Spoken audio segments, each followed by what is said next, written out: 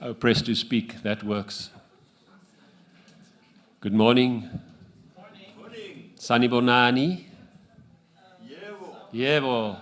Sanibonani. It's a greeting from South Africa, from one of the official languages, isiZulu, and it means I see you all, Sanibonani. And when you say back to me, you say Sawubona, I see you. So Sanibonani. Thank you. Baie dankie. Dankeschön. Merci beaucoup. Right. I think I'm going to start kicking off the day. I'm supposed to be the moderator, and that also means that I'm the timekeeper. And it has been stressed to me that I should really keep the time going because we have one presentation from coming in from China online. And time differences always makes it difficult. That is the last one of the presentations from Lifang in China. But I'm going to kick off today where we're talking about mainstreaming organic agriculture in governmental policies. It's always a very, very interesting situation, getting organic agriculture recognized in policy. And usually the first thing that they want to do is to say, okay, then we regulate you. We make rules, because as government, we're very good at making rules, but making supportive policies is sometimes a bit more challenging. But policy is so important, and being somewhere in and finding what is the road into the policy, whether it is which channel in which country is most suitable for entering into the policy dialogue. So it's a very interesting topic and very relevant to many of us. We have some movement on policy in Uganda. We've got movement of policy in Madagascar and regulations being developed. So there's a lot happening in that front in Africa at the moment. So we will start with the first speaker of the day sitting right in front of me, Dr. David Amodavi of BVAT, and we'll give him the floor. And we'll run the process very similar to what we've done over the last few days. We do the presentations, and then we invite everybody on stage for Q&A. Good. So with that, you can settle down, and I wish to invite Dr. Amodavi up to stage. Thank you.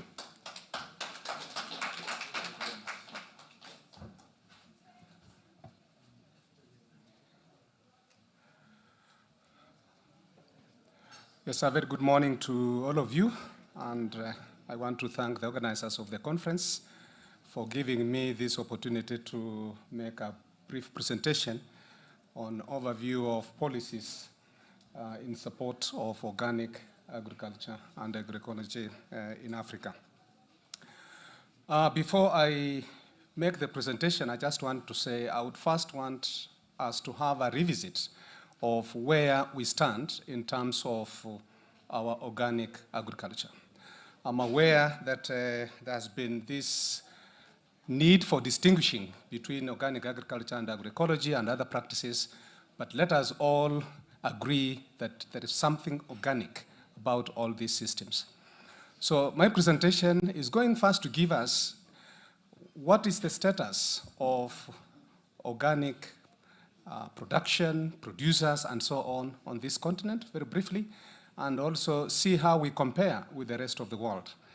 And then after that, I'll be sharing some of the key highlights from work that was done by Vision Africa Trust and also by the African Union Commission in a study that was done by Professor Raymond Aubach, who is here, because it is from there that we'll see where do we stand in terms of policies in support of organic agriculture. And then I wind up with what are the opportunities we have in supporting organic agriculture. Our African smallholder agriculture is that beautiful, yeah? And it is from here that we expect our farm families, our rural communities, and our urban areas to be fed. But we know that we get more from outside. Now, this smallholder agriculture certainly is affected by a myriad of challenges, as we've seen. Most are experiencing low agricultural productivity, and this has been for quite a long time. And I remember when someone in our policy track, kind of felt that perhaps organic agriculture really can't be what we should depend on. And I challenged and said, look, the Green Revolution neither managed to do that. We even had double Green Revolution, but it didn't. And the challenges we are facing of food insecurity and, of course, the depletion of the quality of our environment continue to be felt today. So food and nutrition security is still an issue, is still a problem in most of our African countries. And as we've seen, climate change coming from the practices that we do, as we say, for sure, agriculture is a solution to food and nutrition security, but it's also a contributor to the challenge of the same and through climate change effects. Now, one important area that we tend to be deficient in for our producers, and even those of us who work with producers, is in the information, the knowledge that we require on what really works. And this is where the issue of evidence comes in. And as well, in terms of our low human capacity, someone has said it's so important that we look at extension. That's a human capacity component that is very important. And we are in a session that is looking at enabling policies. Do we have them? Yes, some progress is being made, but it is still a very critical area. So these challenges end up really providing very poor livelihoods for most rural communities.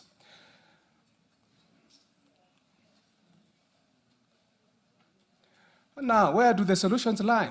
I won't go a lot in here, but we all believe in this room and even globally that if all of us were to be true to the SDG goals, which are due by 2030, not very far from today, most of the challenges we are having today, not only within Africa, but in the rest of the world, they'll be solved around the economy, the society, and the environment. And we all know what these Sustainable Development Goals are and how the work that we do contributes to them. But that is basically for us to be aware, this is where the solutions lie. And the truth be told, if we would be truthful to this in our actions, in our policies, in our investments, then the challenges we see today will be certainly addressed to a huge extent.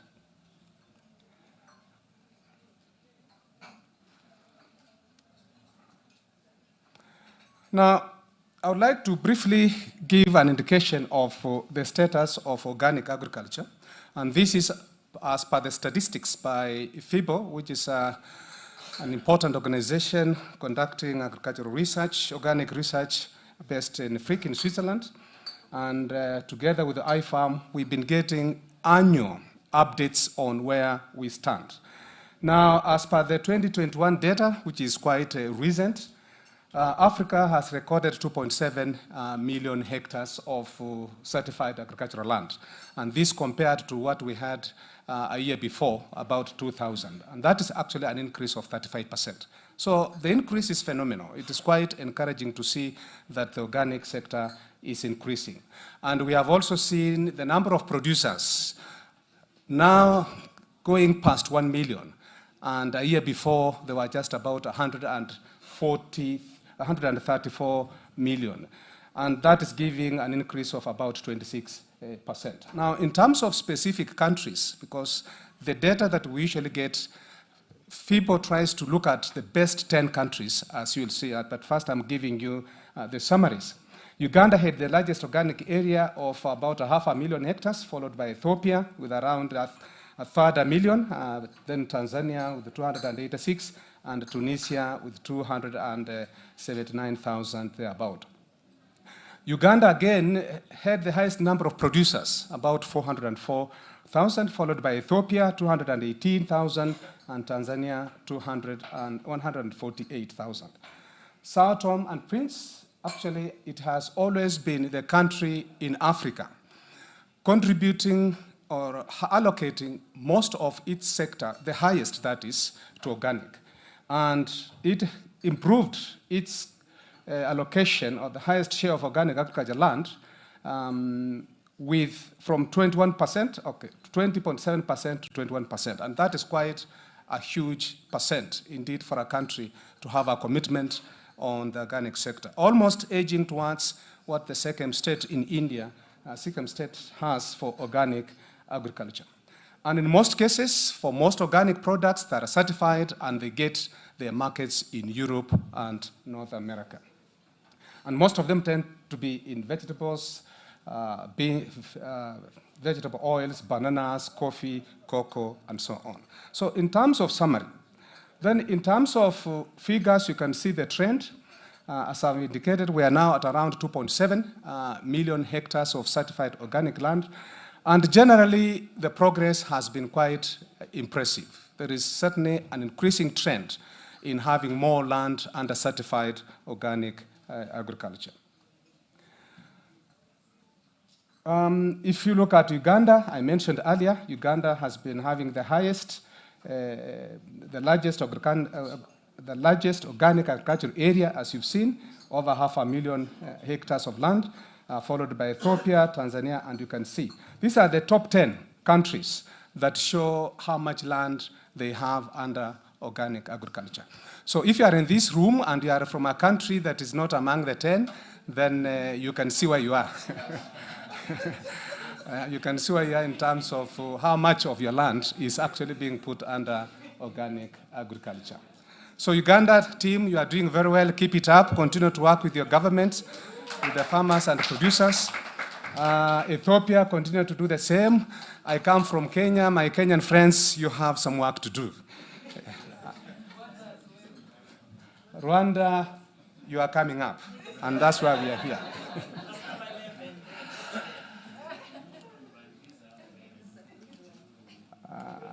My friend, is it okay with my pointer? It's okay. This is the 10 countries with the highest organic share of total agricultural land. That is in relation to the whole sector, the proportion of what is under organic land compared to the whole total. That small country is Sao Tome and Prince. You can see it has actually the highest. I would really want to make my maiden trip to this country one of these days and see how it is doing. And then followed by Sierra Leone with about 5% of their land share of organic agriculture, with 5%, Reunion with 4.4%, Uganda with 3.5%. Oh, thank you, JM.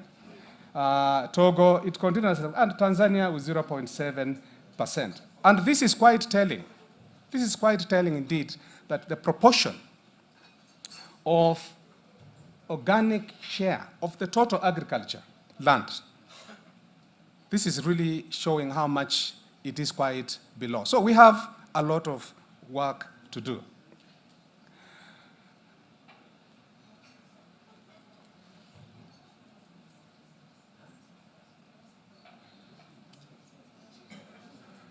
Is this thing working well? I think the projector is off. Let us... Oh, yeah, I see it is off. Oh, okay.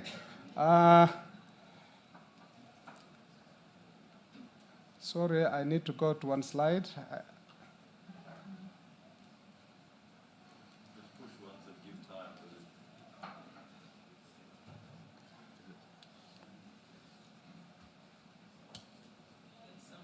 I need to come this way. Okay. That one?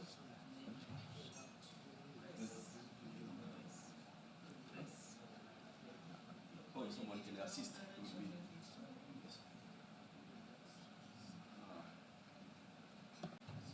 Okay. You needed to point it in this direction. Okay. Oh, this way? Where the machine is.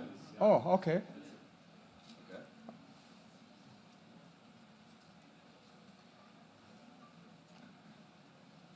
My friends.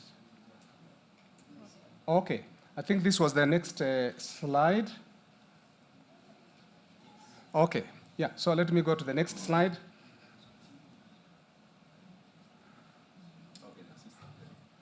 I think you assist, yeah? Okay, next slide, please. Okay, here is key US and European Union and US export countries in 2021. These are the countries that really played a huge role in the global markets, trading or exporting the organic products to European Union and the US. And as you can see, the highest was from Togo with the 68,341 thousands of metric tons. Actually, those are metric tons. 68,341 metric tons of organic products, followed by Tunisia, you can see. And in here we have both, what is in blue, dark blue is the exports to the European Union, and what is in the light blue to the tip of the bus is what went to the United States. Egypt, as you can see, Côte d'Ivoire, and in East Africa, Uganda was still doing quite well in terms of the exports to European Union, followed by Morocco, Burkina Faso, and Ethiopia.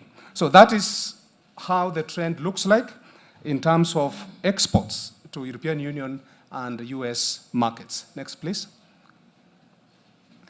Now, you've gone too fast. And just if we compare ourselves where we are, this is the organic farming and farmers globally. You can see Africa, we have 2 million hectares of land, as you saw earlier. I should have changed that, the statistics, 850, it's now 1.04 million producers. And look at what is in Europe. Europe, we have about 16.5 million hectares of land, compared to 2 million of hectares land in Africa.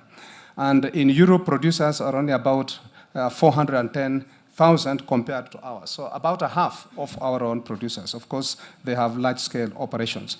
In North America, it's about 3.3 million hectares, with producers around 22,000. You can see around the globe where we stand. But for sure, you can see very clearly, with our huge potential of our resources on the continent, we seem to be the country doing perhaps the least in terms of how much of our land we are actually subjecting it to organic agriculture, and also but the producers are many, because most of them are small-scale farmers. Next, please. Okay. Now, in terms of supporting the sector and also looking at how we can make progress in this, the African Union supported the decision. Let's support organic farming on the continent. Let's support our farmers so that they're not exploited. And that led to this decision. And I won't go a lot into details. Dr. Janet Edeme did an excellent job in her keynote address, but I thought I should say this because some of the continental initiatives, as you'll see later on, which are huge opportunities for the organic sector, have emanated from this important decision and political commitment by the African Union to support organic agriculture on the continent. Next, please. And the Ecological Organic Agriculture Initiative, which has been the initiative that on the continent drives the organic sector, is framed around 6 important strategic areas of intervention. I won't go much into details, but we handle issues of research, training, and extension, making information and communication for delivery of messages to the farmers, and of course all other people involved in the various value chains, and also focusing on the value chain and market development. Networking and partnerships are very key, and of course the issue of policy and relevant programs, and ensuring that the institutions that are driving the sector are well capacitated. Next slide, please. Now, we did some work that looked at what is the status of policy and legislation in support of organic agriculture. And the findings show that most of the African countries are at different levels. In matter of fact, about 4 are the main countries that do have this: Tunisia, Morocco, Egypt, Madagascar, and very lately Uganda came on board as the 5th country that clearly have policies, not mentions. Most of the countries in the studies we did, they have mentions in their policies, and for us mentions is not enough. So for those countries that really have government support, they have policies, there are just about 4. And we find, again, sometimes the absence of permanent technical and administrative capacity for policy development, and especially in the organic sector, seems to be a huge challenge for most countries that we did this study on. And our findings also showed that governments, the private sectors, the civil societies, for sure need to be inclusive in terms of engaging everyone in the policy formulation processes. So if we look at the next slide please. This slide shows how the distribution looks like in terms of where do the different countries lie. And this is work by Professor Raymond. Maybe I should come here and then you go back to the slide. Now, we decided to classify the countries on about 5 levels. The first level where we said we have advanced EOA being supported in the country. And in such a country, we'll have a policy in place, there will be a product standard, there will be government support, very strong. Farmers are organized, for example, with the support of the national organic agriculture movements. Also, the country is active in terms of exports and domestic markets, and then we looked at the countries involved. And we did that up to the last ones that have almost nothing, which we called those waiting for inspiration. But let's come back to the map. Come back. Next slide, please. I need my map, yes. Look at this map. I wish I had... Thank you.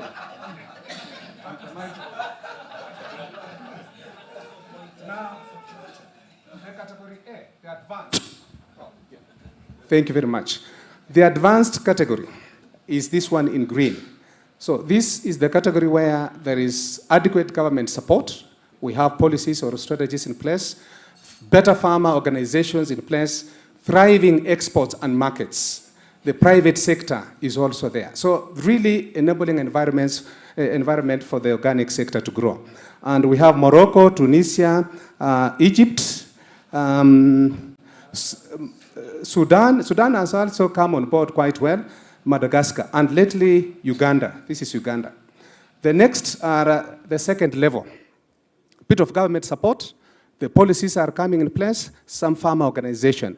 And these are, wait a minute, you're confused. Actually, Morocco, Tunisia, Madagascar, and Uganda are the 4. And these are the ones in the 2 categories. And the least ones, actually the red, as you can see, are most of these countries. So if you are in the red, it shows you are in the inspiration level for this categorization that we had.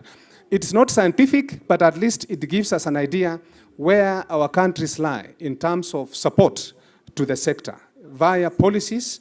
Come again? Senegal. Senegal is a... This Senegal. The light green is active, but it has a cross-hatching. Yes. So that the member of EOA. Yeah. Oh, yes. You know, in my presentation, it's very clear. Thank you. Yeah, this has the hatches, which is for the EOA countries. That's Senegal, Mali, Benin, Nigeria, and in East Africa, Kenya, Uganda, Tanzania, Ethiopia, and Rwanda. I'll have my presentation available so you can actually see it a bit more clearly. Next slide, please. No, go back to... go back. We are that. After this, the next slide. Yeah. No. The next slide. Moderator, I hope you'll give me some 2 minutes. I'm wasting time on this. So this is where the countries now are. As you can see, advanced EOA countries that are here: Madagascar, Morocco, Tunisia, and Uganda, and there are 4 of them. And the second level, doing reasonably well, Burkina Faso, Egypt, Ghana, Kenya, Mauritius, Seychelles, Togo. Infant EOA countries, you can see we've indicated, right? The type where you lie, organic policy, none, product standard, yes, or government support, a bit little, farmers are organized, yes, all these countries are here.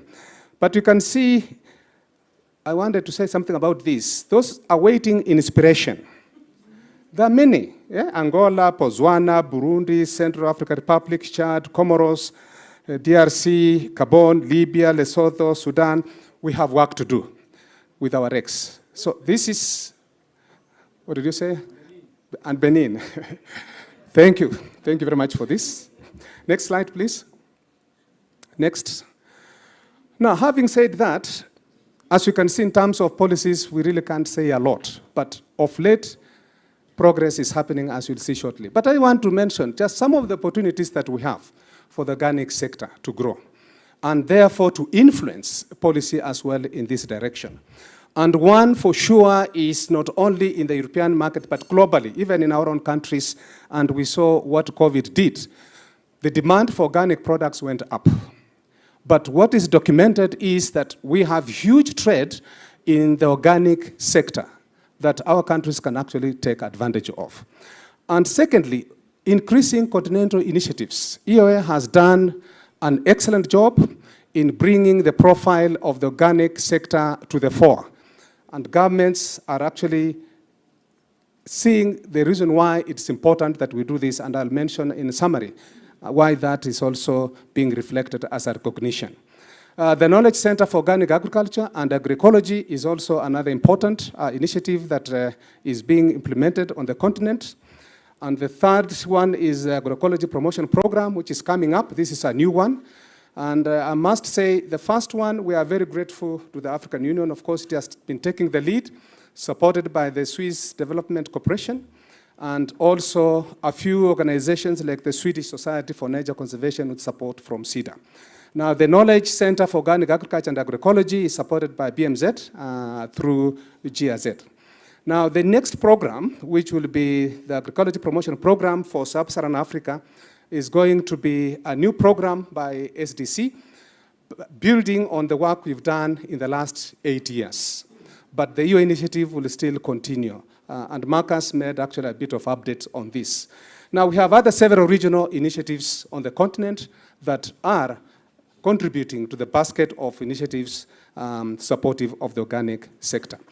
Now, the point I wanted to indicate also here is the increasing political recognition of this sector. I won't go into details. Dr. Janet Edeme did an excellent job showing what indicators have been developed and integrated into the CADIB biannual review process. 3 of them: the organic fertilizers, the looking at policies and strategies in support of the farmer-managed seed systems, and then looking at the amount of acreage that is under ecological organic agriculture. So these have been important developments that are opportunities for the sector. And also partnerships with ARSO, which is important, and together with the Secretariat of the African Continental Free Trade Area, they provide an opportunity in terms of trade in the sector on this continent. And for sure, we see Africa's rising income levels and more interested in consuming organics. Indeed, there has been a very strong nexus between what people are consuming and their health. And increasingly, the focus on organic has really gone up. So these are opportunities to grow the sector. Next slide, please, as we come to the end. There's a slide before that. There's a slide before that. The slide I have is, we have seen progress. Countries are working on their policies, and some of our partners that we work with, they have their policy documents in drafts, and some have opted to develop strategies first. Agroecology strategies or ecological organic strategies, and this is happening in quite a number of countries where we are working with. And we are quite impressed and encouraged by the work of a few countries. As we know, Uganda already has an agricultural national policy. It has been working on its bill for implementation, and it's also working on a national agricultural strategy. Tanzania recently launched its national ecological organic agriculture strategy, and thank you very much for the invitation. I was part of the event when this was launched. Nigeria is also working on theirs, and Benin is also working on theirs. Nigeria, Mali, all of them are working on theirs. And Kenya has several county strategies in agricultural, in agroecology. And we are also having national validation of our national agroecology strategy. Next, please. So this is part of the encouraging progress that is happening around this continent. Every country is making an effort, either to develop a policy or to develop a strategy in terms of supporting the organic sector. Next slide, please, and I think that's the last one. Yeah, so ideally, we are having good progress. But answering the question, where do we stand in terms of policies in support of organic agriculture and agroecology, we can see we still have a long way to go. Professor Aubach, not so much has happened just the last 3 years. So the work you did for the commission, plus the work we commissioned in East Africa, the findings are still valid and they are informing the efforts we are making to support the organic sector. But to do that, we need to produce more evidence that it works. And I keep saying evidence is one thing, but we also need diplomatic advocacy to catalyze policy influence. No one should lie to you. You can have evidence that something works, but it will not influence people to change. So we need to have a different way of engaging with the policymakers. Yes, we be armed with evidence that it works. And the evidence should come from the various things that we can do. Investing in ecological organic agriculture or related practices, and documenting the successes that we are making. Statistics, data matter. But having gotten that, then we look at what kind of policies do we need to promote, and we come up with a strategy. I've seen some of us, we can be very combative in our advocacy, but that one can't change. How do we engage diplomatic policy? That is something I want to leave with all of us, so that we say, let us have the evidence, and let us have a diplomatic policy that can help bring about the influence we need. Thank you very much.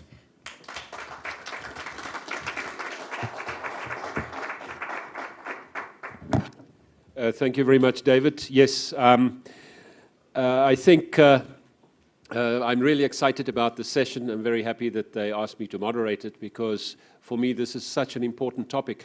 And the work that has been done by the sector, there's been some great work done by my old mother organization, well, they're still our mother organization, but one that I used to work for, IFARM Organics International, on policy guidelines and the policy study, a global guideline on policy. So there's a lot of material out there to work on, to use to fashion your own action plan or your own strategy or a policy. But I really liked what you said about facts don't move people by itself. It just does not. Even the big guys with their studies on everything, they use fear and they use greed and they use a lot of strong human emotion to shift. But we can also use love and compassion to shift people, and we can shift them even further that way. Sorry, I don't want to preach. That's not why I'm here. I'm the moderator, so my job is to moderate. Yes, so we have our second topic of the day. We have Mr.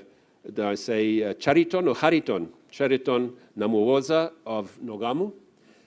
Very welcome on stage, and he will talk about the case of Uganda on strengthening organic policy. You can use that one or this one, depending on... I'll use this one. Okay. Thank you very much. Can I request you to move the slides, please? My name is Chariton Namuwoza. I'm the Chief Executive of the National Organic Agriculture Movement of Uganda, the umbrella organization that brings together all the key actors in the country. We are the voice and leader of the organic industry in Uganda, and we've been in existence for over 22 years. And I'm very privileged to be presiding over an industry that takes the lead in Africa. And I'd like also to highlight very quickly at this stage that from the latest statistics, as you'll be seeing later, we take the second position in the whole world as the country with the second highest number of certified farmers in Africa, in the world. So basically, this is what I'm going to be talking about. I'll briefly talk about Nogamu and highlight how far we've come, very briefly, to be an award winner. I'll briefly touch on the current status of organic agriculture in Uganda. I'll walk through limitations and opportunities, and I'll dive into the story that I'm sure most of you want to hear, the National Organic Agriculture Policy formulation process and where we are in terms of developing the organic bill. And I'll also accentuate a few policy and advocacy engagements that we've had over the last 2 to 3 years since the policy was approved, and I'll conclude.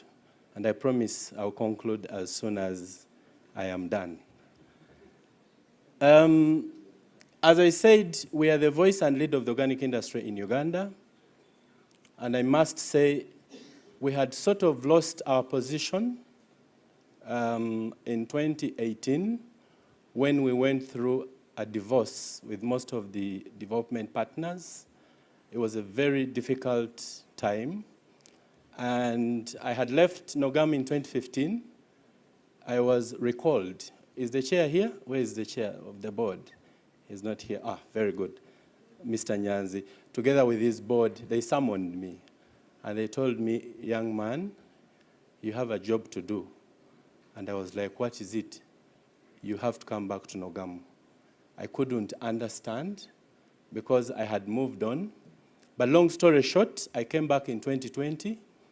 And all I can say is that the organization was upside down.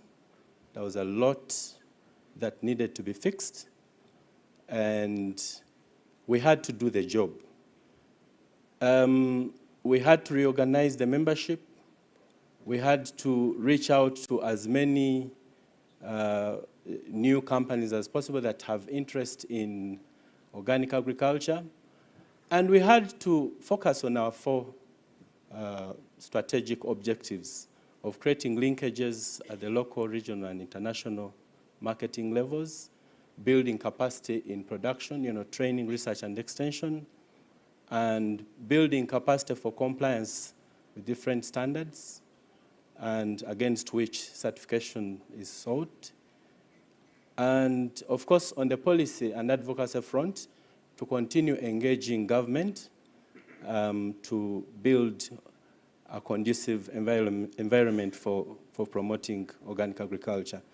And I would like to highlight here very quickly that being a membership-based organization means that we have companies that are trading, buying from farmers.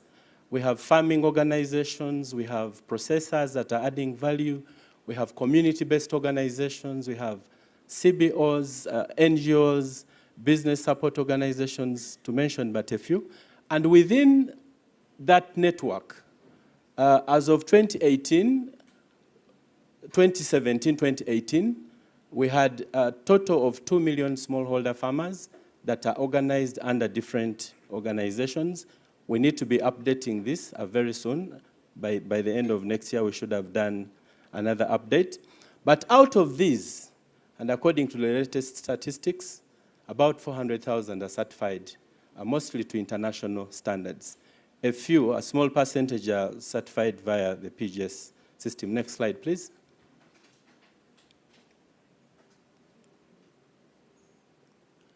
So, as I said, this very year, following the work that we have done over the last 3 years, we were recognized as the best value chain support organization, specifically for our work in creating linkages between the primary value chain actors and, of course, facilitating the chain.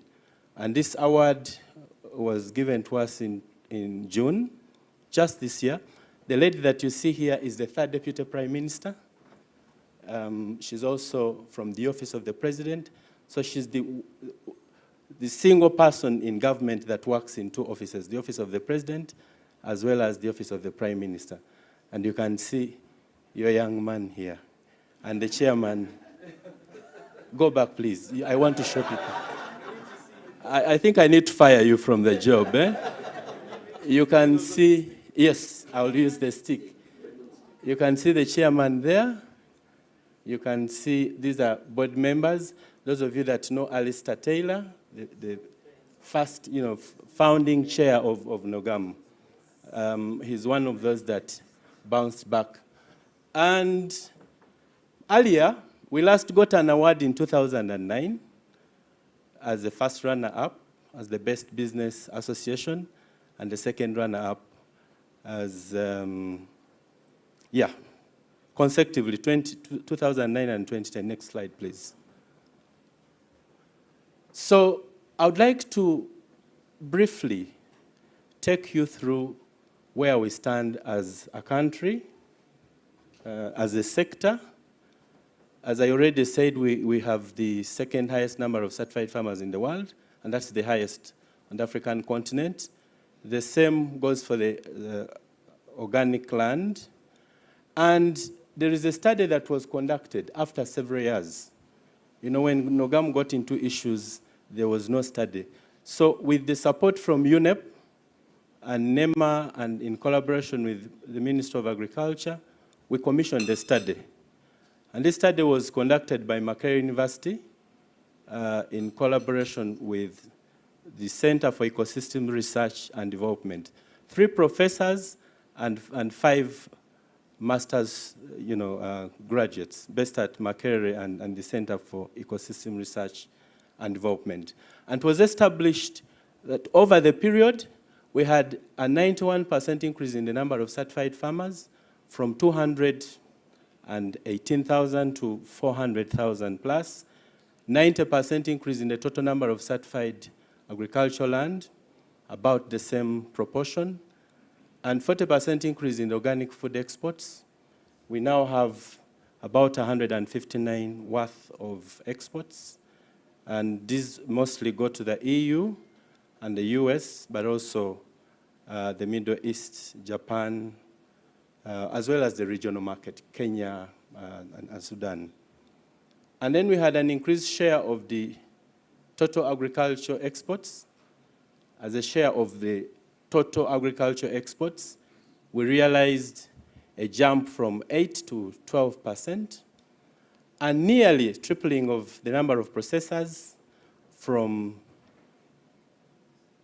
to 116, and then exporters also increased to 78 from about 50. And there's been also a steady increase in the local consumption of organic products. We conducted a study again last year with the help of 2 students, one from France, and thanks to the IABA AFD project, these 2 students dived into the local consumption trends. They looked at the profiles of a typical consumer in the domestic market, and they established that a typical consumer is a young mother with a bachelor's degree who cares about her family, and she's looking for health, vegetables, and fruits mostly. And this was the observation in most of the markets where this study was conducted. I could share details of that in a different presentation. Next slide, please. So I would like to start by highlighting the key limitations, because much as the demand is high, we clearly see a big challenge relating to production and productivity, and my brother, Dr. Mdavi, highlighted that.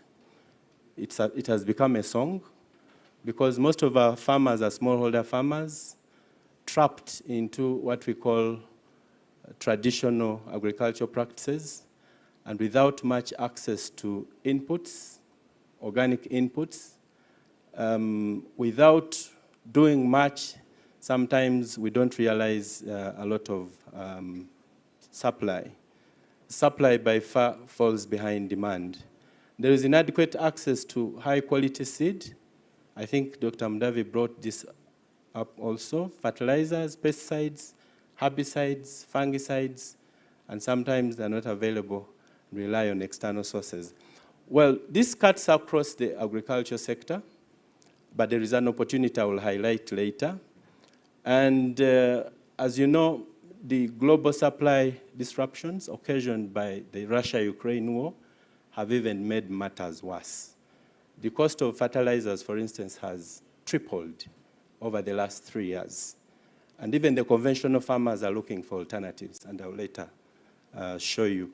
The cost of certification remains high. Cost of credit is also a challenge, inadequate organic extension services, as much of the training that we receive from the universities and other institutions is bent on conventional agriculture. You cannot have a conversation with an extensionist in my country, for instance, without mentioning conventional, and that is a big challenge. Inadequate marketing infrastructure, and it goes without mentioning the weak regulatory environment.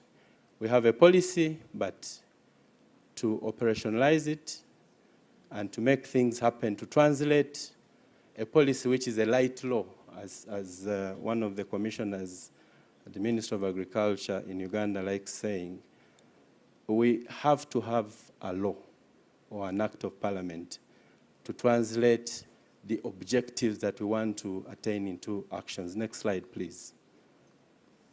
So I borrowed this slide from FIBO, and I know that Dr. Mdavi touched a little bit on this, to give you a 360-degree perspective of where we stand, and as far as production is concerned, but also the market, and of course, to take this opportunity to highlight Uganda's position. So as you can see, we have 3.7 million farmers certified globally. And as Dr. Mdavi said, Africa has the least. From COVID, you can see a 4.9 growth in agricultural land. But in terms of the market, there was a huge jump. It's actually indicated in the latest report that the growth in demand grew highest during the COVID year because of an awakening relating to health, as the whole world was on its knees, including me. I prayed. I don't know about you, but it was difficult for everyone, and we had to resort to healthy foods and nutritious foods. So as you can see, Uganda, again, is highlighted there. And next slide, please.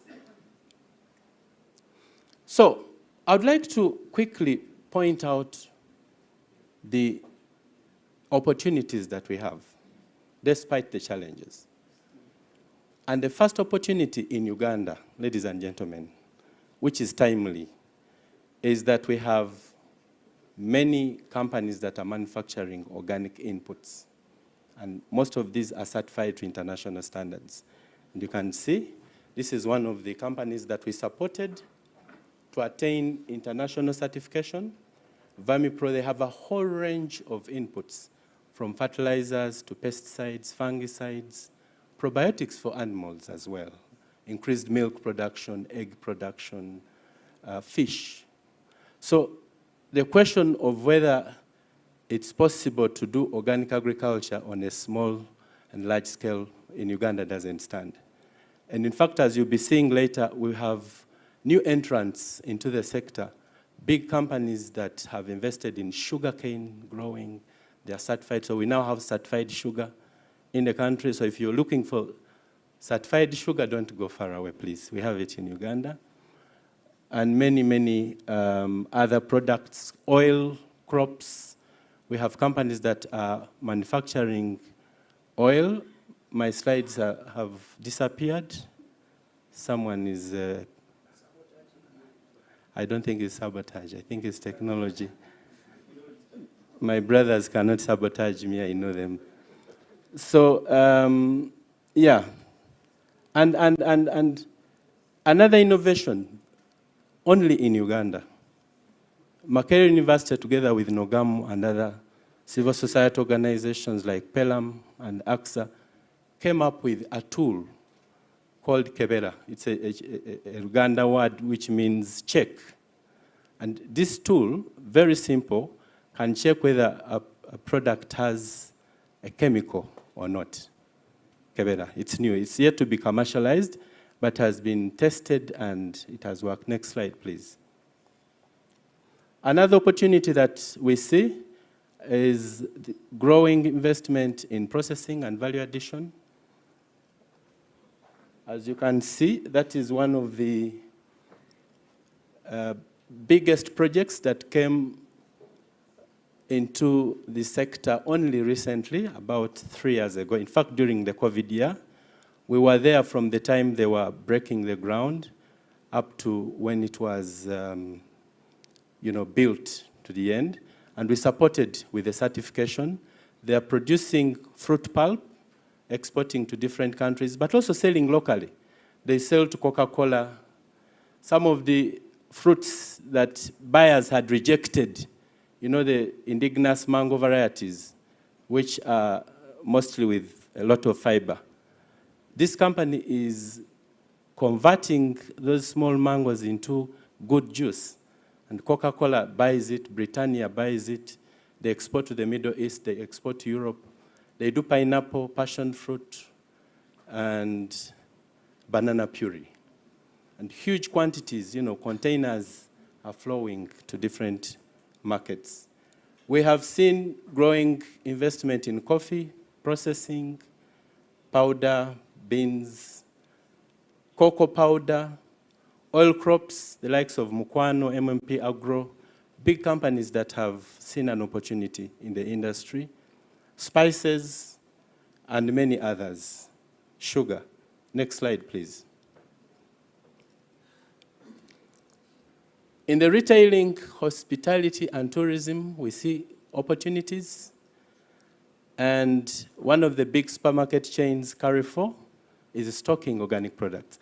And from the picture here, the gentleman that you see here, unfortunately, was transferred to the Middle East, so we have a new replacement, was awarded at our National Organic Week event last year in recognition of Carrefour's effort in stocking organic products and promoting awareness about the benefits of organic products.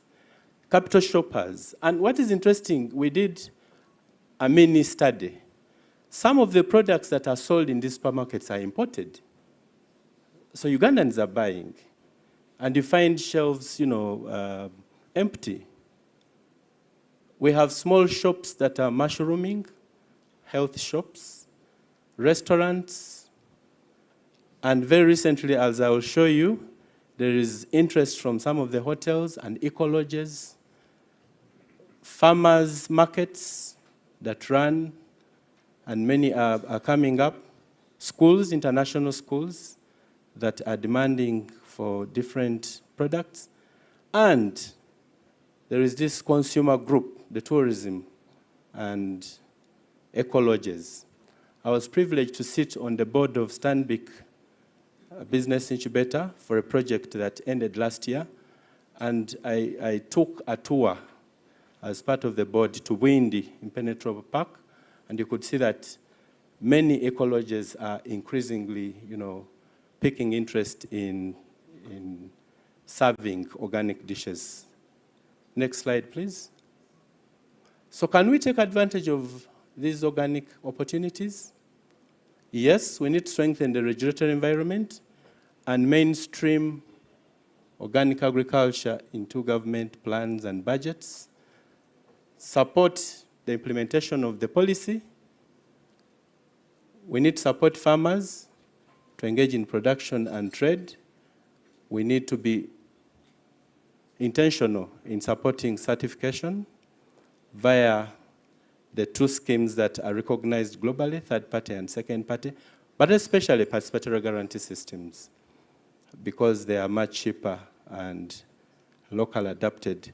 Support product innovation, development, and marketing. Let me quickly talk about this picture. The gentleman you see here is a member of parliament. When we had a consultative meeting in June this year, he came together with 3 other members of parliament and joined the 3rd Deputy Prime Minister, the Minister of Agriculture, and many other dignitaries. again to demonstrate their support for the organic sector by, joining efforts to develop the organic bill, as I will be showing you later. Next slide, please.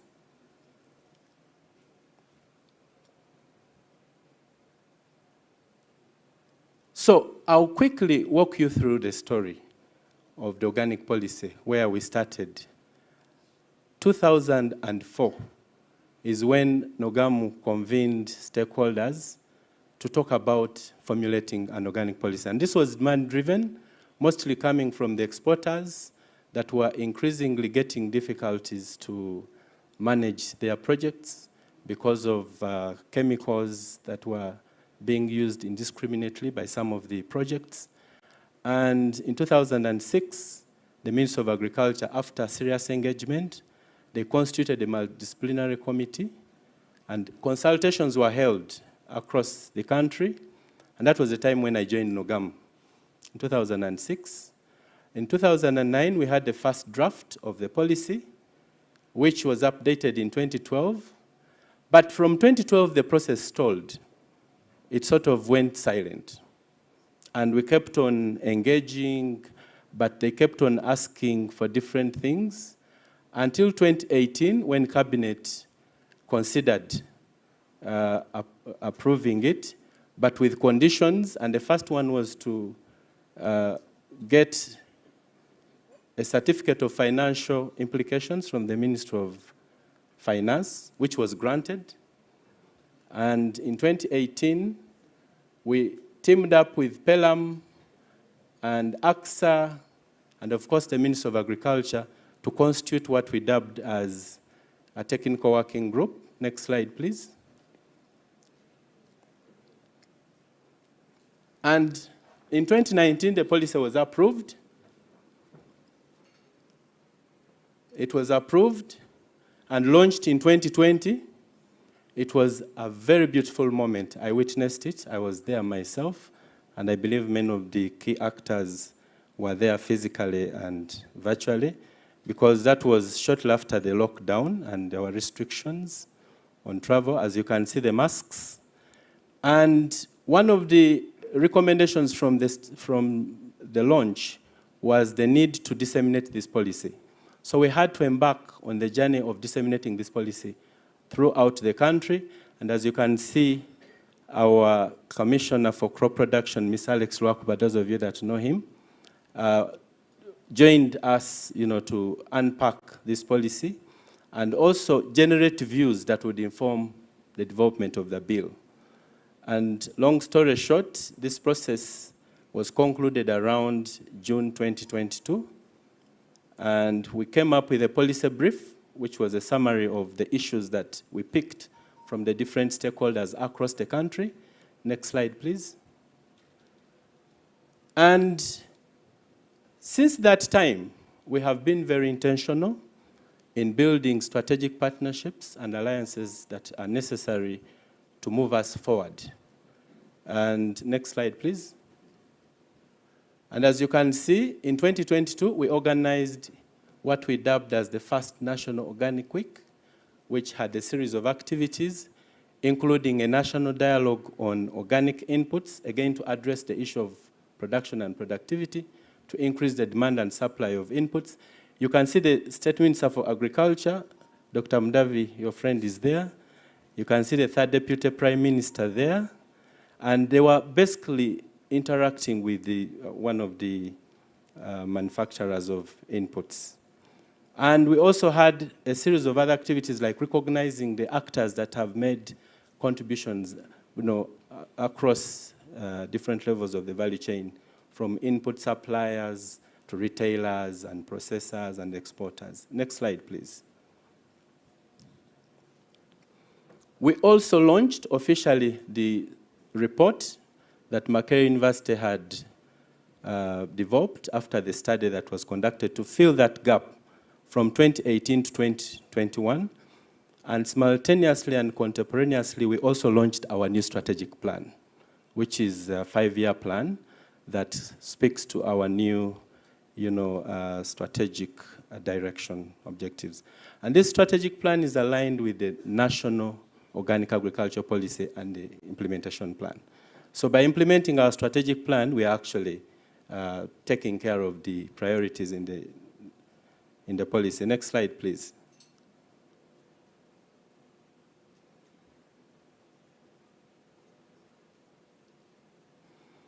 In June this year, we pulled off a very successful national consultative meeting that focused on the bill. And as you can see, the guest of honor was the third Deputy Prime Minister, who also represents the Office of the President. And the members of Parliament that I told you about are here. One chairs the Climate Change Committee, which is big. Another chairs the Committee for SDGs, Sustainable Development Goals. And the other ones are on the Agriculture Committee. We had many participants, Office of the Prime Minister, the Minister of Agriculture, National Planning Authority, many ministries, departments, and agencies. We had private sector, the private sector well represented. We had civil society organizations and others. Next, please. I don't seem to have a lot of time. I'll be concluding very, very soon. Next slide, please. In a boardroom for NPA, we had to highlight the need to include organic agriculture in the next development plan. Next slide, please. You're going to marathon through. This is the recently held National Organic Week, where we had different activities. But let me highlight that for the first time, Hotel Africana, which hosted us, and you can see the chef, served organic meals throughout that week. You can see. And they served organic coffee, they served organic chicken the whole week. And we are in talks to make sure that they continue serving the organic meals. We had a successful organic exhibition. This is the chair of the climate change. This gentleman that you see, who is also my mentor, while I was at the university, I was the president of Mackay University Farmers Association, and he was working with the Farmers Federation as a director of policy. And I was privileged to work very closely with him. Now he sits in cabinet as the person that is in charge of policies and bills. So he joined us during the dialogue that we had. Next slide, please. We have also been part of the efforts to develop the National Agroecology Strategy together with PELAM and the other actors. Next slide, please. And in conclusion, ladies and gentlemen, we have a huge potential in organic agriculture that is unexploited, but we need a regulatory environment that is robust enough to move us forward. Thank you very much.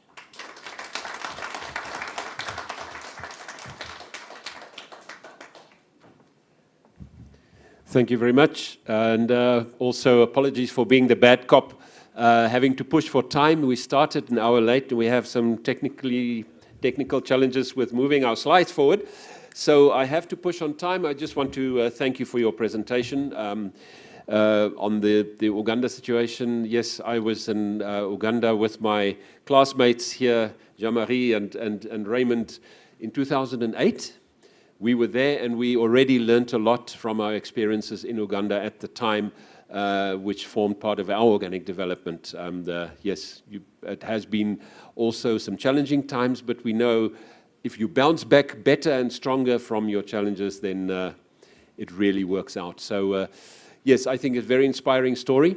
And now I would like to hand over to a friend, a mentor, and a brother, Professor Raymond Auerbach. Thank you, Conrad. And yes, indeed, I have many brothers and sisters here in this room. And it's partly because I've been around for a long time. I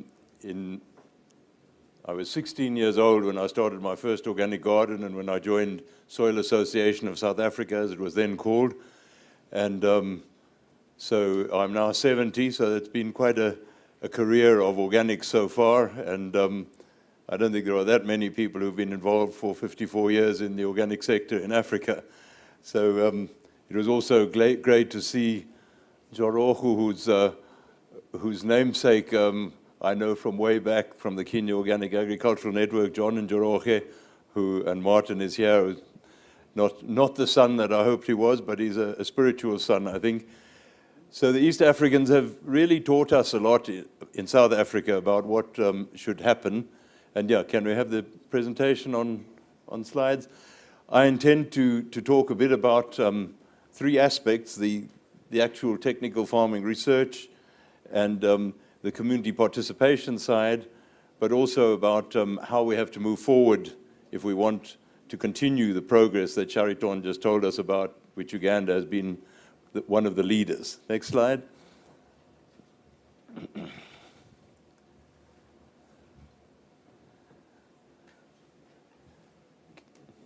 Can we have the next slide, please?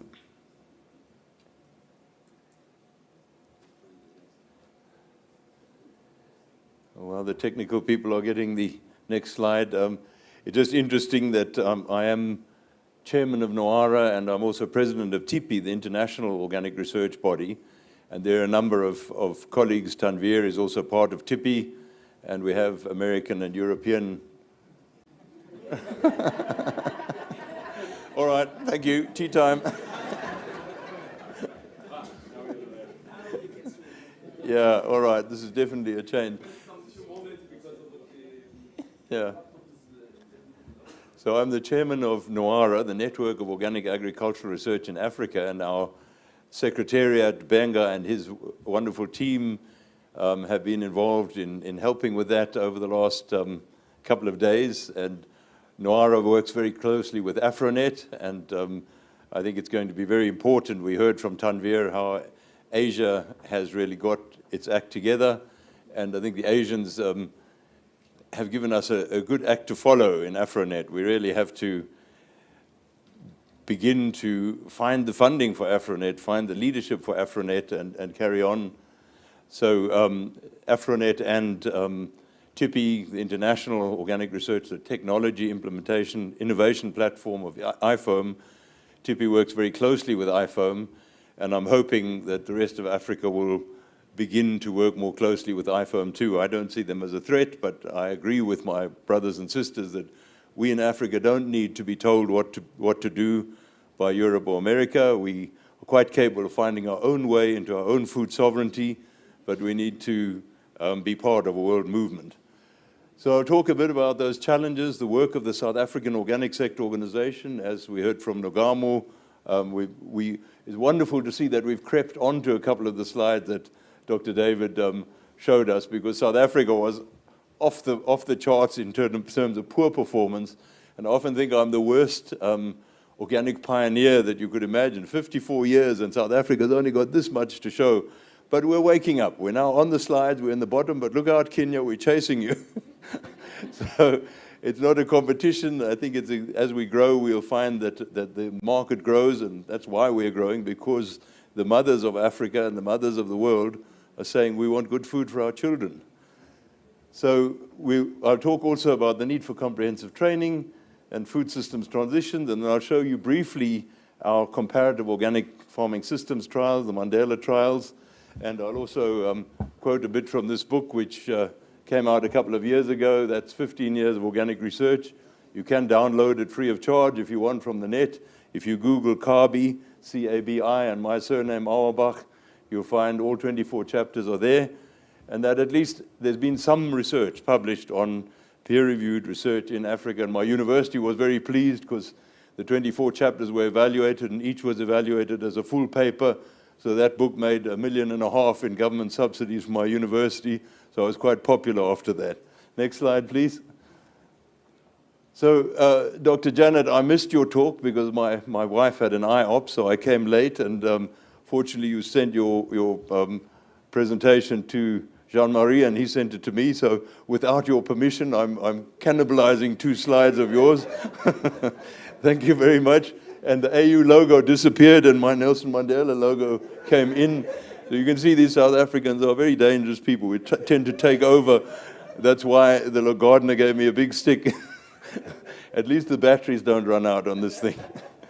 But what we got from the presentation, 2 things that make my heart very happy. Firstly, the African Union is now committed. And they're not saying organics is the whole answer, but they're saying organics is an important part of the answer. And secondly, if we can have the next slide, as we heard, the progress, and Dr. David updated us on that, the progress is quite dramatic.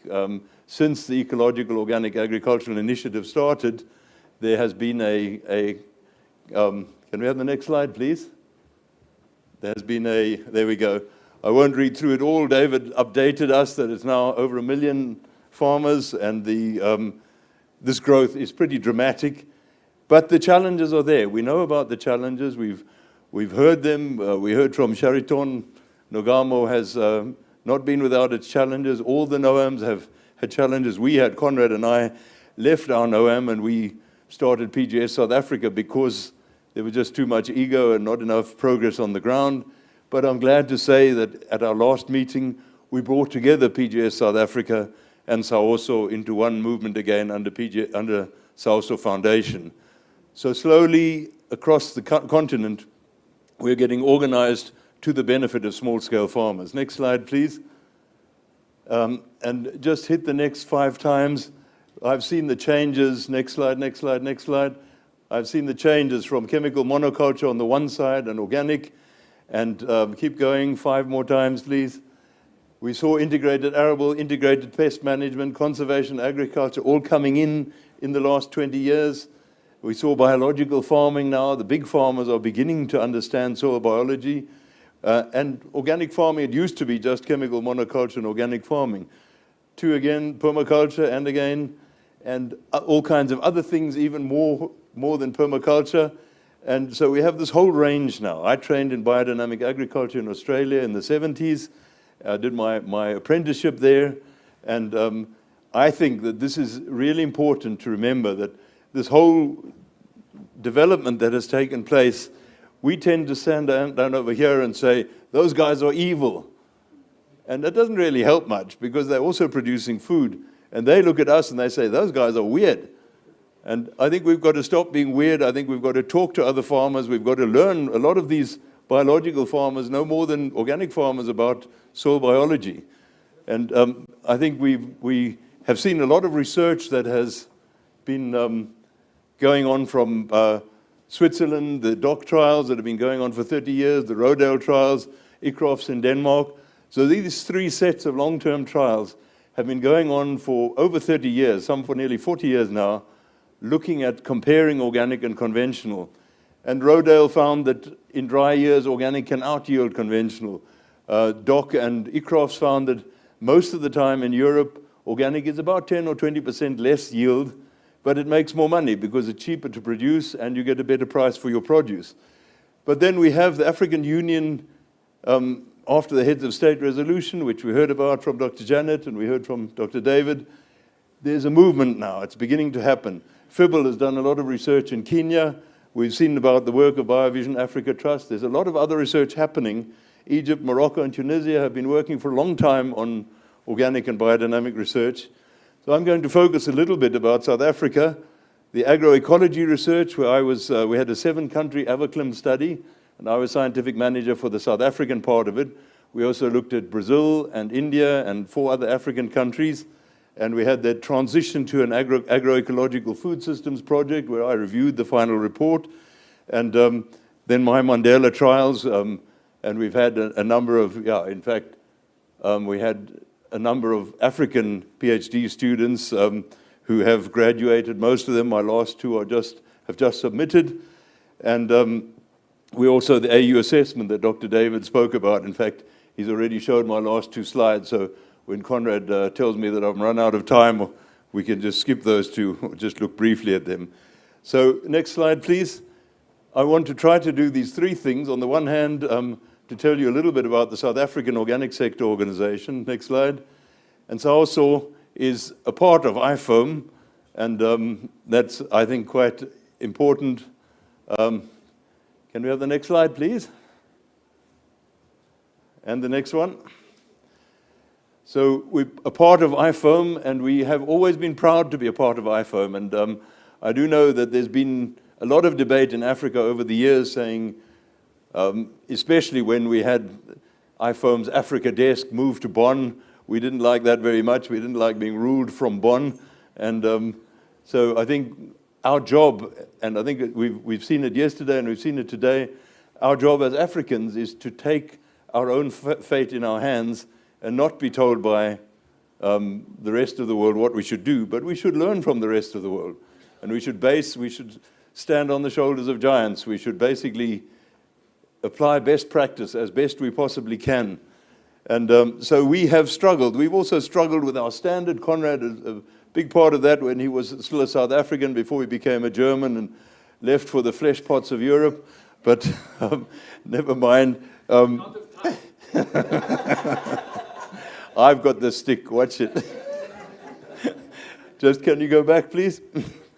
This is very important because we did have the third-party certification. The PGS had developed a lot in South Africa, and getting the standards took us 20 years, and we're still battling after 20 years. We were encouraged with Nogamu that you finally got your policy. We haven't got ours through yet. Next slide. But we are working there. So how do we approach agricultural development with a food system lens? I'm an agronomist, I'm a soil scientist, and a lot of my colleagues tend to see everything in technical terms. But you have to also be a social scientist if you want to understand anything about food production and food consumption and health. They all go together.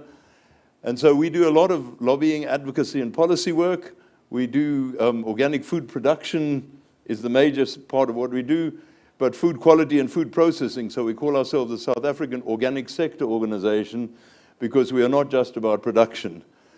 The marketing, the PGS systems, and we're increasingly doing a lot of work with schools, with education, research, postgraduates, training of farmers and consumers. I'm the convener of the working group on training, research, and education for SAOSO.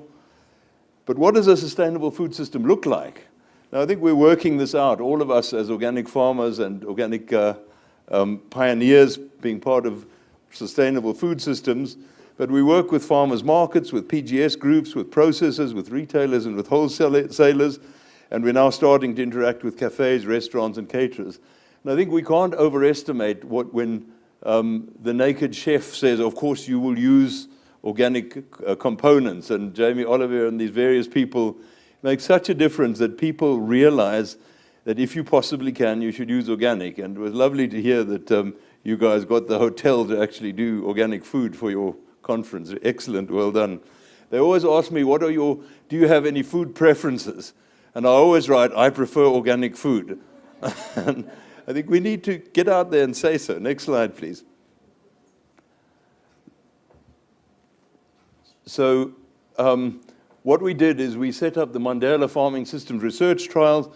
This is our George campus. The big campus is in Port Elizabeth, but George is the small and very beautiful campus in the middle of the forest. It used to be the Sarsfield Forestry College. And I fenced off a little section there, and we did our trials right on the bottom on the edge of campus. We had to put a big fence to keep the bush pigs and the baboons out, and the baboons figured out every time how to get past. We had to cut trees down because they would jump 20 meters across to get our sweet potatoes. They liked our sweet potatoes particularly much. And this is Jama Mashela. She helped me set up the trial. She did her master's with me. Then she went off for a couple of years. Then she came back, and she's just finished her PhD. Dr. Jama Mashela, well done. Next slide, with the cowpeas. So we set up our baseline survey. We said we know South African soil varies a lot. So we initially planted an indicator crop to see how much variation.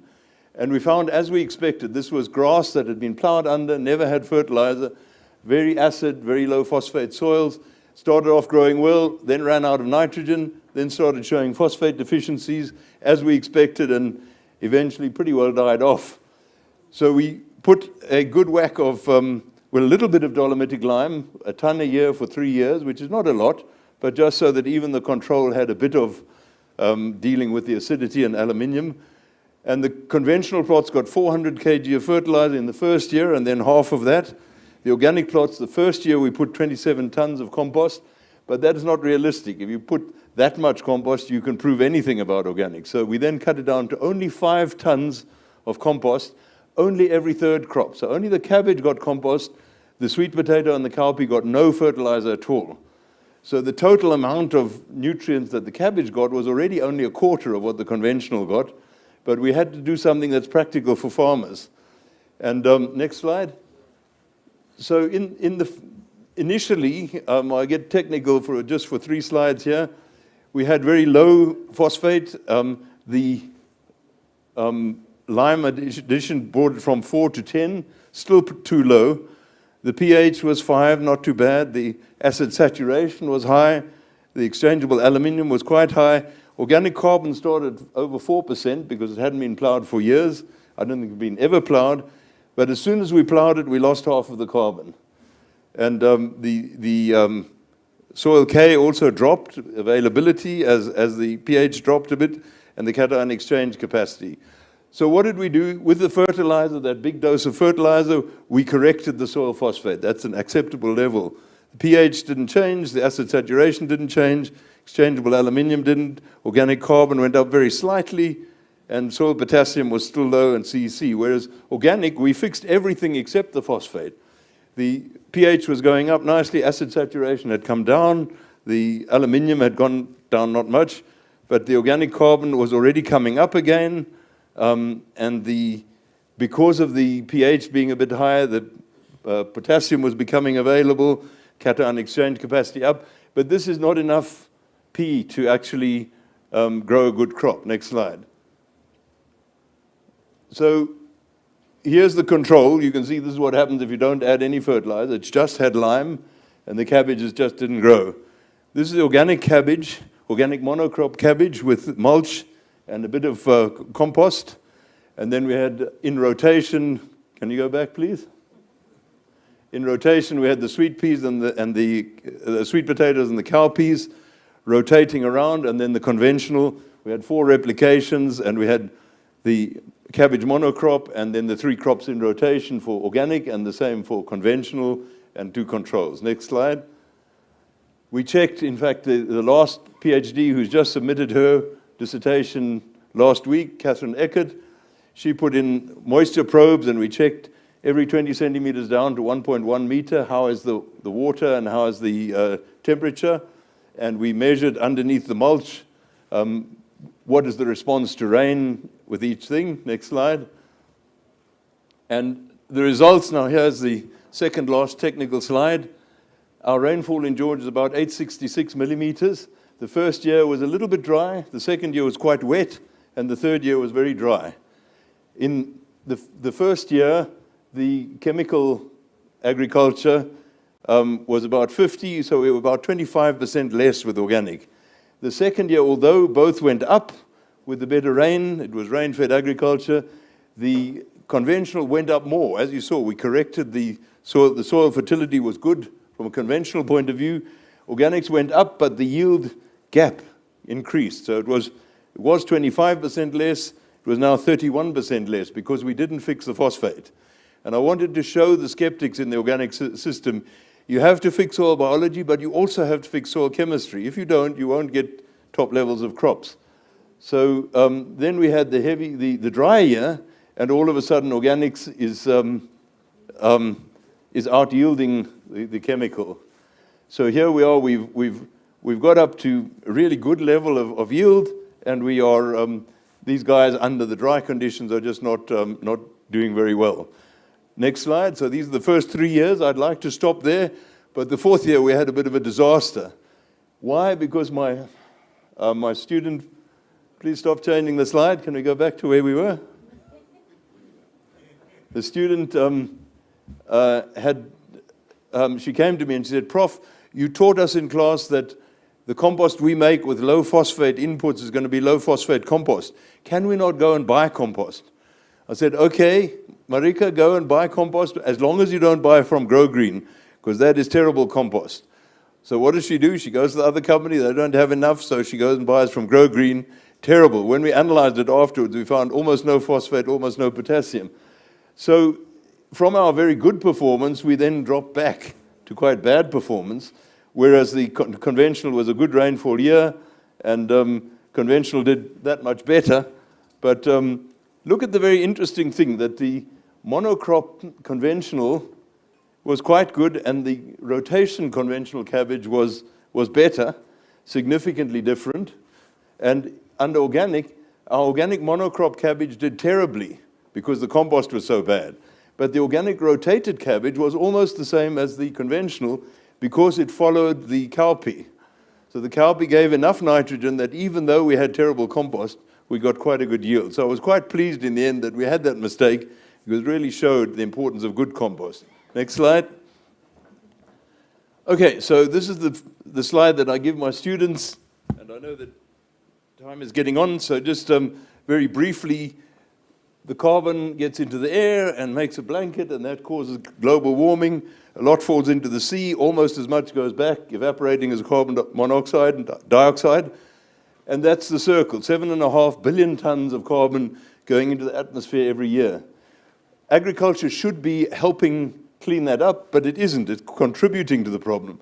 60 billion tons of carbon goes into the soil each year, 62.5 goes out. We lose 2.5 billion tons of carbon from the soil every year.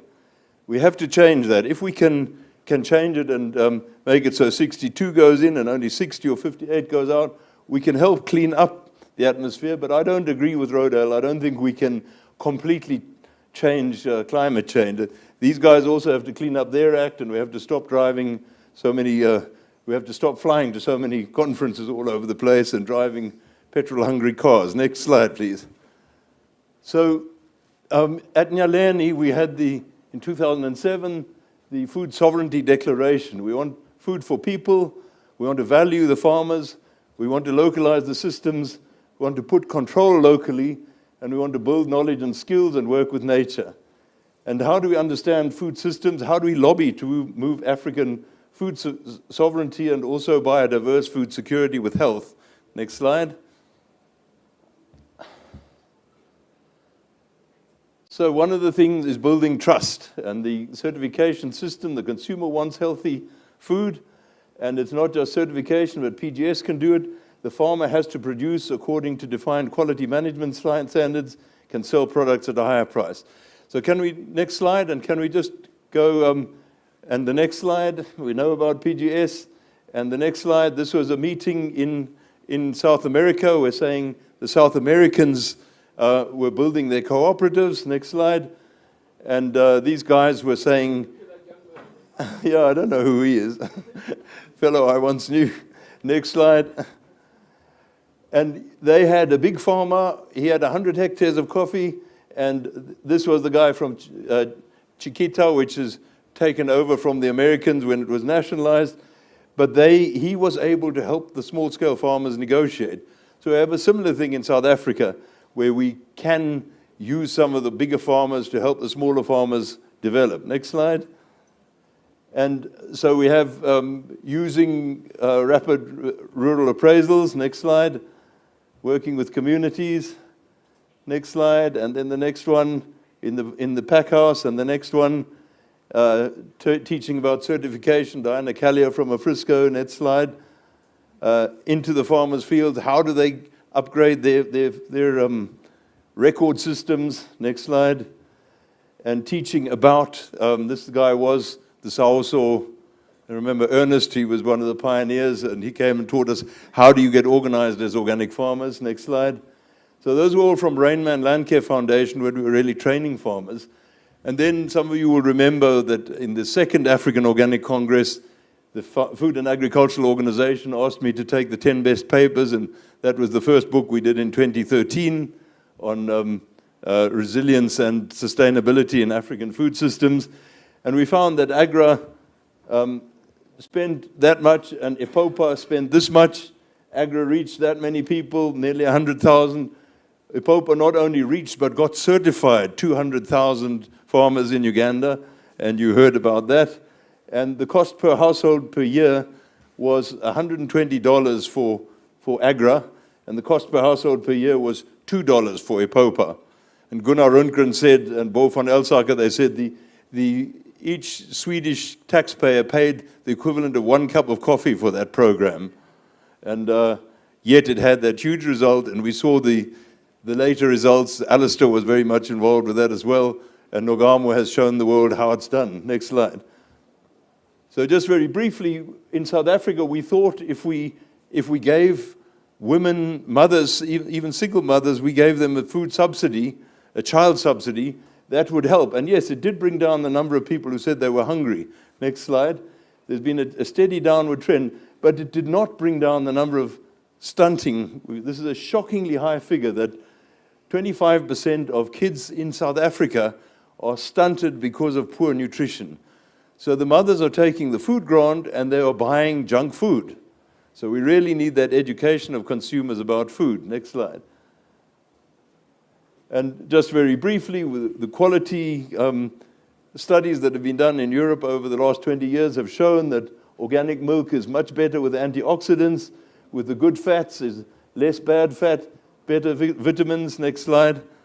And so we know that the food is basically better if produced organically.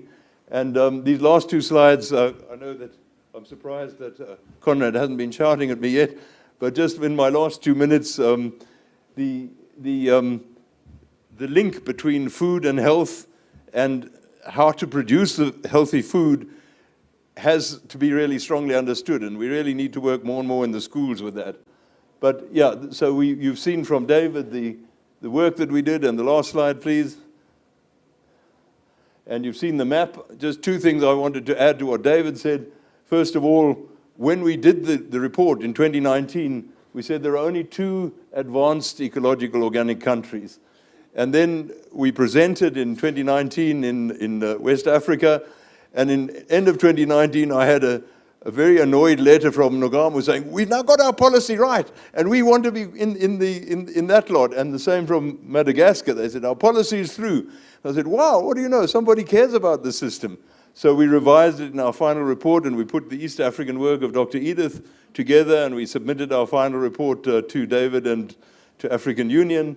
And it was really great that we could have these 2 dark green ones. Our country, I hang my head in shame. Here we are, we're not even active. We're a country that's just about awake, but watch us, we're on the move. And I hope that in a few years' time, we will see, with the help of Afronet and Noara and all the friends we have, we hope to see this map of Africa becoming green, first light green and then dark green. Thank you very much.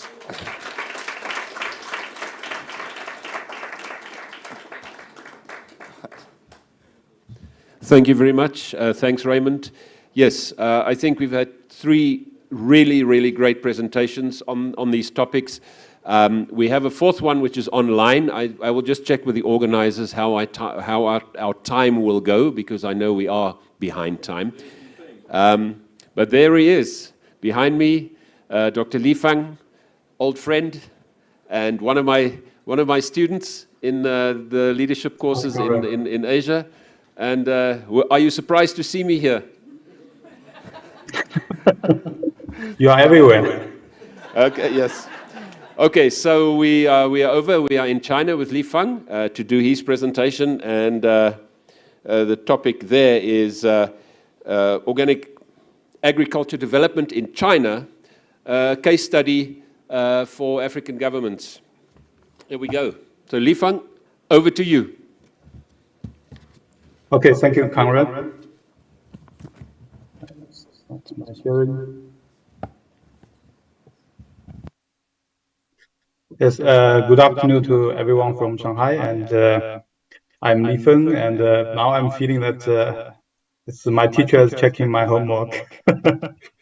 So I'm very glad that I get invited here to introduce a little bit what is happening in China for the organic agriculture, and I will give you a little bit about the background, like in the history of what's happening in China for the organic agriculture, and also maybe based on many of the numbers I have today in this PowerPoint to show you that the relationship between the government policy, regulations, and organic.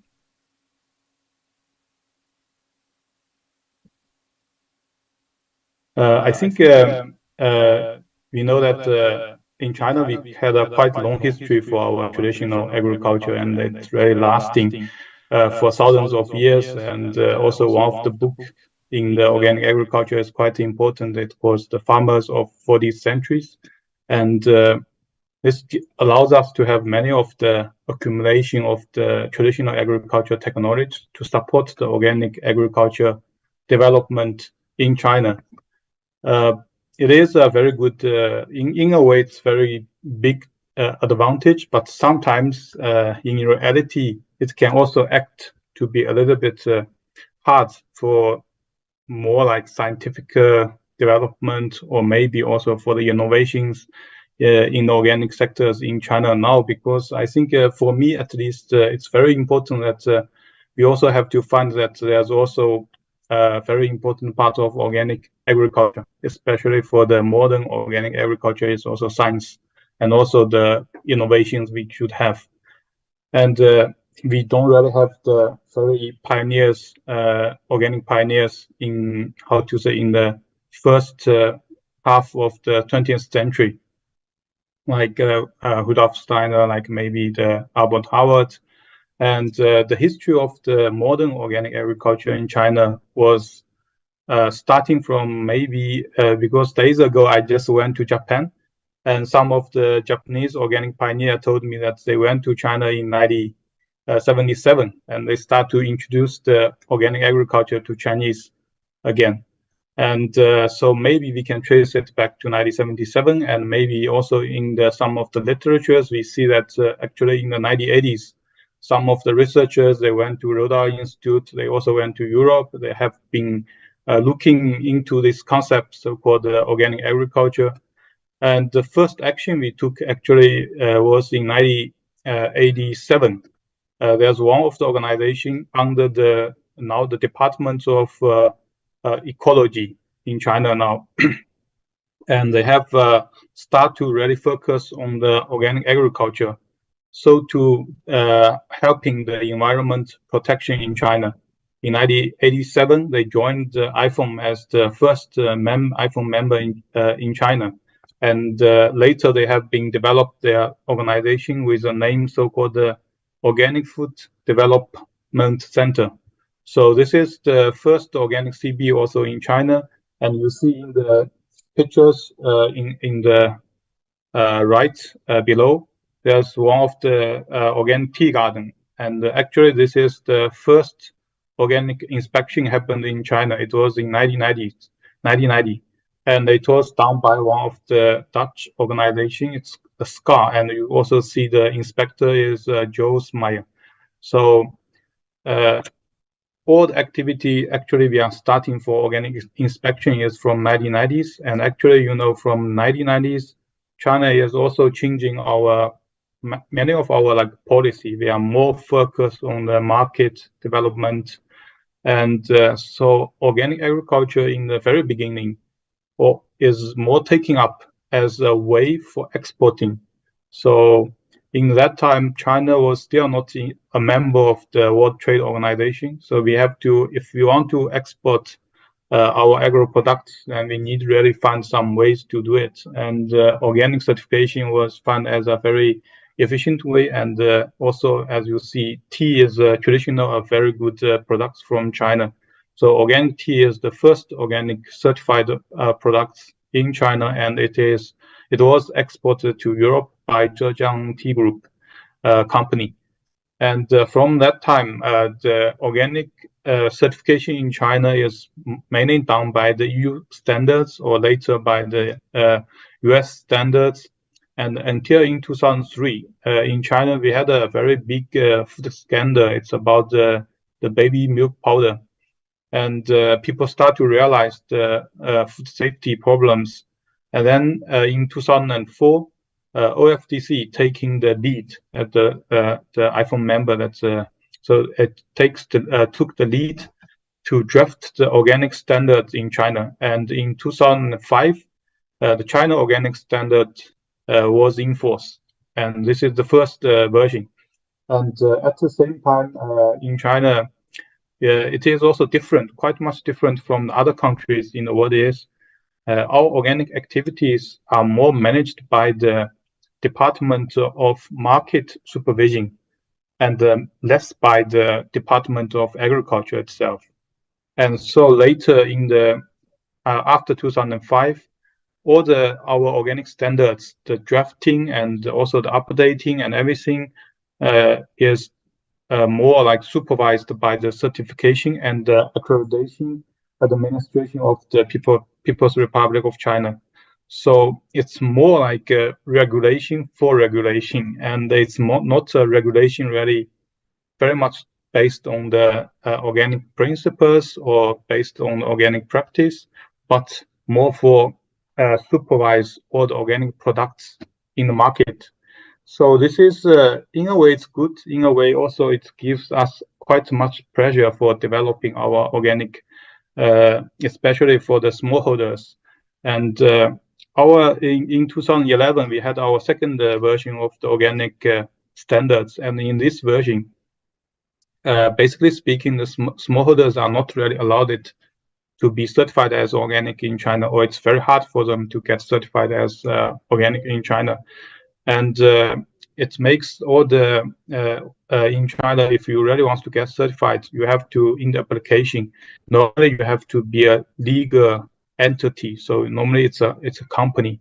And also, if you check in the FIBA work for the book for the statistics, you will see the organic farmers in China. The number is very small. It's about I think 20,000 or something, quite small. But if you check, actually, it's not the farmers, but more organic companies, or it's simply all organic companies, and so it makes the number very small.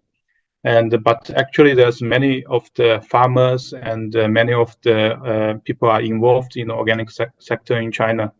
And then in 2019, we had our latest organic standards, and in these standards, I think one of the progress we have is if you are certified as EU organic, and for more than 4 years, then you can be directly transferred to be China organic certified. So it is make many of the the products export into China much easier. For example, if in Uganda, if you have one of the organic fruits, you have been certified as organic by EU standards for already 4 years. If you want to sell to China, then you can just contact one of the China organic certifier and tell them that you have been already certified for 4 years, and then they will give you directly organic certification. So it makes the importing much easier for Chinese. But actually, still, the problem actually we have now is all our standards, our inspections, documents, and inspectors even are all in Chinese. So it really makes it hard. And also, we have many of the our members, like in South Asia countries. They also want to get the China organic standard certified, but then all the costs involved is still quite high. And this is a little bit about the history happens for the China organic standards, and then I will show you about for the numbers. So this is the number of 2021. So actually in China, our numbers are generated out very fast, and we have the number of 2022 for the China organic sector. However, it's not translated into English yet, and so I will still use the government version for this English part for 2021, and I think all the trends are almost similar. So by 2021 in China, we have 2.7 million hectare of the organic arable land certified, and also we have the total output of the organic crops was 70 million tons, and the total production area of wild collection was 2 million hectares, and also the total output of the wild collection was 928,000 tons. And the output of the organic livestock, poultry, and animal products was 2.3 million tons. And also the output of the organic aquatic products was 556,000 tons. So we have a very clear numbers on everything because also because of the standards and also the regulation developed by the market supervision department. And I think normally, like if in the EU standards, in all your certification, you have an estimation of the yielding, and then many of the how to say, the numbers are estimated also like based on this. And also you also have some of the from the many, like later you have some data from supermarkets, so to evaluate how much the market value you have. But in China, at the same time, if you want to sell your products labeled as organic, after certification, you still have to apply for a QR code for each of your end products. For example, if you have produced maybe 10 kilograms of the rice, and each bag of your rice is 1 kilogram. So after certification, you still have to apply from the government like 10 small QR codes to put in each of your bag. So to send it to the market. And in this way, so for the statistics, it's very easy for actually the government to do, but it's for certification and for maybe for the organic operators, it's very much work for them, and even for the certification bodies, it's quite much work for them. So here you see the number of the organic certificates we had in 2021 is 23,000, and also the number of the certified enterprises, or maybe we call the companies, is 14,000. So basically speaking, in China, I think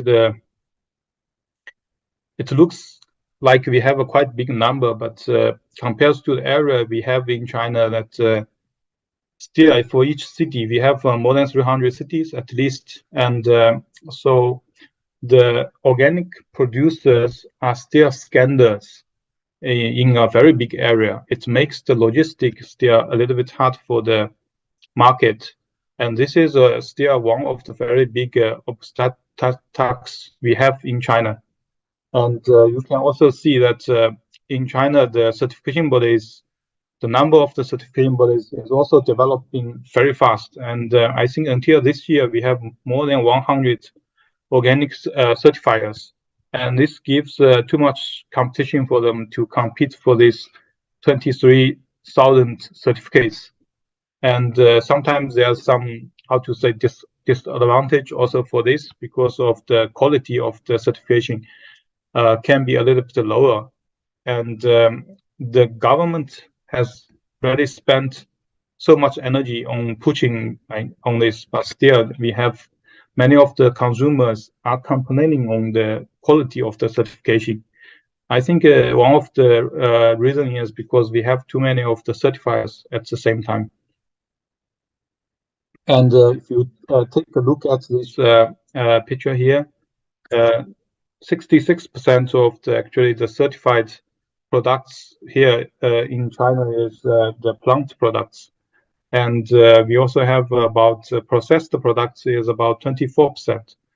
And also for the livestock and the poultry, we have only 3%. So in China, the organic products we have still more like are the cereal products, or like simply processed cereal products. Then maybe the fresh products a little bit. The processed, or how to say, the very well processed or deep processed products are very less.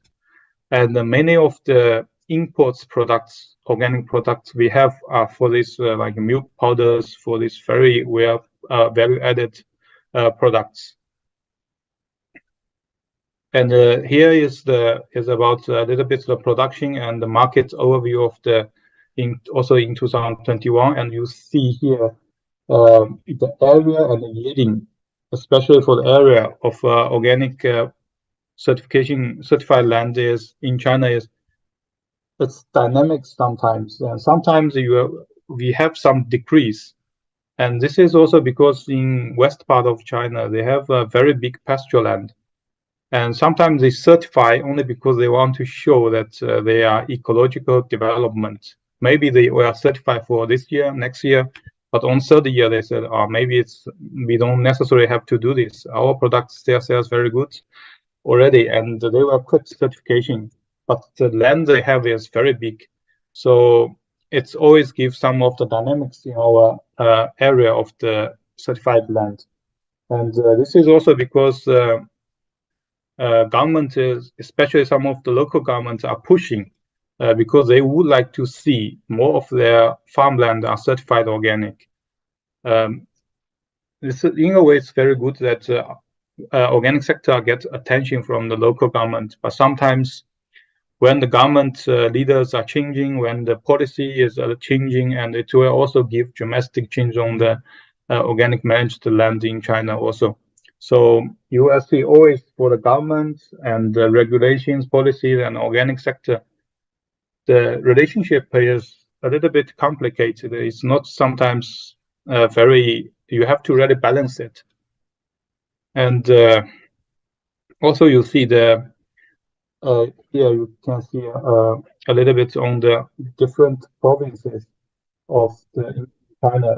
I think most of the organic certified land are in the northeast part of China and also in the north part of China because they have much bigger farmland. And in south part of China, and we have more like hilly lands, and the arable land area is comparatively much smaller than in north part of China. But in south part of China, we grow more like vegetables. We grow more of the fresh products because the market in China actually are mostly in Shanghai, Beijing, and also like in Hong Kong, Shenzhen, that developed areas. And here the products overview of the organic animal products. You can also have a look that is actually we have many of the organic livestock, but it's more like in like Inner Mongolia, also in the northeast part of China. Many of the pasture lands located, and we have the cattle, we have the chickens are more like in south part or in the also around in Beijing, that area they have more chicken rice there, and pigs are more in the south part of China. So all happens here, but still we don't really have enough the pork supplement, and we don't have enough of the chicken supplement. Most of the organic meat in China we can get is the beef and the sheep, but still in a very, compared to the organic cereal products, it's still a very small part. And in China, I think the organic aquatic products in China, we have, I think we occupied almost 90% of the world organic aquatic products. And in China, the most produced are actually the seaweeds food. And also we have the fresh water fishes. Because in China, we have built many of the, how to say, the artificial lakes. And these artificial lakes, normally governments are not allowed you to really do the very intensive fishing there. So normally they just leave the fishing, and later you harvest the fish like by natural growth. And most of them, they were certified them as organic. So to really increase the price of the fish they have. And here for the organic processed food in China, you can see the largest we have in the, how to say, in weight is actually the cereal products here, and the other very important one is the dairy products we have in China. And you can see here by the weight, the liquor in China is not that big, but actually the value of this part is very high. In China, the largest organic company actually is the liquor company. It's called Maotai. Maotai is also the largest company in China, I think, also. And they are very high top liquor is all certified by organic. So to really control their qualities. And I think in a way, it's in the other way is the next, like after that, the big organic companies in China are normally related to the milk powder or related to the milk productions. So here you see the overview of the market numbers, and the market volume in China is we have we have is about 95 billion Chinese yuan, but it will be equal to, I think, 15 billion US dollars. So, and also here you also see that we have a number here for the number of the organic labels. And this is what I have been telling you is about the QR codes. So for each of the end products, you have to have one of the organic QR code on it. Even like, for example, you have one pack of the vegetables, maybe only like for in China, only like 300 grams, and you make it a small pack. And if you want to sell in the supermarket, or if you want to sell it legally with the labeling of organic, then you have to apply for this QR code. And this QR code is for the consumers to trace back all your, how to say, the trace back all the process you have from the farm and to the logistic and then to the supermarkets. You can find all the information on this QR code. And the QR code, I think most of the QR code are actually used for the liquid milk in China. So the actually there's also one of the, how to say, the number is very interesting in China is check here and you will see this is based on all the, how to say, estimated yielding of all the products. And we have see that the whole output value of the organic products in China, it should be around 250 billion Chinese yuan.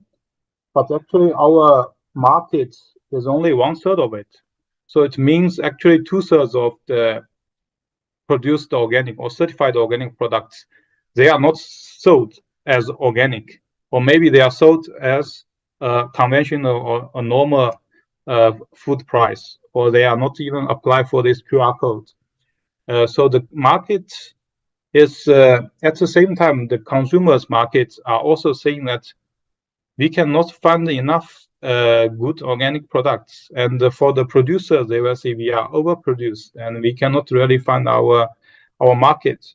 I think there's quite many of the reasons. Like one of the reasons maybe is in China because our organic market is more like in Shanghai, Beijing, and in this like East Coast area, and the production area is more in the middle, in the west part of China. And the logistic problem, and also for the West, people in the West, is not easy for them to find the market in East. And also, very important part is, I think, is they don't really have a very good price, because you will see later we have a evaluation. Actually, if you really produce organic, or maybe we say the conventionalization of the organic, or if you really see organic as a certification rather than a very fundamentally movement, it's easy for you to really make the organic sector big, and it's easy to make the organic market even big. But later, the quality of your organic products actually don't really meet the demands of the consumers. They didn't see much difference, and they have to pay more. So here we also have some of the numbers on the importing of the importing organic.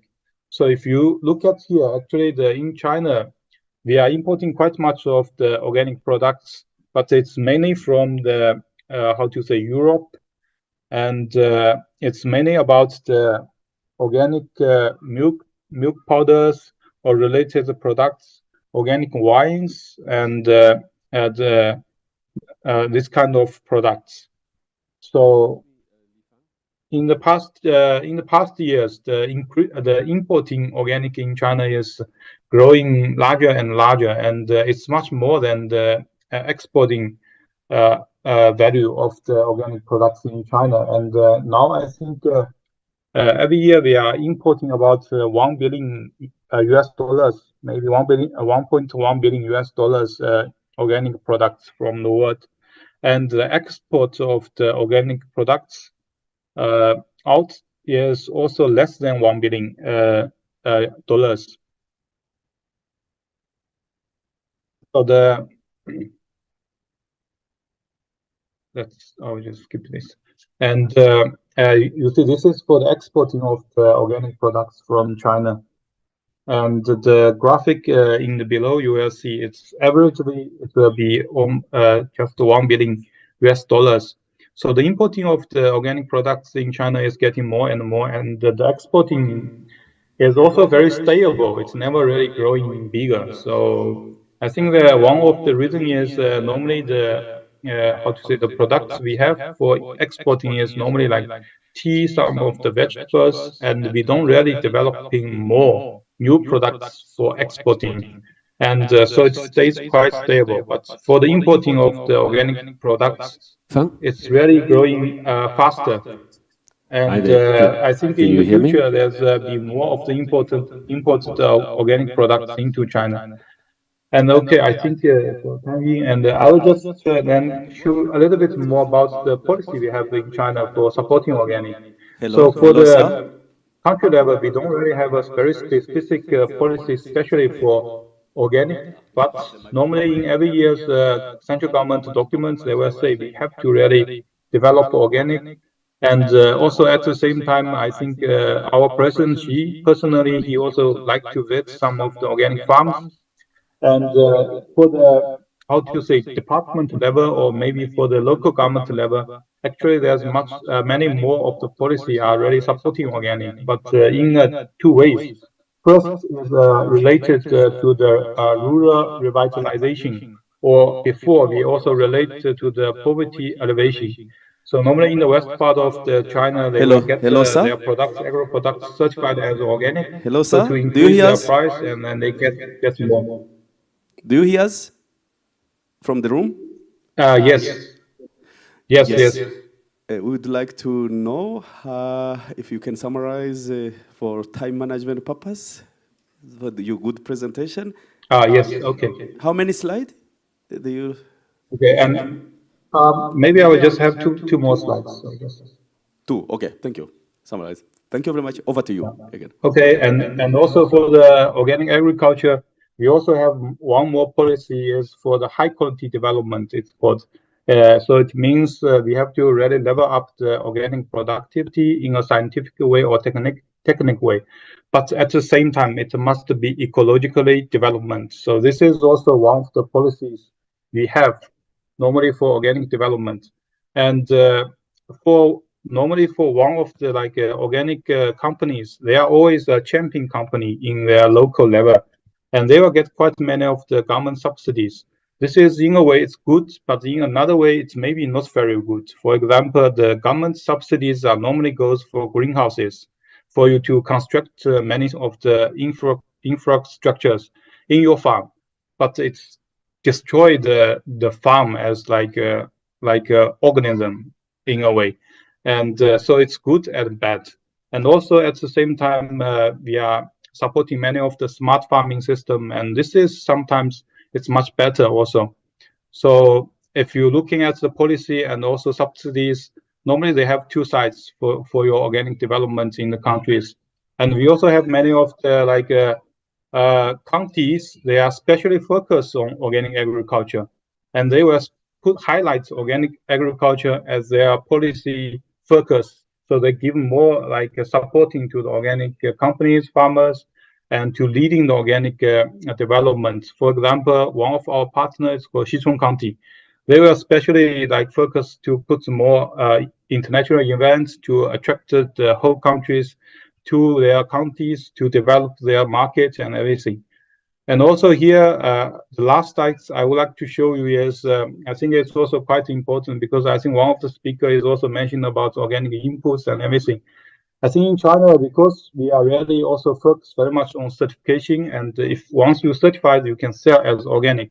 But at the same time, they're thinking if we can simply just use the inputs to develop organic, then it will be good. But it turns out after about 30 years of development years, our production cost is very high.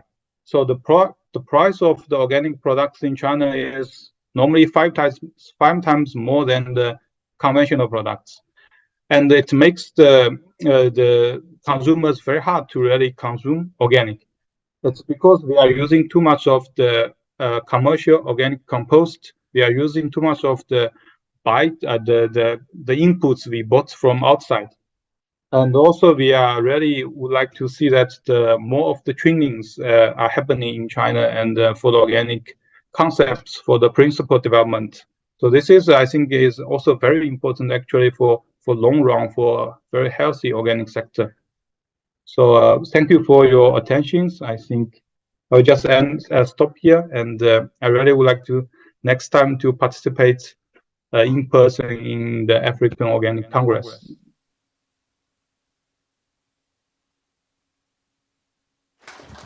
Thank you. Thank you very much, Li Fang. Good to see you. And thanks for a very interesting presentation. We will not have time for questions at this stage, but I think we might send you some questions, or if you have a little bit of time to stay on, we might have questions in about 15 minutes from now. It's up to you on your time. I don't know where you are. You're somewhere in the evening by now.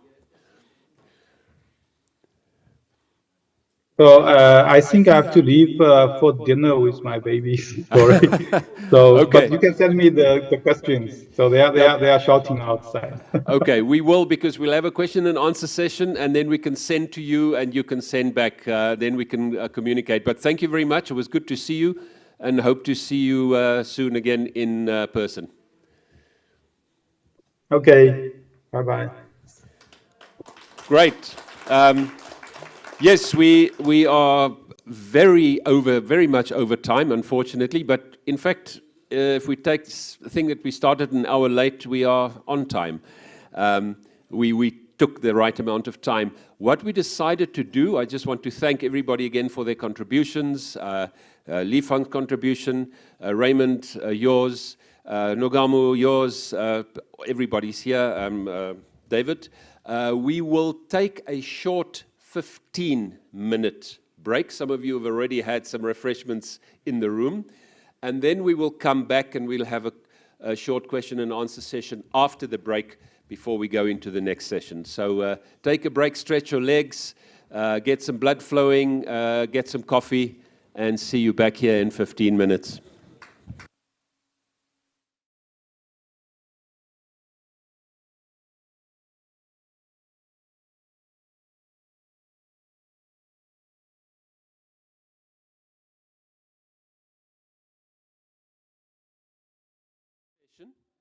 Of question and answers.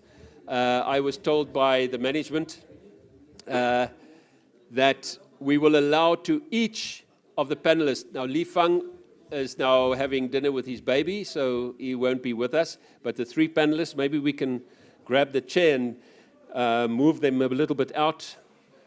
And we can have 2 questions to each panelist. Thanks. I think we also do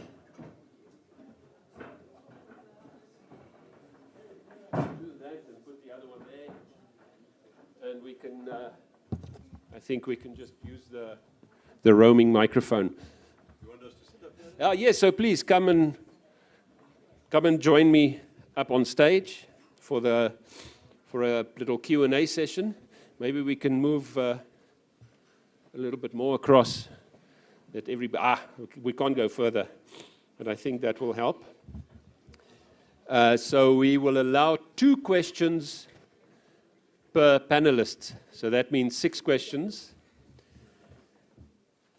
And yeah, just to recap, we had a very interesting session talking about policy, talking about development,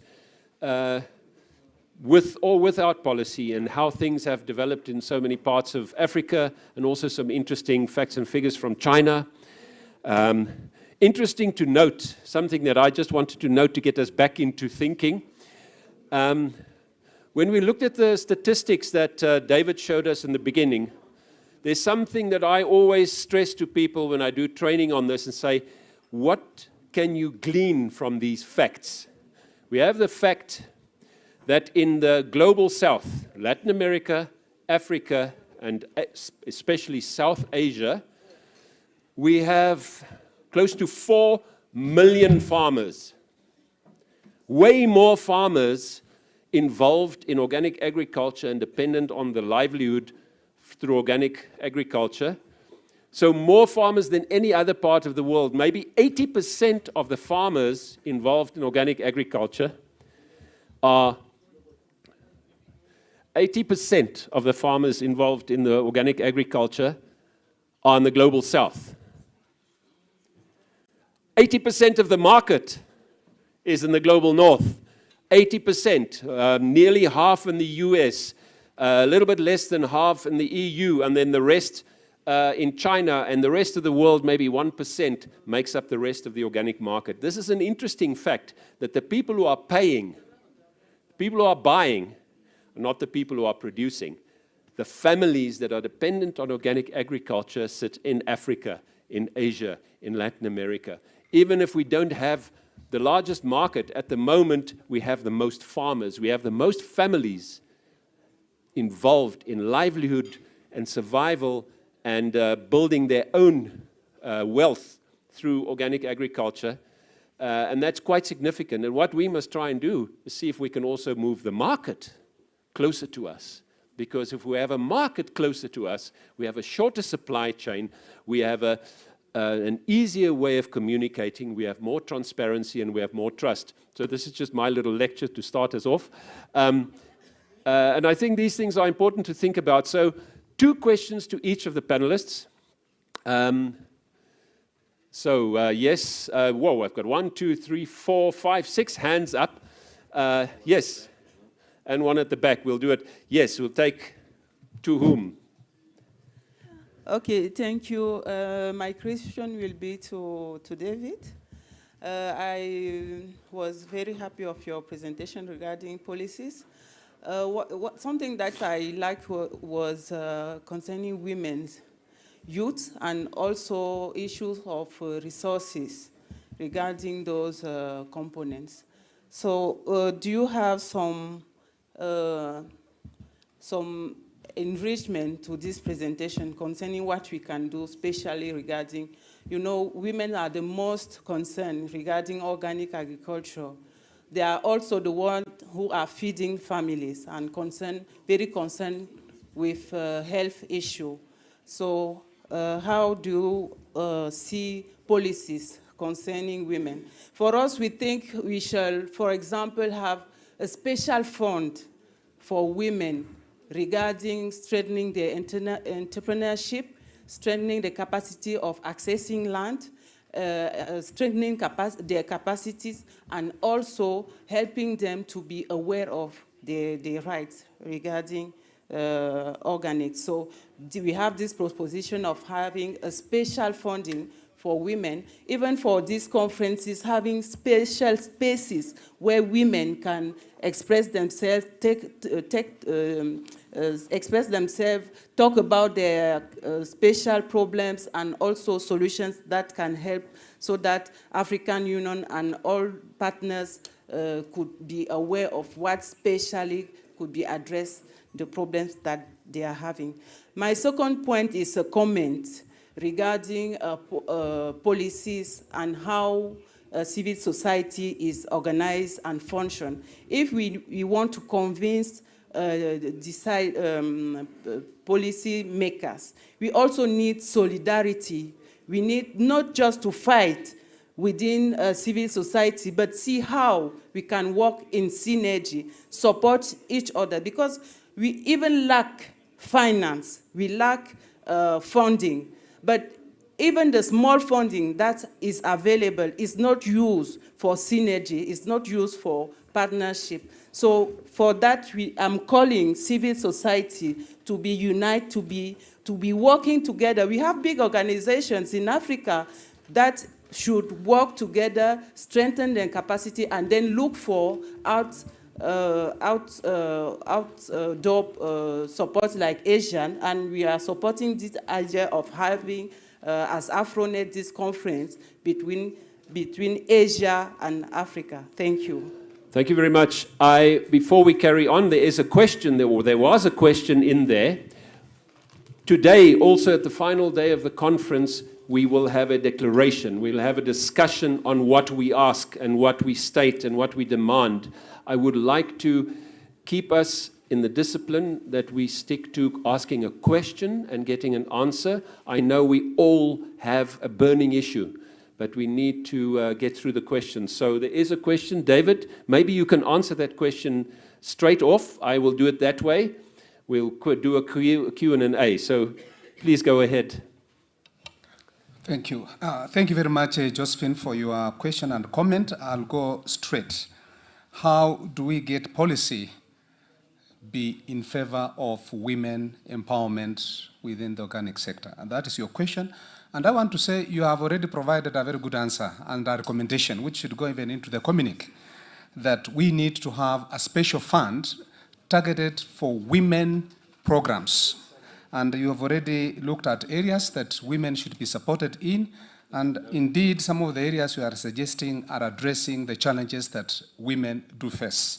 So special fund, I would say, yes, it's important, but also identifying what would be the most relevant programs, initiatives, interventions that women can unleash more their potential. And I think this is an important area that we can look at. And we have done a study that we didn't have time to present, the landscape of EOA and agroecology programs on the continent, and what were they focusing on, what were the targets, and to what extent have those programs impacted them on their defined objectives. So your comment and the question I want to say is absolutely spot on.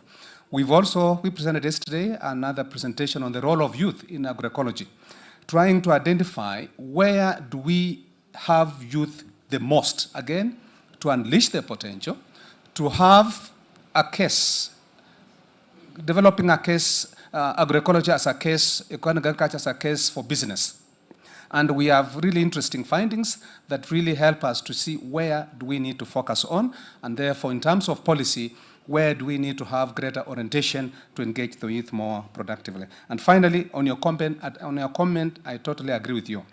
For us to catalyze policy influence, really policy influence, those who are on the forefront, especially civil society organizations, I do agree with you. Solidarity is needed. Collective action is needed. But behind this, we need to have a very good strategy on how we can create a formidable solidarity, a formidable platform that can help us pull our talents together. We have huge talents in all our civil society organizations. And I totally agree with you, we are not optimally utilizing those talents. So if we have a good strategy to bring us together, I believe we can harness our potential and employing diplomacy and other strategy be more effective in our advocacy influencing. So thank you for the comment and thank you for the question as well. Thank you, David. There, it's working again. Thank you, David. Yes, that's one down, one to go for David. Yes, I think you had your hand up first. Yeah, we start there. We might not get to all the questions. You could ask even directly. Yes? Yeah, thank you. I think the question is could be answered by anyone. I'm really impressed by how much policy there is about organic agriculture in Africa. And that's something that I don't even get in touch with much, talking directly with exporters, with producers. So my question would actually be, how does the policy translate into action and support for farmers and for the companies that I work with as an importer? Because, yeah, Charity, you said even the extension workers in Kenya, they don't know about organic agriculture. And that's what I see as well. And I don't see a lot of actual concrete support to the people that I work with. And I would like to understand what's your take on that? Is that something that has to take a little bit more time, or are there already concrete things that I can take away? Right, who wants to answer that question? David's been talking. Okay, we give that one to Raymond. Oh, yes, you might. If you ask nicely. Thank you. Yeah, I think it's a really good question, and I think actually Charito is probably the best one to answer it, but given the ancient history that I'm party to, I think that what happened in Uganda and in Zambia was really interesting with the IPOPA project. I showed a few evaluative comments there, but the key thing why IPOPA worked so much better than, for instance, AGRA, is because Gunnar and Bo van Elsaker right in the beginning linked the farmers to the market. And I think really, in a sense, you are highlighting that very often we put the cart before the horse, that the policy must somehow promote the linkages. And it's the one thing government can do is invite people in, set up workshops to link farmers with producers. Because Gunnar said to me that when they had the workshops looking at how, what the producers needed, the farmers began to say, oh, we can't do that, and we do this differently, and then there was a negotiation about something that is possible for the farmers to actually do. So I think policy has to be responsive, and policy has to link farmers to the market, but I don't know if you... Yeah, you can have a short addition to that. I'll make a quick comment on that. Yes. Sorry. So in our case, our policy has about 5 strategic areas, and one of them is increasing production and productivity, where we must make deliberate efforts to create linkages between farmers and the manufacturers, for instance, of these inputs. And recently, last week, when we had the National Dialogue on Organic Inputs, we invited farmer organizations, we invited input manufacturers, we invited traders to try and devise means and ways of increasing the demand and supply of these inputs. So there has to be a deliberate effort to create these linkages. And again, I just want to make one last comment. Farmers seem to be needy, but actually the things that they need are very few. Give them a market, guarantee a market, help them to get information on where to sell, access inputs, and you'll be surprised how much they can do. Because imagine in Africa, 80 to 90% of the farmers are smallholder farmers, and they're the ones who are producing the bulk of the food that we consume domestically and we export, and without much support in terms of input access and all these things. But once the market is guaranteed, they will even go and find some of these inputs and through different innovations. And we've seen that with the vanilla farmers. When each time the prices shoot up, you don't have to struggle to tell them to do mulching and all these things. So we've got to speak to the needs of these farmers. Thanks. Yes. Sorry. 20 seconds. Okay. David wants a reaction to that too. That's fine. That's actually, we'll make that all part of 1.5 questions. Thank you. For me, there are 3 things for any effective policy. First, the policy itself. Policy is a guideline in the direction you want to go. But very importantly, we ought to plan for it. What do you want to do? And if you've been clear on what you want to do, and especially in terms of programs, then the third point is you must put resources into it. So for me, I see policy, plans, and investments going hand in hand. If you have a policy on organic agriculture in any country, but there are no plans, whether 1 year, 5 years within the framework, and there is no budgetary allocation to the kind of programs, whether market-oriented or production-oriented or value addition, whatever you want to look at, then that is not enough. So policy is just the beginning, but we have to walk the long way up to the implementation in terms of budgetary allocation to specific programs, interventions. Then we say that is an effective policy. Thank you. Thank you. This is, for example, what the Ugandan team is doing through their bill, because a policy is established, then have a bill that provides for the framework on how the investments can be allocated to specific actions. Whether the resources are there or not, for example, Uganda can have a case. But for us, the work we have done so far, we've looked at investment, and that's why you saw in terms of one of the key areas of dividing countries, investments actually allocated to the organic sector are very small. And that's why we want to have an increase in that allocation. Thank you, David. Thank you for that addition. Yes, I think we can have a whole conference, a whole policy conference, and we will be able to talk about this for 3 days. There's a hand raised at the back. Yes, over to you. Yes, good afternoon. I'm Albert Kakande from the Knowledge Hub for Organic Agriculture in Eastern Africa. And I'm from Uganda. My question is to my CEO, Mr. Chariton. I really understand, and from knowledge you understand, that organic certification in Uganda is quite expensive. and hard. And unfortunately, our line ministry, I mean, certifying these smallholder innovations, I am an innovator myself in the organic fertilizers, is expensive. And I'm borrowing from one of your slides, you are highlighting how we can take advantage of the organic agriculture opportunities. And you highlighted that you are going to support us, the innovators, in the certification processes. Now, I don't know how you are going to do that policy-wise, but what I understand is PGS as one of the tier 2 acceptable and affordable to us, the smallholders, is not embraced by the systems in the mainstream Ministry of Agriculture. Likewise, another approach of the farmer family learning groups, FFLG, is not also acceptable and actually embraced, yet they are the ones that can deal with us, the smallholder farmers, as we look for the $6,000 to do the Ministry of Agriculture certification. How are you going to help us, the innovators? Because our inputs, like you said, are needed by the farmers, but we cannot be allowed first on the local market openly to take them because it is an expensive process, and we cannot export. I've been talking to my sister in Rwanda here. We cannot put the products here because the process out there is too expensive, especially by my line ministry, Ministry of Agriculture and Industry and Fisheries. Please highlight, as the umbrella body in OGAM, how are you going to help us, the innovators, back in Uganda? Thank you. Thank you.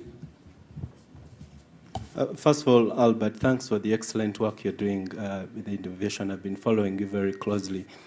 When I returned to Nogam in 2020, there was a company called VermiPro. They had made trials and worked with government, the Minister of Agriculture, to conduct trials. That time, it was not very clear whether organic inputs were categorized under agrochemicals or not. So there was a lot of clear kind of engagement. So when they came to me, I knew this was an advocacy issue, and I had to pick up my phone and call the minister then. He's now in defense. Because we had worked together while I was the executive director of the vanilla industry. And so we had that relationship. And in just 2 days, he had summoned his officers that were making life difficult for VermiPro. And that's how they got the license after struggling for about 4 years. And we went ahead and supported them to attain certification. But yes, I agree, there are fees that are charged without paying attention to the needs of the micro, small, and medium enterprises, because you cannot have a blanket figure for everyone. There are many brilliant ideas, and I've seen many young people in Uganda, and you know Uganda is a young country, that are making every effort to innovate products, very good products, and they work. But they don't go to the level of certification just because of these hindrances. So we'll pick this up, and I've already had a conversation with the commissioner in charge of certifications and inspections. It's one of the things on the agenda. So I just want to give you comfort that we are working on that, because you're not the only one in that category. Thank you. Right. Thank you very much. I see a lot of hands, and we're not going to get to all of them, but yes, over to you. There's space for 2 more questions only, so 1, 2. Yes. Thank you very much. I'm Innocent Rusharaza, the Managing Director for Control Union Rwanda office. I'm happy that everyone in this conference is ready and convinced that we have to fight against chemicals which are killing ourselves, our health, our soil, and whatever. That is in order. So my question is on trust of what we are doing, trust of our product. So my concern, I want that Dr. The first one make a comment on what I'm going to, on my concern. First of all, we are doing organic. And our product, once they are on market, they have to be tested.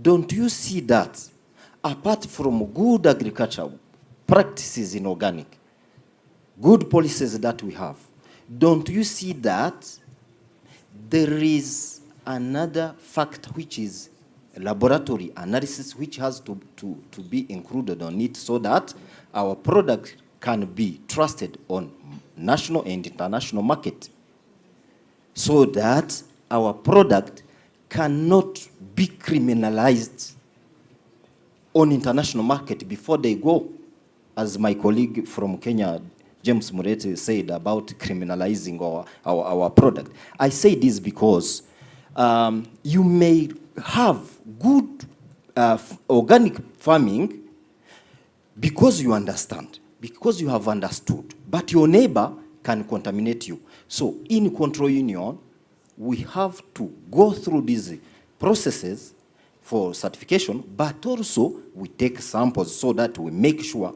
the product is organic to protect your brand, at the same time to protect consumers. So I want you to make a comment on that. So another thing that I want to add on that. Could you just move wait it a on? bit. Those samples, we send it to Europe. We send it to America. But in Africa, we don't have accredited laboratories. Kindly comment on that so that we can have a trusted product on market. Thank you very much. Thank you. Yeah, thank you very much for your questions, and they rely very much on certification and standards. Of course, it is very painful if any producers have to have their products, especially exported, and they are rejected because there are certain minimum residual levels which have been exceeded. So that means it's really a bit of an operational in the way we handle our products. And my advice here would be it's not a policy issue in this case. If the products have undergone proper certification regime, right? And in this case, if it's for export, where, for example, the PGS is not recognized, but you have to use the third-party certification, then the question is, how do we ensure that there are no traces in our products that will go beyond the minimum residual levels allowed for the product to be accepted, either in the European market or US market? And for me, I think it's a question of the industry players that work with such producers or companies to ensure that they have infrastructure, facilities that could do sampling and test such products before they are sent. Otherwise, if that is not done and then the products are sent, the checks are done the other side, and they say, look, guys, sorry, these products have minimum residual levels that have actually gone beyond, and therefore they have to be rejected. That's a huge loss and a discouragement to those who are producing. So for me, it's a matter of the industry players have to safeguard the producers and, of course, the consumers as well. So for me, I don't see that as a huge problem, but I want to say this. If what is required to do the testing to ensure that quality assurance and control have been safeguarded, then the question is, can we invest in the facilities that are required for that? And I think, for me, I know for most of the exports, it is the third-party certification companies that do this, and they have the facilities to do so. So your question is a very good question, but it is one that we need to ensure that the measures that are needed to be taken really are considered before products are exported to avoid disappointment and huge loss from rejection of such products. Thank you. Thank you for that. I have a quick comment on this. Even in the new EU regulation, it's getting even worse. They're caring less about the production system and more about the clean end product. And a clean end product doesn't necessarily give you good organic practice. And this is something we must remember in the organic sector. Good organic practice and end product testing, not necessarily the same thing. But people in the consumer side are extremely sensitive to this and being made more sensitive. So testing becomes a massive issue. It is a massive issue for us. It shouldn't be, but it is. But we are running out of time. I'm going to allow one more question, and then we need to check with the organizers for our final wrap-up. We really are way over time. Thank you very much for giving me the time. I'm Grace Mugo. I sit almost next to the policy makers, and I just have one issue, and I appreciate the presentation. and data, the data that has been given, I think data talk volumes, and it can really support us in terms of planning, investments, and policy. We have seen so much from China that there is a lot of famine in terms of food security products. That is the serious. And this has informed their growth and even policy. What action can we come out of this conference that together we can work together to support the organization come into food security crops so that we can also influence the government planning, investment, and also policy. Because most of the African side, we do so much of the vegetables and fruits, which are also very important in food security. But when you listen to every government, it is the policy of the government to give food for all the population in the country. So how do we make sure that organic agriculture goes also in the staple foods of our various countries from this conference? Thank you. I think David can answer that, or also be supported with others. Thank you.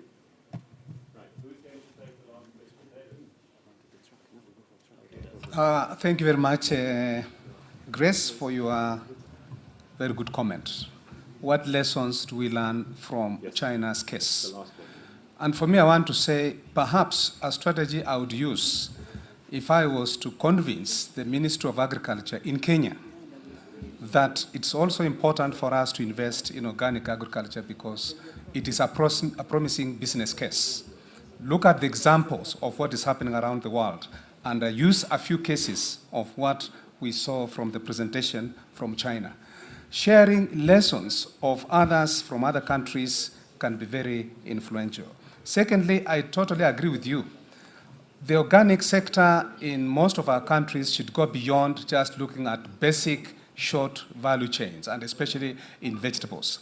We should also look at commercial entities that can be produced or be made available using organic measures and standards.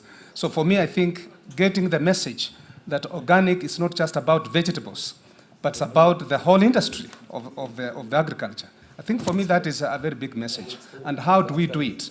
We should also show the market that is available beyond our boundaries. And these markets are there for us. How do we tap into these markets?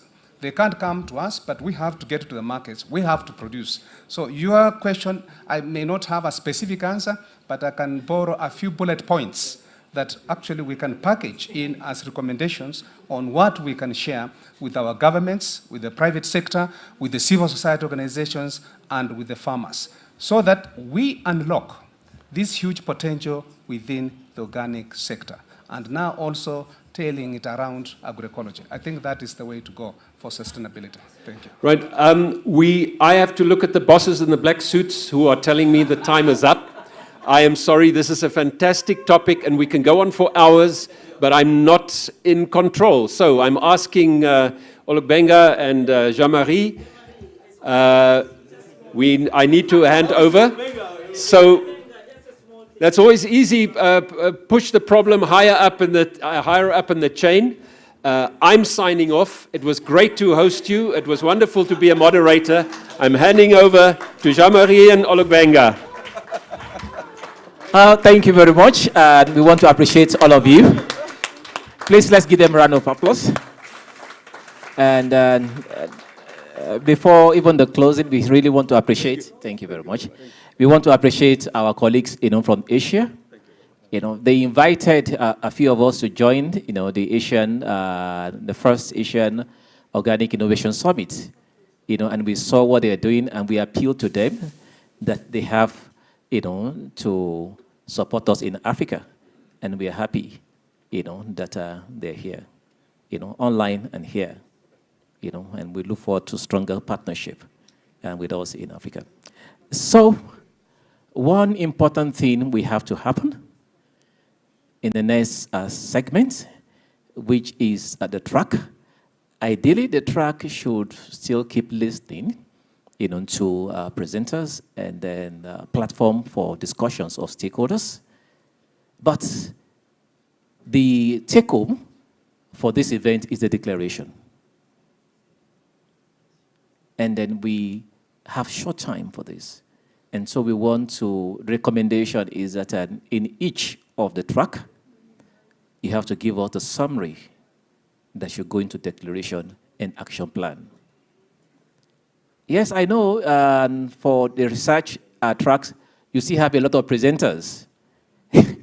But this is also important. So we will appeal that you spend the first 20 minutes, at least, to concretize the take-home from this event, which is a multi-stakeholder platform, and that is the way we implement that.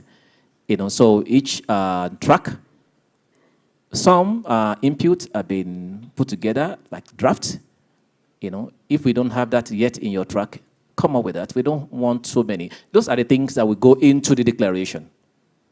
So please do that, and then we have people in charge of such tracks. They will put it on the platform, for the moderation of such. So we put everything together, and it goes into the declaration. So they have the guidelines, for the expected, as well as what you think should be the action plans. So please, this is where your voices can be heard. Okay? So please participate effectively. And I'm going to hand over to my co-chair, so who will help us to navigate, where the locations of each track will be. Over to you, Jamari. Thank you very much, Olbenga. So 2 things. The rooms, meeting rooms for the tracks. In Ofo, for track 1, farmers and seeds, you stay here because of you need also translation. Ofo stay here. And then for a policy track, when you go out, where we got coffee, in the right hand, there is a room for policy track. And then for research, it is the first room in the left hand. And for trade, the second room in the left hand. And for timing, you will use 1 hour from now, which will head us to around 1 p.m. 1:30 p.m. And then we will have lunch from 1:30 to 2:30. And then from 2:30 to 3:30 p.m., we'll have regional meetings. In case you need some consultation, for East Africa, we have 1 hour. And then from 15:30 to 16 is our afternoon coffee. And the closing ceremony, we need everyone here at 4 p.m. to go with closing ceremony. Thank you very much. Enjoy your walk, and thank you for your cooperation.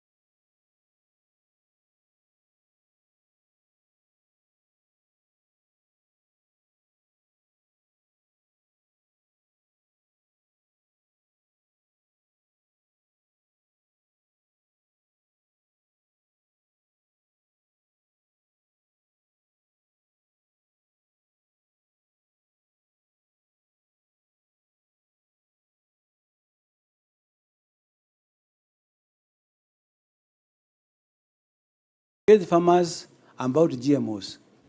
Because if they don't know anything about the GMOs, they will continue. And GMOs can never coexist with non-GMOs, particularly in what you call OPV, open pollinated varieties. Maize and maize, they can never coexist. So for us, I thought that we need to put something about the GMOs in a very strong way so that our farmers are aware about the GMOs, and then they push their space. Thank you. So it's policy action on seed and education on GMOs. GMO-free zones. Thank you. Hello? They are allowed. That's the most country that has got GMOs. South Africa, yes. Yes, mine is on the policymakers. I'm coming from Zambia.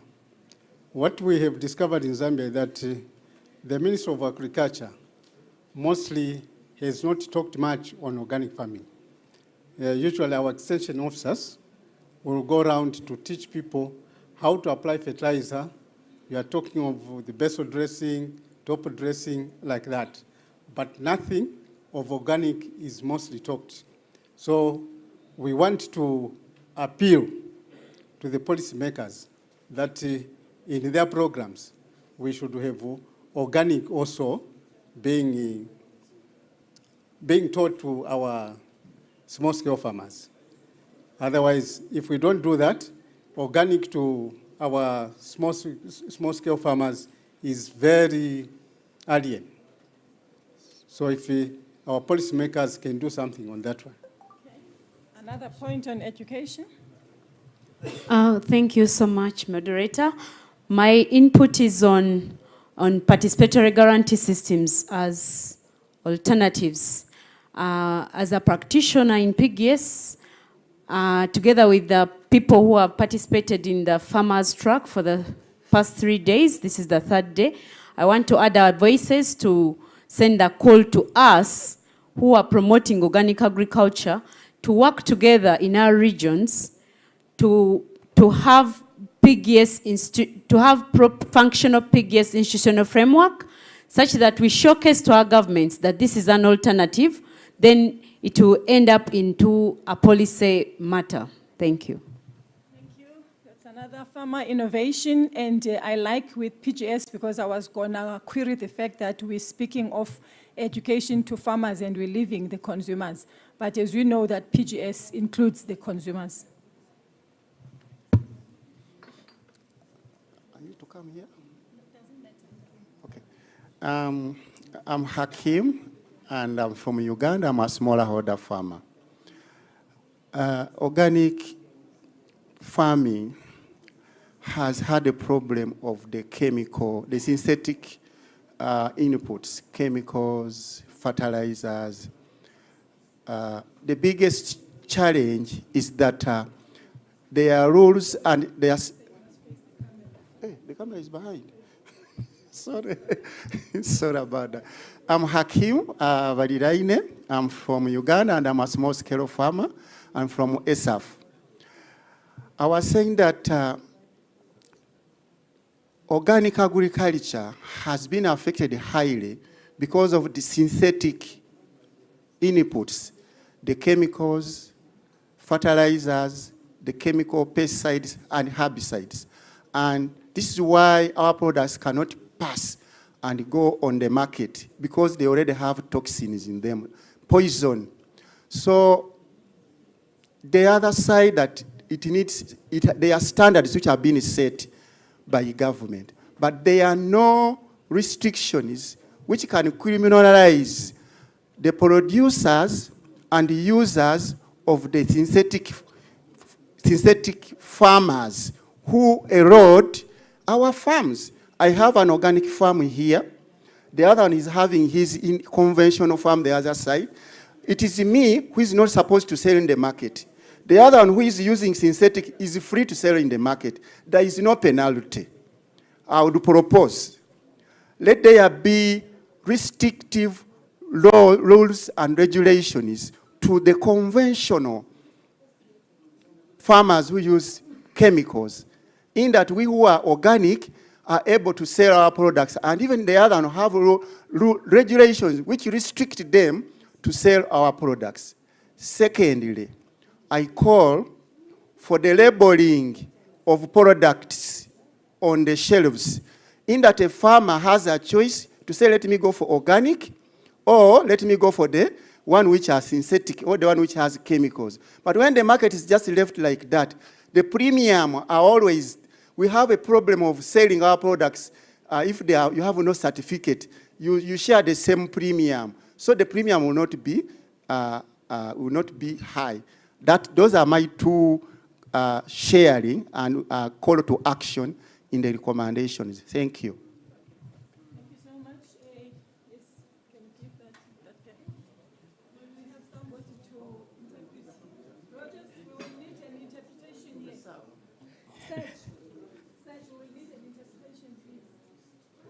Oui, bonjour tout le monde. Je suis Bayor Diallo.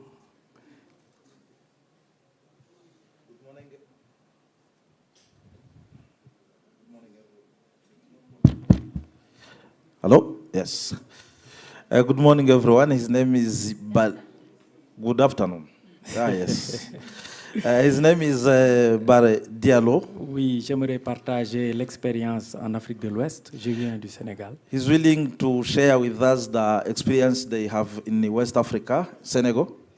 Parce que nous avons commandité des études en Afrique de l'Ouest au niveau des pays comme le Sénégal, la Gambie, le Mali, le Bénin et le Nigeria. They conducted studies in West African countries, Gambia, Nigeria, Senegal, Mali, Bénin, and Benin. And Nigeria. Yes, I said Nigeria. Voilà, et les études ont montré que les SPG, dans chaque pays, on a des SPG forts.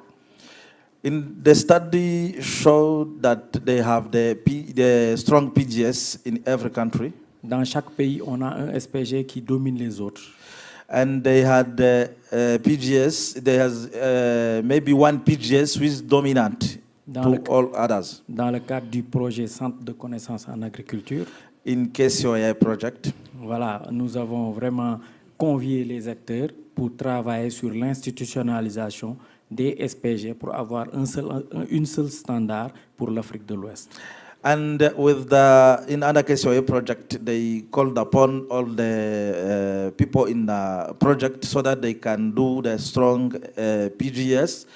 From that PGS, they put in place a standard which will be governing all the PGSs in the region. Et nous avons été informés que Wafronet avait entamé ces activités pour l'institutionnalisation des SPG.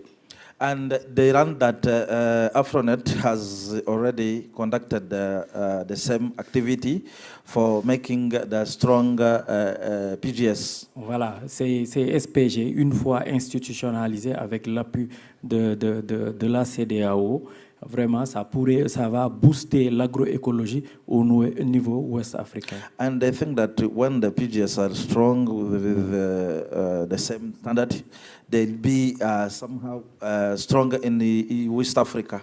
Et c'est... Yes, yes. Voilà. Non, je pense que c'est bon. Hein? On a fini. Voilà. Oui, le temps court vite. Yeah. Elle dit que vous pouvez directement. Voilà, c'est ça. En fait, c'est juste pour dire que cette initiative est en train d'être faite. Vraiment, dans les recommandations, on pourrait vraiment aller vers une institutionnalisation des standards de SPG. Yeah, he wants to say that they are putting in place a common standard for all PGS groups in West Africa, and that they think it will make the strong PGS in the region once in that way. Yes, thank you so much. Maybe because she couldn't understand English, that point was already said and it's going to be taken. Thank you. Thank you very much. Munshimbo Chitaru is my name, from Zambia, Organic Producers and Processors Association of Zambia. Apologies if I'm going to say what has been said before, but the issue is that production organically should be heavily supported, morally and materially. That is, financing and all policy issues should be in place. I want just to emphasize the point that maybe my fellow farmers could have raised regarding PGS. And building on the East African good practices exchanges in PGS training which we have had, noting the outcomes of the project that was promoting innovations, the gains that PGS has made in the countries where it has been implemented with respect to improving the quality of the products, the access to markets, and even the issues of food systems, food security, food sovereignty, nutrition, and so on and so forth. I would like to make a call to various stakeholders. First of all, the NOAMs. The NOAMs should take it a point to delve so much in developing PGSs as a tool for helping to build strong food systems with which their products could be marketable. That is at NOAM level. 2, above NOAM level, let us call upon Afronet itself to also work on domesticating this PGS as a tool that is going to improve the activities of the farmers. Currently, when you look at what is going on, farmers, the small-scale farmers, if you have to sell, they always subject you to standards which may be alien and want to introduce all sorts of things. So Afronet, let us make sure that we work on making PGS a tool to enhance production and the certification at local level. Thirdly, government should also start working on to developing policies that support those farmers. Thank you. Thank you. I think the points that are put have been said already, but then it's fine because you added some flesh on some of the points. I think you will be the last one because now we've got 8 presentations to do today. There are people that are waiting virtually to present. Thank you. Thank you. My name is Esther Bett. I work for an organization called Rodi Kenya. We produce biofertilizers and sell in Kenya, but we are doing tests on soils and the biofertilizers for standards and certification. Today, during the presentation, they stated the component of standard growth in nutrition for children. The reason why our children are having standard growth is because the chemical fertilizers have locked up the important nutrients in our soils and they are not available to the food that our children are eating. Even the food we are eating is empty. The land you produced food in 10 years ago is not the same food you're producing now. You have to eat more of that food to get the nutritional value that you have.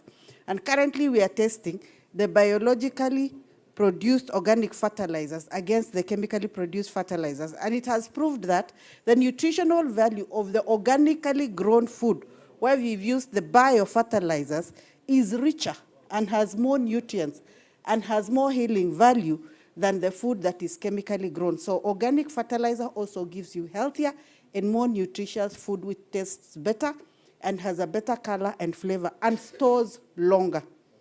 So we advocate that for children in school and for hospitals that we have organic gardens that supply them with vegetables and fruits that are organically produced, which have more nutrient value for that. And I also recommend that for the biofertilizers that our organizations are producing, the governments now are subsidizing chemical fertilizer. Can they put 20% or 30% of that subsidy to bio inputs?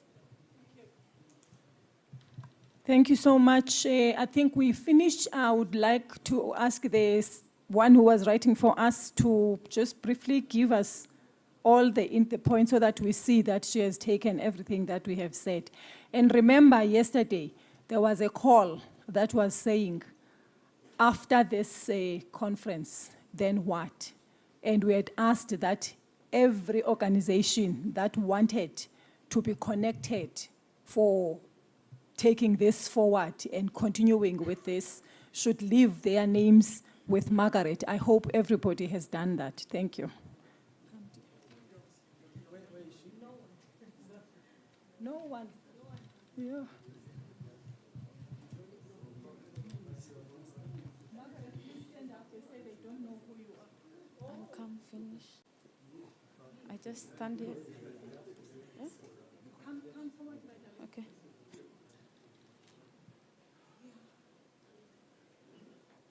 Okay, good afternoon. I'm Masima Nyange, and these are the points that have been raised. 1, policy action on organic seed. We have step up effort to educate farmers about GMOs and create awareness on GMOs. Appeal to policy makers to involve organic farming education to small-scale farmers. PGS as alternatives in institutional framework to governments. Organic agriculture has been affected by the synthetic inputs, hindering them penetrating into markets. So there should be penalties to be imposed to conventional farmers.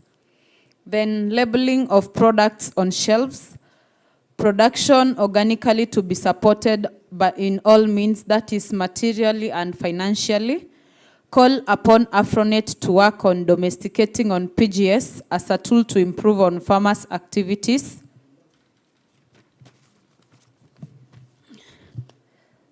Then children in hospitals to be supplied with organic foods, and government to put 20% or 30% of subsidies to bio inputs.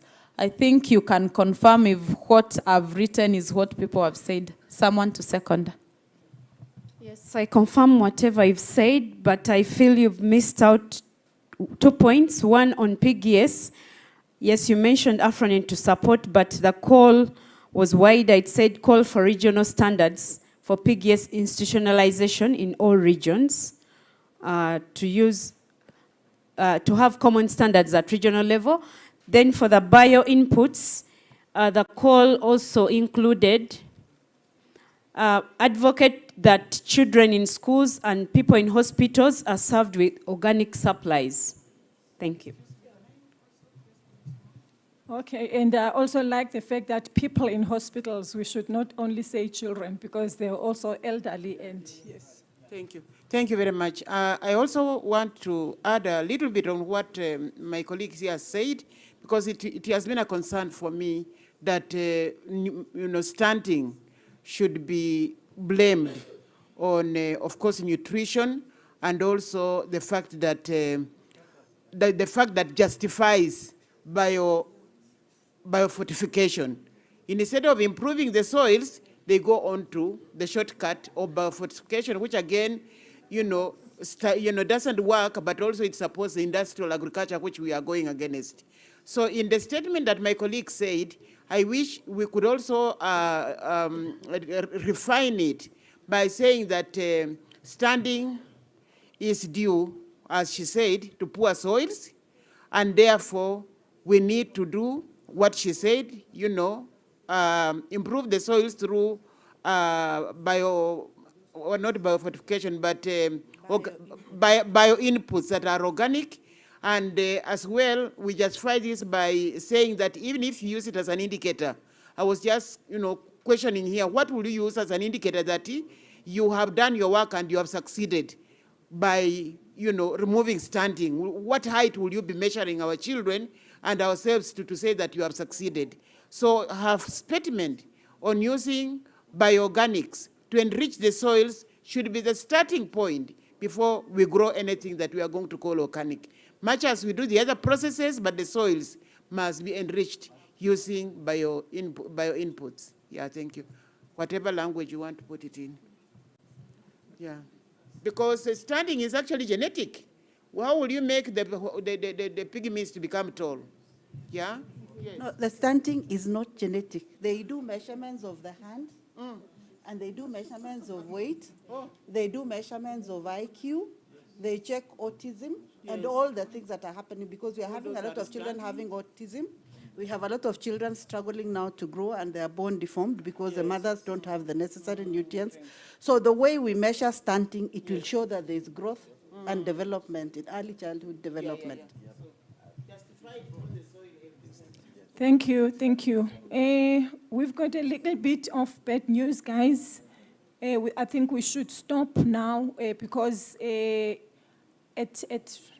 in less than 30 minutes, we'll be going for lunch, and after that, it's going to be regional meetings, and we have to decide in this room if all of us as farmers, we will be going to the regional meetings, because then if we do that, then it means the presentations will fall off, because at 4, they are closing.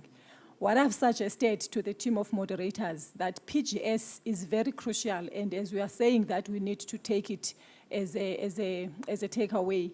Let Julie present, and then we see what happens after, as we decide if we're going to continue after lunch.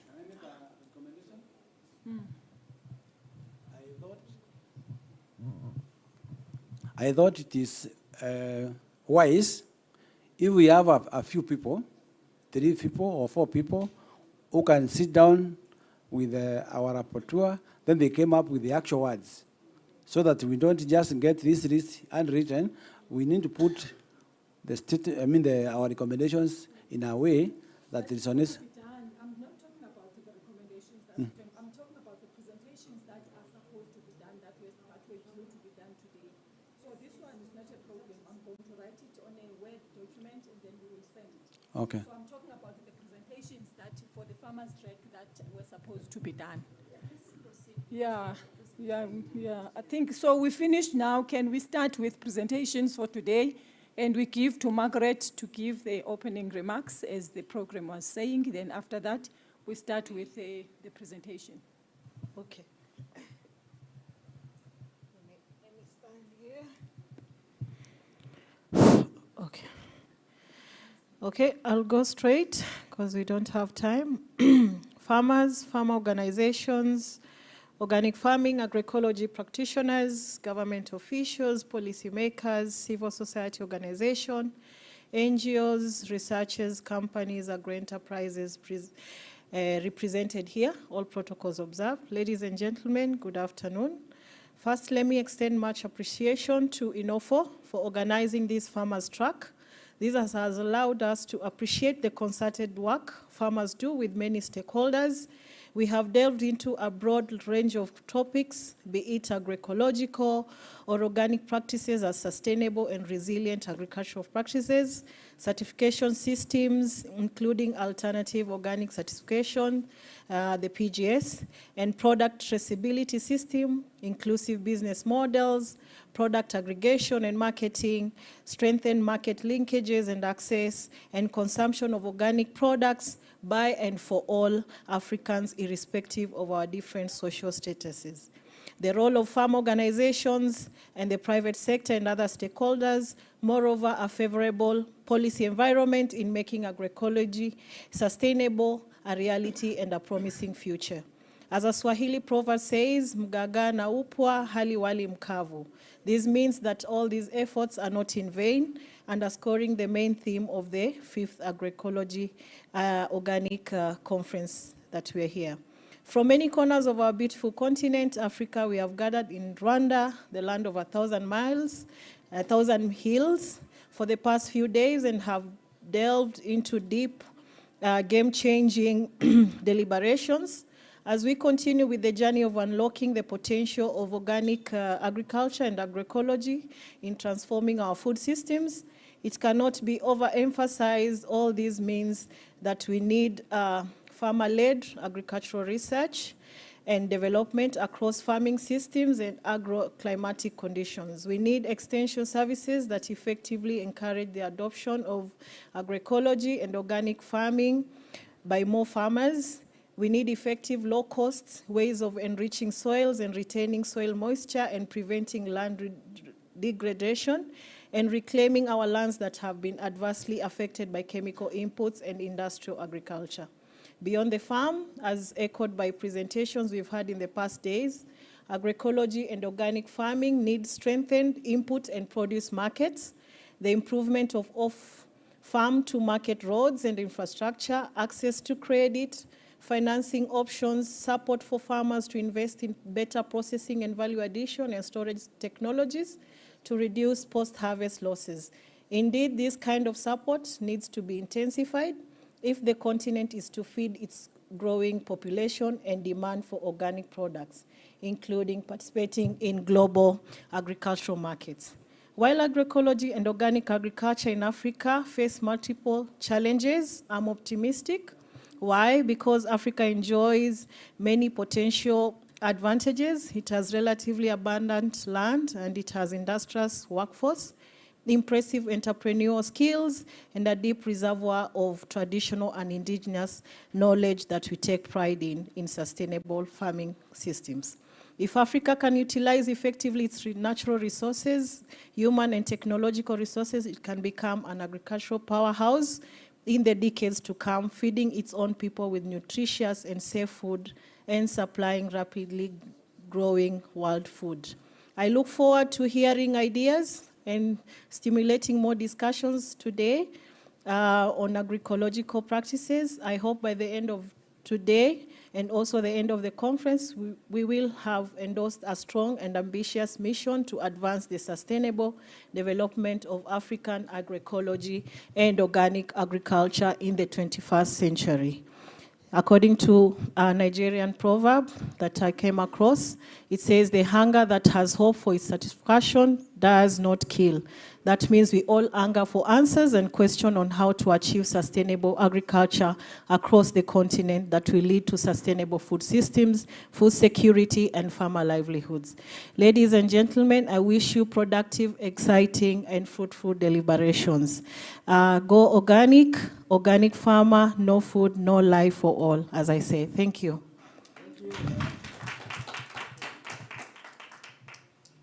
Thank you so much, Margaret Arwari from BioVision Africa Trust in Kenya for the opening remarks. And we continue now with our program. We will hear from Ms. Julienne Matovu from Inofo. She's from Uganda.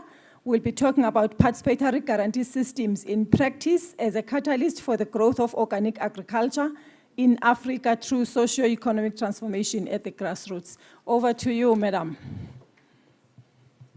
Thank you, Busi, our chief moderator, and thanks for the moderating team and the technical team. Today we wanted to have a discussion on this topic that has really taken us, which we've had in the previous days, but also in the pre-conference sessions as PGS, such that we focus more on how we can do this. On this first slide, you see we have there is a standard, a mark there at the end. That is from Tunisia. That is an organic mark. It's not for PGS. But the rest of these here are for PGS. This is from Morocco. The Kirimoha is in East Africa, one from Zambia, and Sowaso. So you see that there is a move in the region that we are starting to recognize PGS. We are calling our governments to recognize PGS, but the secret is in us working together to make sure that these marks are recognized, we follow certain practices, then we make a consumer drive, then governments will listen to us. Governments believe in numbers. Governments believe in things that are tangible. We can proceed to the next slide, please. So just to have a synopsis, I'll not go through this, but we know that policies are being developed, and the beginning of organic agriculture focused on export. But now we have the AU being committed with a strategic plan of 2015 up to 2025. That's an opportunity we should grab as a region. And I know in the morning they shared more about the statistics. So this is a positive trend which we should be comfortable with, and it should give us the trust to go on. Next slide, please. Just what is PGS? Because we've talked about PGS. To many of us, it's something we do every day, but to some of us here in the audience, it might be new. PGS are locally focused quality assurance systems. And what is important in PGS, the producers themselves or the beneficiaries, including the consumers, the communities practicing PGS should be the one to certify that these practices are okay to the rest of the community or the people who want to buy their products. There is a system that should be followed. There's mechanisms in place, but basically those are the 6 principles that are considered in PGS: shared vision, participation, transparency, trust, horizontality, and continuous learning. Next slide, please. This is about embracing PGS as an approach to exploit local and regional trade. We don't always, these are some of quotations which I will not read, some scholars have written. We should not always look at the export market. In Africa, we have the numbers. We are talking about being stunted. We have to utilize this opportunity of PGS to translate it into real tangible actions, because when we have the numbers, we should forget about that idea of premiums. People talk about premiums and it's confusing. We should make our products competitive on the local markets and make sure that they are affordable. Eventually, the market will dictate and our prices will go up. That we can start with the ordinary prices and we proceed from there. So if we want PGS to work, we shouldn't start from the point of premium prices. Next slide, please. What opportunities are there? You see there are three options that we can take when we want to promote PGS. There are market-oriented approaches. Look at your environment. If the market is demanding, use that as an avenue to promote PGS. It could be policy-driven. In some countries, it starts with a policy, depending on the regulation in that country. So then it means you start with the policy drivers, and when you secure the policy, then you start PGS, because we have different government programs or approaches in Africa. We are 55 countries. So something can work in Uganda and something might not work in Morocco. But we should see what works for us.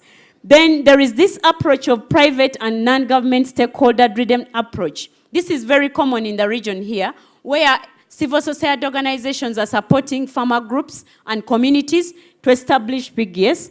But also we have government-driven approaches. We have situations where PGS have been supported by governments, and that's how it has started. We have government support towards policy development. That is an opportunity. We have the existence of NOAMs. I think NOAMs are represented in various fora here. We should become members of NOAMs. But also, we have the AfroNet platform. We have the existence of national civil society organizations and NGOs. And then who are the key organic agriculture and agroecological sectors in Africa. Then we have INOFO as an emerging network, and also the groups at the grassroots. So all here, these are opportunities we can exploit to make sure that PGS works for us in our different local contexts. Next slide, please. I was looking at specific situations. In Tunisia, the government is just government-driven approach. The state is thinking of started with an act, and they are very strong in export. But now they are starting to think about PGS. That mark is for export. Please don't quote me wrong.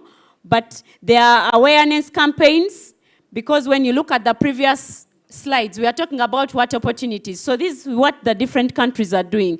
They are doing awareness campaigns in Tunisia. They are introducing organic products in hospitals and clinics for cancer patients. That is their approach. They were going to host the next Organic World Congress, but certain logistical problems happened. This is not going to happen. And this was an opportunity for us as Africa. Probably eventually we shall host the Organic World Congress, and that will help us in pushing this agenda. Then I've already talked about the government-driven approach where they got the act. And then they are thinking of streamlining logistics, organizing production and distribution, and introducing of a PGS level by Tunisia permaculture. This is what is happening in that country. Next, please. The challenges. The challenges, we have weak organization structures of farmer groups, or what we can call OFOs. So people who want to intervene, for instance, if you are a civil society organization, don't just go to a group and say, I want to train you in PGS. If you want PGS to work, work on the organizational development of that group, such that they have strong leadership and governance structures in place, then the PGS will do work. This is a big gap because they are weak, and also the family farmer initiatives, they are still weak. So if we want PGS to work, we should strengthen these. Then they are informal. If you want to attend to our governments to tell them that this is going to work, we should support or encourage these small CBOs or OFOs or farmer groups to register such that they are recognized by government in the local context. But if they are just hanging there, government will not recognize them, and we shall keep saying that government is not supporting us. Then we need direct support in form of programs through the different actors that should go towards the aspirations of those farmers or farming families in those communities under their structures. Next slide, please. We have to map the organic producers within a locality such that sometimes we don't need to make these pig gears so small. Given our small farming systems, sometimes it's effective to have a good number like 30 if the production is small, the farming land is small, such that we can have enough production to support the market we are targeting. So this is something we should think about. If, for instance, you don't know about pig gears, get to know your fellow organic producers, get to know other potential partners. They could be people who want to sell in even the mainstream markets. Then mobilize consumer bases with applicable avenues. It could be word of mouth. For me, in my experience, word of mouth is what built our market. So don't say we don't have gadgets for phones. Start from known to unknown. Start with the simple basic. It will help you get to where you want to go. It could be print media, broadcast, etc. Then exploring existing food market locations that run daily. Look in your community and look at where the markets are and strategize. Does this work for us? Do we do home deliveries? Do we set up a parallel market? So these are some of the ideas we can think about. That you can then list the existing markets, choose the locations that work for you, and then you choose the applicable market models. I say applicable because you know what will work in your local context. Then innovating new organic markets. I'm sharing with you that site. You can read more in that book where there are options on the marketing chapter. Next slide, please. Here I was sharing some of the experience, but I know that our colleague from Nogamu shared so many things. We are trying to show what we follow when we are establishing pig gears. Next slide, please. This is one pig gears in Bunyoro region, and this is what they are doing. But this started from the policy rolling out and implementation. So when we go to communities, they know that government has recognized this. It is simpler for them to appreciate pig gears. Next slide, please. These are also some of the examples. What I want to pick here is that the biggest challenge, for instance, in my experience, is having the starting point. We have a company called Sulma Foods. It's giving us organic seedlings. We are buying from them. Sometimes, if you want to go into marketing and production, you should not bother yourself with everything. You could have a pig gears where a member is just organizing seedlings, and then you buy them at an affordable price. In Ugandan shillings, it could be 200 shillings, 500 shillings, such that there is it facilitates continuous production. And this should be business-oriented. You don't it should be planned. For instance, with Sulma Foods, we plan and pay up front or book, and we know that date when we are going to pick the seedlings. It has helped us in production. We don't make so many losses with seeds that we've put there. Next slide, please. We can skip that slide. It's still the same thing. In Tanzania, I know they've just launched the National Agriculture Strategy, and they are doing a lot of work on organics. They are working with the groups in Zanzibar, but also there is the Musonge family farm in Zanzibar, which is promoting pig gears activities in their own way. So this, when we have a functional structure, we should look at what initiatives or innovations people have put in place, and then we see how it fits into the structure. Next slide, please. In Kenya, they have a national pig gear structure.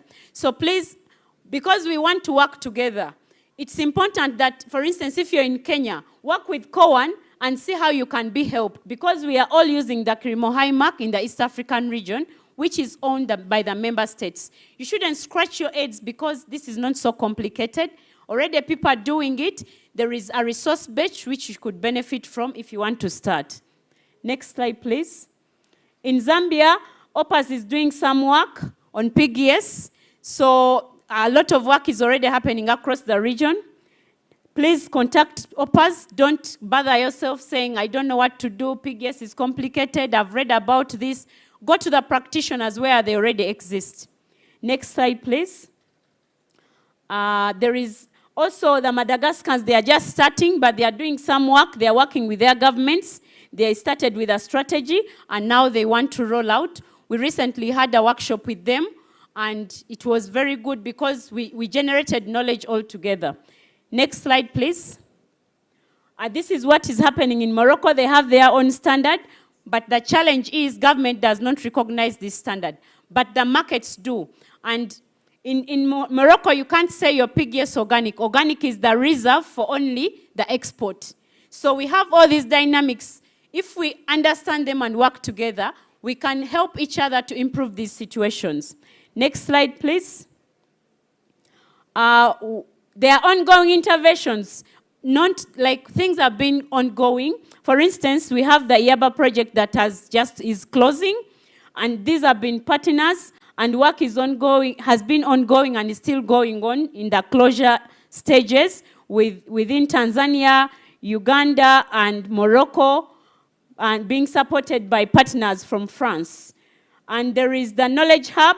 Work is ongoing in the East African region, but when you look at the Knowledge Hub, Africa, it has subsectors, and I know the Knowledge Hub managers are here, especially if you see people from BioVision, they can tell you more information about the Knowledge Hub. It has been supporting PGS work.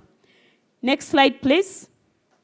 These are some of the pictures that show what has been happening, but the recent workshop we had, our carry-away point was we shared knowledge and we networked. We are closer now, we know each other, and we've established a community of practice at regional level. This is going to enhance our concerted efforts as a region. Next slide, please. Then in Yaba, we've had farmer inclusions at international dialogues. This INFED has got so many farmers, which has not been the case in the past. Then networking opportunities, but also we've agreed to revamp the management, the Joint Management Committee of the East African Organic Product Standard. These are some of the outputs. And one of the outputs is the PGS practitioners have written together a declaration, which we hope might be read today, together with the conference declaration. These are some of the outputs of the interventions that are happening. Next slide, please. This is still about the other link I showed you.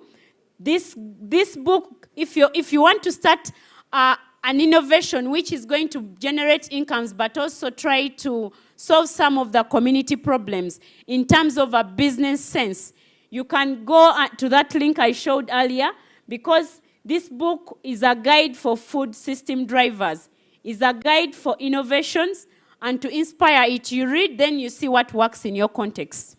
Next slide, please. It shows that we have to revalue agriculture to have sustainable food systems, and you see all those components that make a contribution into the sustainable food systems. There could be markets, advocacy, it could be the pollinators, how you protect them, delivery scheme, how you finance them, things like that. Next slide, please. The action points that I have for us, we are all in our timeline facing similar challenges, which are slightly different. Some people are ahead, some people are just starting. It doesn't matter. The intention is what matters. We need to organize production, logistics, and viable services to our communities. That is very important. We need to invest in PGS as a business initiative. We need to encourage continuous learning through sharing key pillars. Some things may not be working. We should be willing to unlearn and then learn new things such that the system works. We invite our governments to put in place policies that protect space for organic agriculture. Hakim talked about this, and this is the same experience I have. We are not protected. The organic agriculture farming space is not protected. So this is the call to governments to really protect us through policies, especially bylaws at local level. Next slide, please. Yeah, these are some of the references from where we picked the information I've shared, because I've not been to Tunisia, but I gathered this information to give us a picture for Africa. Next slide, please. Thank you for your attention.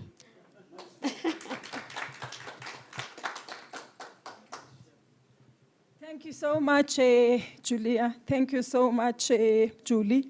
Sorry. That was a mouthful. It's a pity that time is against us. And you know, this is so rich that I think we would have spent a lot of time. I think we've got questions, we've got inputs to give, but then time is against us. So I will just ask you to be just patient. There's one presenter online, and we would ask him to please take at least 10 minutes, please, to take 10 minutes on his presentation. He's been in the online, he's from Zambia. It's Dr. Ferdinand Handavu Mukuba University, or from Mukuba University in Zambia. He's going to be talking about the importance of sustainable forestry, practices in organic agriculture for biodiversity conservation, climate change resilience, and community economic empowerment. This is very important because we're speaking about sustainable systems, and we've got food forest that we want to recommend for sustainable food systems. Is it okay? Oh, all right.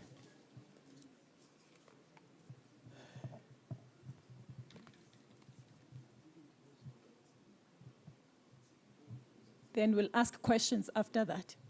Doctor, we're waiting for you now. You can go ahead and present. Good afternoon.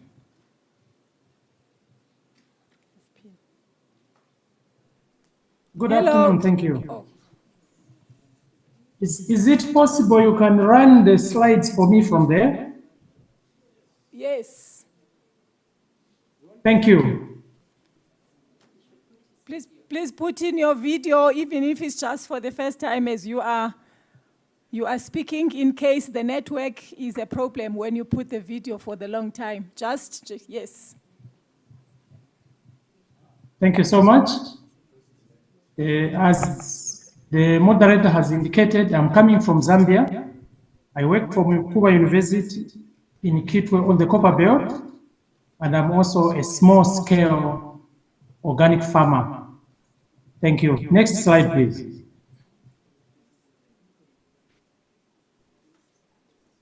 Okay, the initial slide was looking at the title of my presentation, which is looking at sustainable forestry practices and how important they are in organic agriculture, and also, furthermore, to help with our understanding of their role, the forest species, their role in enhancing biodiversity, climate resilience, and also food systems for the local communities, hence improving their economies. Maybe a recap of what other presenters have indicated. We are looking at organic agriculture. Organic agriculture is a holistic food production management system. And it being organic, it actually promotes and enhances the healthfulness of our agro-ecosystems and biodiversity. So within this organic agriculture, we are looking at also blending the tree component, which is so vital in enhancing many other services that add value to our organic agriculture. So when we integrate the tree component or the forestry component, it will play a very significant role in enhancing the provisioning of ecosystem goods and services at farm level. Then also, we are grappling with the issues of climate change. And many nations in Africa and outside have been advocating that we need to revegetate our landscapes. So at a farm level, it is very, very important because it will help to increase the resilience of these agro-ecosystems to climate change effects, and thereby also cushioning livelihoods, because there will be a lot of services and products that will be coming from the forest components. Therefore, as one of the upcoming farmers, I'm equally encouraging other farmers that we surely need to embrace sustainable land use models that make use of community-driven ecological approaches. So what we mean by ecological approaches, we are looking at principles of ecology so that we allow the natural systems, natural interactions, and the natural processes to help in enhancing our organic farming. Next slide, please. Thank you. We are looking at these ecological approaches, which I feel they are actually a very important feeder to sustainable forest management and even organic farming. So in here, we are looking at principles of ecological intensification at farm level.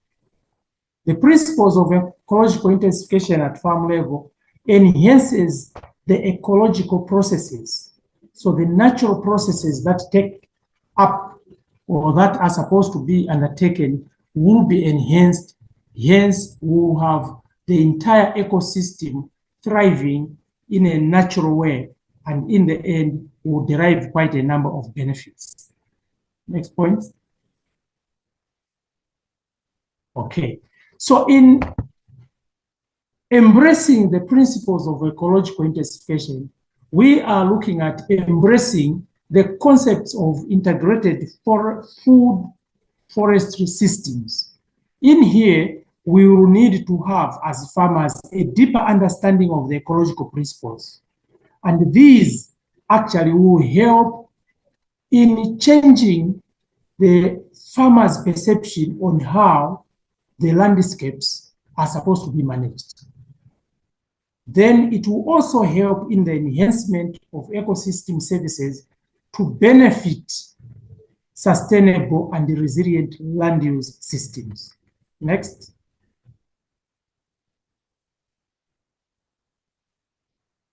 Okay, when we are looking at ecological intensification, we are actually looking at a landscape which has multifunctional uses. So when we have a land or at farm level, a land that has multifunctional uses, it will actually indirectly improve farm diversification. These components will actually help even in increasing economic resilience. The farm diversifications that we are looking at are people will not only look at the crop as a source of income generation, they will also look at components such as carbon trading. Farmers at farm level, for as long as they have the forest component, can also be involved in carbon trade. Then we are looking at beekeeping. Beekeeping is very, very significant at the farm level because the bees play a very, very significant role in enhancing pollination of our crop. Then when we have these crops that are pollinated, it will actually enhance even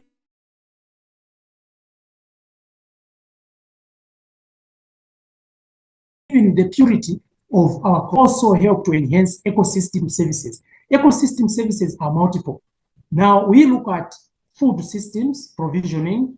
We are looking at climate mitigation, change mitigation, because the tree component will play a very significant role through the process of photosynthesis that will now mitigate the concentrations of carbon dioxide, which is a major culprit in climate change effects.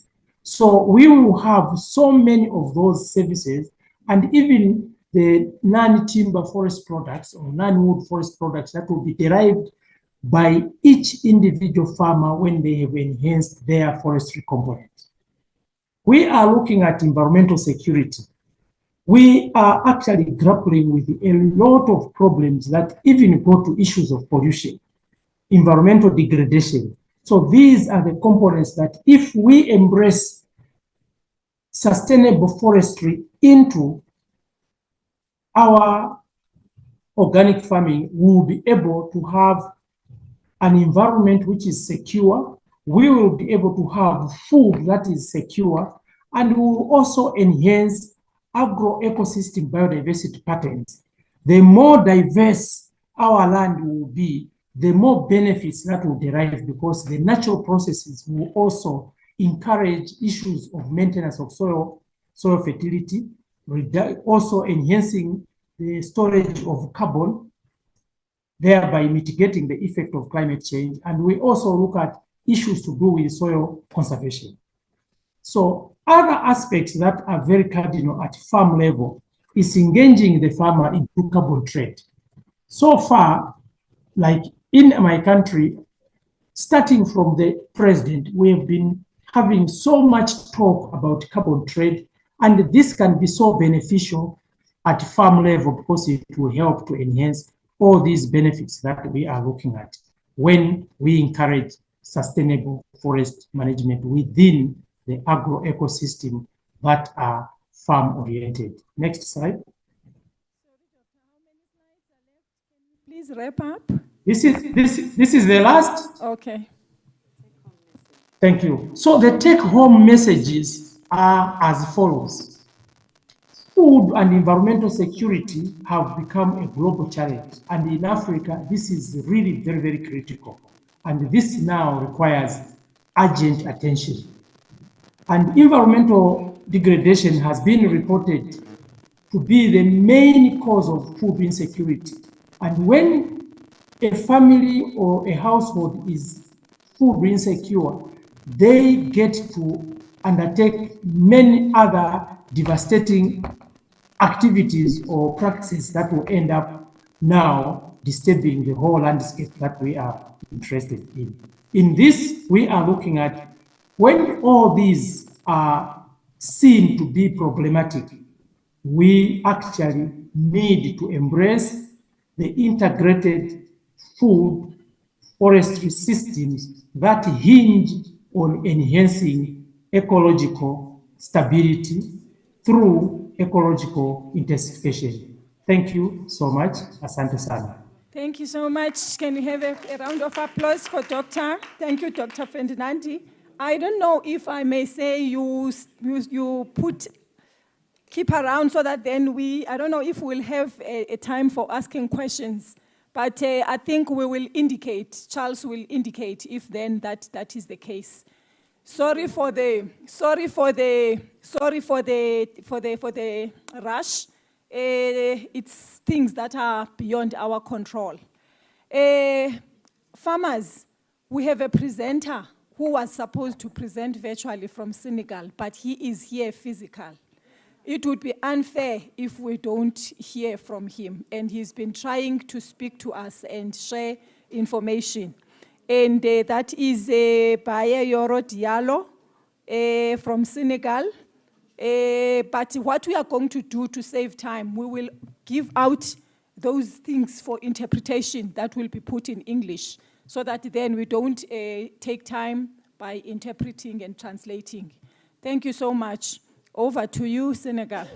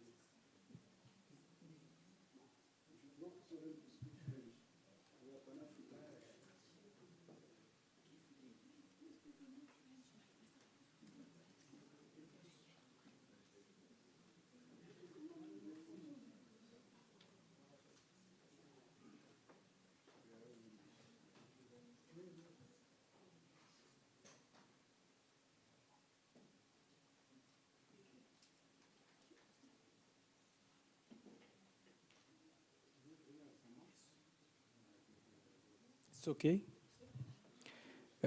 Bonjour à tout le monde. Je suis Bayero Diallo. Je suis agronome de formation. Je suis à Agricole Afrique. Je m'en vais vous partager l'expérience du week-end bio, du week-end d'exposition des produits biologiques. Allez-y. Voilà. Je partage l'expérience de l'organisation du week-end bio. Slide. Voilà.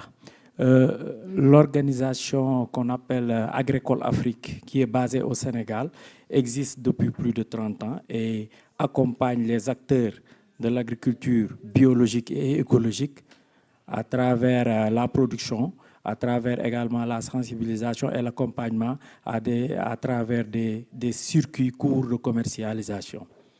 Voilà, depuis plus de 30 ans, l'organisation Agricole Afrique accompagne ces acteurs et dans le cadre du projet Centre de connaissances en agriculture biologique, voilà, Agricole est le responsable de l'extransé, c'est-à-dire le réseautage des acteurs de la chaîne de valeur, mais également le développement des marchés. Allez-y.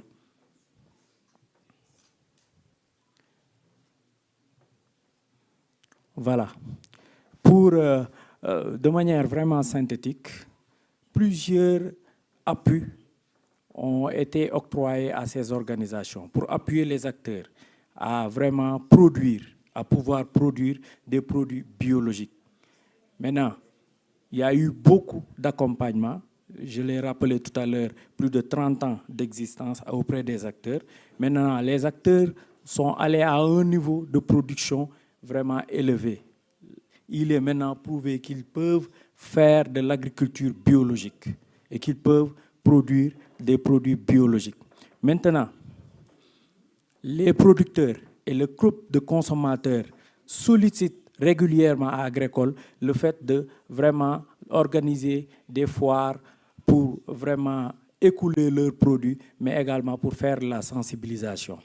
Fort de ce constat, Agricole Afrique a développé un concept qu'on appelle Week-end Bio. C'est une mini-foire où on va convier entre 20 à 25 acteurs qui vont venir exposer leurs produits, c'est-à-dire des producteurs, des commerçants, des consommateurs, des transformateurs et même ce qu'on appelle les BDS. Les BDS, ce sont les Business Development Services, c'est les producteurs d'emballage biodégradable, mais les producteurs d'intrants biologiques et les producteurs de semences écologiques. Vraiment à 2 jours d'exposition et de partage sur les thématiques et de discussion et de commercialisation des produits. Slide. Voilà, pour l'objectif du week-end bio. Le week-end bio, ce sont des moments d'exposition, de vente des produits et de discussion thématique sur les avantages de l'agriculture biologique et de l'agroécologique. Mais également, ça convie les producteurs, les transformateurs, les commerçants et les consommateurs pendant 2 jours ou vraiment échanger sur ce qu'on appelle l'agriculture biologique. Elle permet également de favoriser la promotion de l'agriculture biologique, de multiplier les circuits de commercialisation, mais également de rendre accessibles les produits issus de l'agriculture biologique. Mais ensuite, elle crée également des cadres d'échange qui favorisent les échanges entre les maillons des chaînes de valeur, mais également ça valorise ce qu'on appelle les produits certifiés SPG. Slide. Voilà. Pour l'organisation du week-end bio, on a 3 étapes qui sont réparties comme suit. La planification de l'événement, l'organisation de l'événement et l'évaluation de l'événement. Quand on parle de la planification de l'événement, c'est la mise en place du comité d'organisation de l'événement en tant que tel, à travers l'identification des thèmes, des objectifs, du lieu et des dates à retenir pour vraiment faire l'événement, le week-end bio. Également, sur l'élaboration des termes de référence du week-end bio, le partage, la communication, et la stratégie de communication, mais également l'élaboration des listes de fournisseurs avec qui on devra travailler. Mais après ça, il y a l'organisation de l'événement en tant que tel. C'est l'organisation en tant que tel, comment coordonner l'arrivée des invités, parce qu'il y aura des invités qui vont venir exposer leurs produits, mais également les acteurs qui vont s'installer autour des stands pour partager ces moments. Mais également l'évaluation du week-end bio, Cette évaluation se fera à travers des questionnaires, mais également se fera à travers des analyses et des recommandations. Slide. Voilà. En termes de résultats un peu synthétiques, voilà, pour organiser un week-end bio, on doit faire, on a pris un exemple d'un week-end bio qu'on a montré comme ça, comme résultat. Il faut réaliser 24 spots publicitaires qui vont passer à travers les radios de la place, mais également on va faire des banderoles, des bâches comme ça, pour vraiment communiquer sur ce qu'on est en train de faire autour de l'enceinte, mais également confectionner des t-shirts pour partager ça avec les acteurs qui seront conviés durant ces 2 jours d'exposition et de communication. Mais également mettre en place aussi en ligne des vidéos et des liens qui permettent vraiment aux acteurs qui n'ont pas pris part à ces week-ends bio de pouvoir vraiment avoir des images à chaud de ce qui se passe lors du week-end bio. Mais également, sur le plan de l'organisation également, un espace sera aménagé où les acteurs vont venir partager ces moments de discussion, mais également des relations professionnelles seront établies entre les acteurs.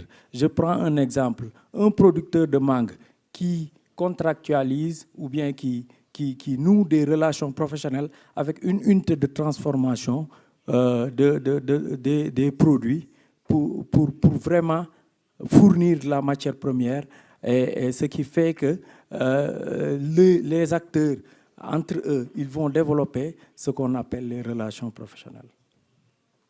Allez-y. Slide. Voilà. Ici aussi, sur le plan de l'exposition, on a juste synthétisé quelques éléments. Lors du dernier week-end bio, on a recensé 74 exposants qui sont venus des producteurs, des transformateurs, des commerçants et des BDS aussi.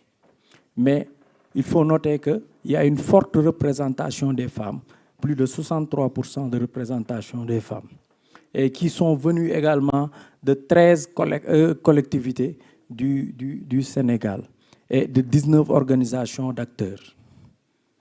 Allez-y.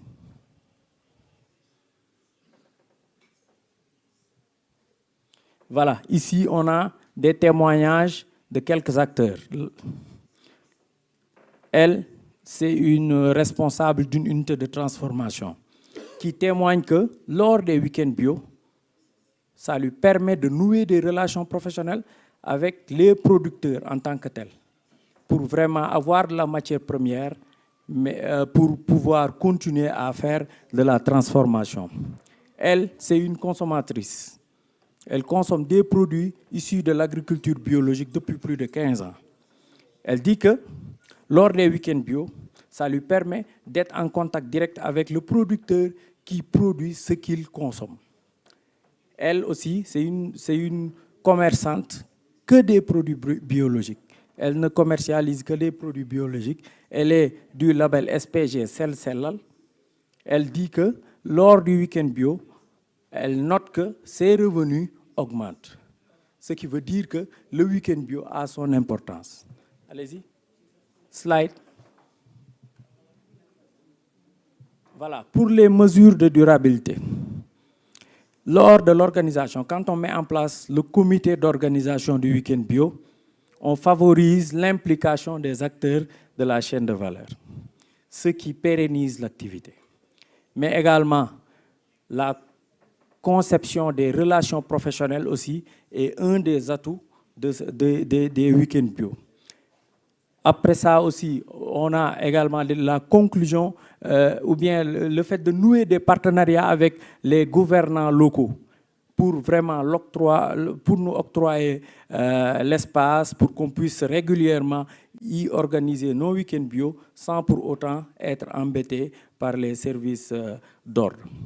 Mais également, le fait de documenter le week-end bio, ces documentations de capitalisation également, ce sont des éléments forts qu'on utilise Parce qu'au départ, on parlait du week-end bio au Sénégal, mais maintenant, on voit qu'au Mali, on organise des week-ends bio.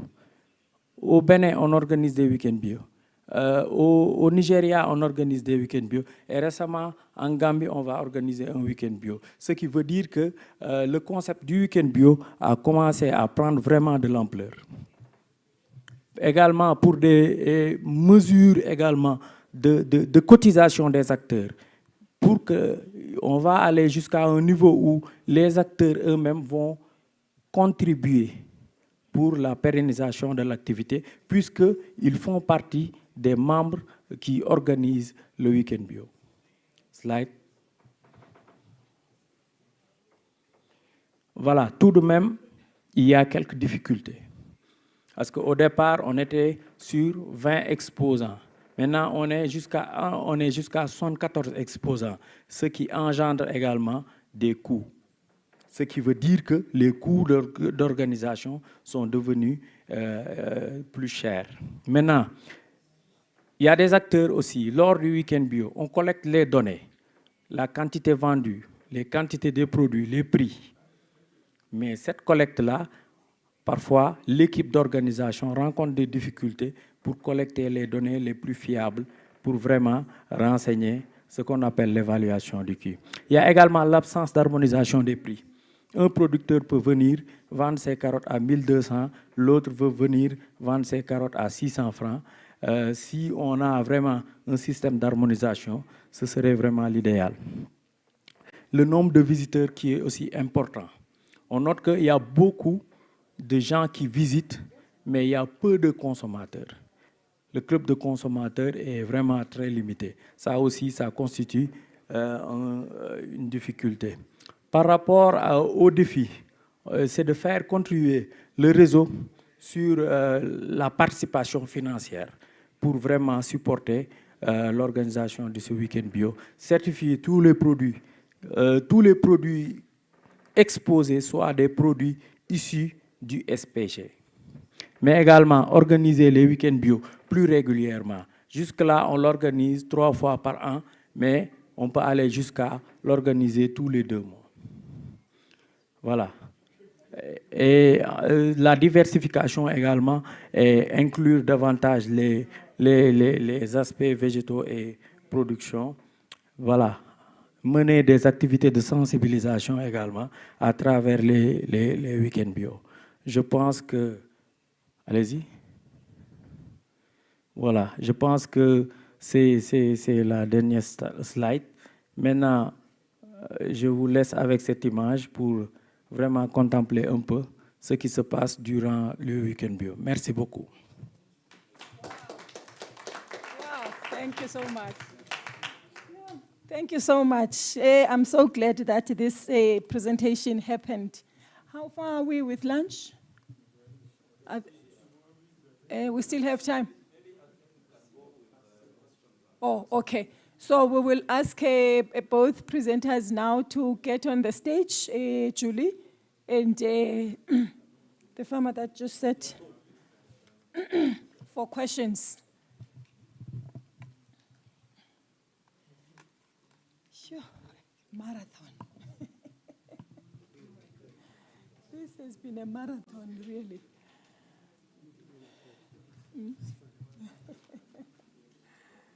Okay, so let's quickly prepare questions, because very quick they are going to call us for lunch.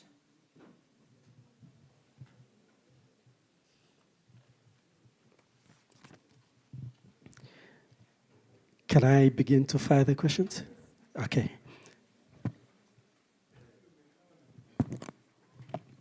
My question is for my Senegalese friend. These bio weekend markets, as I understand them, are they static in one location, or are you roving from one district or one area to another? That is, and the last one is, how frequently do you hold these markets? Is it on a weekly basis or once a month?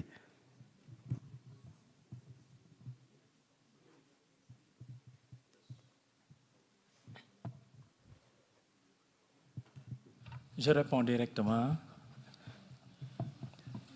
Est-ce que je peux répondre directement? Ou bien on prend les questions directement. Mais merci beaucoup, mon cher. C'est par rapport à la délocalisation. Pour les week-ends bio,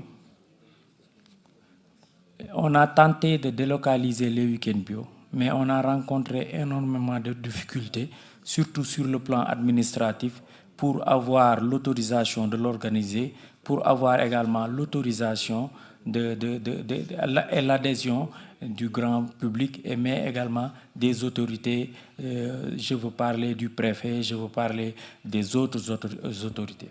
Maintenant, par rapport à la délocalisation, on est en train de travailler là-dessus, puisqu'on a des collègues qui sont au Mali, des collègues qui sont au Burkina, des collègues qui sont au Nigeria et au Bénin, qui ont réussi à organiser ces week-ends bio. Je pense qu'on est en train de faire des pas là-dessus. Maintenant, sur le plan du territoire national sénégalais, on n'a pas encore délocalisé. Voilà. Par rapport à la fréquence, il y a ce qu'on appelle, tout à l'heure, lors de l'introduction, j'ai signalé que Agricole travaille sur la diversification des circuits de commercialisation. On a des paniers hebdomadaires qu'on donne au foyer, mais également on a un marché bio qui existe. C'est un marché qui existe à Thiès, au Sénégal, où on ne vend que des produits issus de l'agriculture biologique ou bien des produits transformés en agriculture biologique et certifiés SPG. Voilà. Je pense que... Est-ce que j'ai répondu à vos questions? Voilà. Merci beaucoup. Okay. Thank you. Any other question?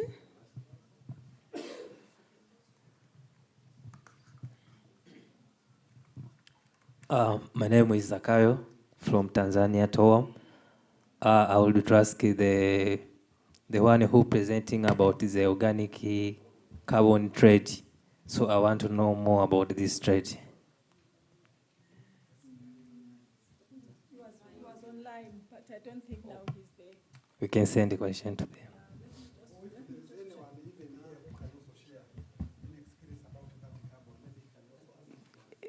Can you share about the carbon? Oh. Oh, there he is. Dr. Ferdinand, are you there? Hello? Hello, doctor?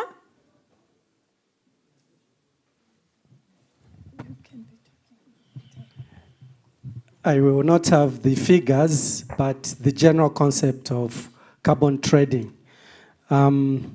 Governments go into agreements with other international bodies who pay governments to pay farmers for growing certain crops that are known as carbon sinks, crops that will pull the carbon dioxide from the atmosphere and sequester it into the soil. One of those crops is like castor. I participated in castor oil growing. They pay a farmer a certain amount of money for every hectare of castor trees that are grown, because they are known to remove the carbon dioxide from the air. So that is carbon trading. Yes, any other question? And there's a lot of conditions that go with that. So you just can't say you're growing castor and then you will have, so we have to inquire. Maybe you could even take his number so that then you are able to get more information. I would like to add something about the carbon sequestration. Yes, this is a new phenomenon, but for me, I don't totally, it's good and bad. I've had a discussion, I've been following the COP28 that is currently happening in Dubai, and we've learned that Dubai has bought a 10% acreage of a forest, I think, in one of the West African countries. So it means that if big superpowers have the money, then they are free to pollute. So as we look at some of these paradigms that are coming through, we have to be careful, because sometimes, like she mentioned, it comes with a lot of conditions. Sometimes it's like we are saying, if they paid the cash, then for them they can pollute. So this should be taken on, not, for me, my thinking, what we should really advocate for is massive tree planting, not necessarily to look at money, but to look at how we are making our environment clean and how we are bringing this nutrient recycling by the trees, and also making sure that we're trying to mitigate the effects of climate, the climate catastrophe. Thank you. That's what I wanted to share.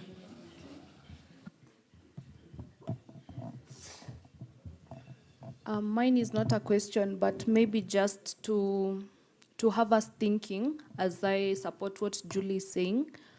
I think for the longest time, Africa has been bearing the brunt of climate change.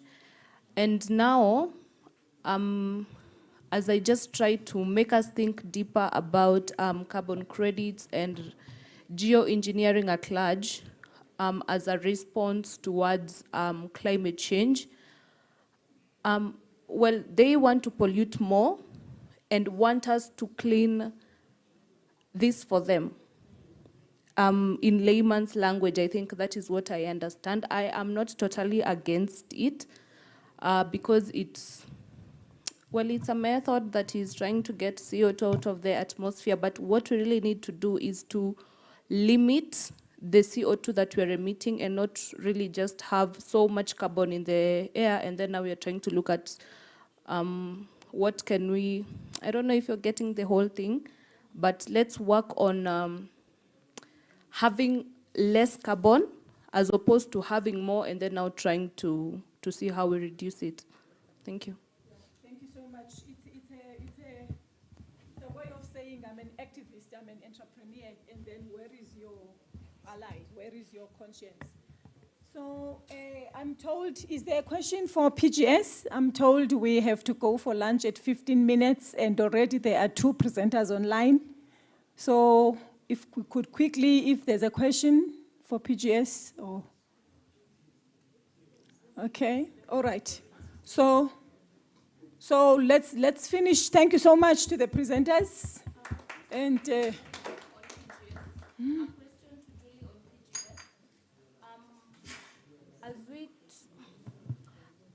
You said that there are specific, it's more of a system, but then do we consider where agriculture starts, and that is from the seed? That is the question. Thank you, Tabi. When you look at the whole setup of organic agriculture, it starts actually with the soil, then the seed, and then the practices, and then the social networks. So it is important. Most PGS, you'll find that they grow their own seed and local seed, and even a PGS should operate under a known standard. Within the standard that you're following, you go to that chapter that talks about seed. If you're formulating that standard yourself, you write what you specifically need about seed. So seed being an overall challenge, it is very important that organizations that have expertise or competence on seed should venture into exploring how they can further strengthen PGS with the approaches they are using to advocate for seed sovereignty. Thank you, Julie. Thank you so much. Can we give a round of applause for our presenters for the beautiful information they have given us? And we go on to the presenter online, Olaumi Benedict from Grow West Africa in Ghana. And she's going to talk about Work, Learn, and End program in sustainable agroecology and organic agriculture. Yeah, we're giving you, and we're sorry that we're rushing you. Time is against us. Thank you. Over to you, Olaumi. Thank you very much. The slide is with the organizers. Thank you. Can we go on with the slideshow? So my name is Olaumi Benedict. I work with Grow West Africa. Grow West Africa is an NGO in Ghana that was established in 2017 out of the need of sharing knowledge and teaching farmers on agroecology and organic agriculture. Over the years, we worked with different projects in Ghana. And after working a lot with different organizations and with different projects in Ghana, we realized that there's still a deep need among the youth in the knowledge of agroecology and organic.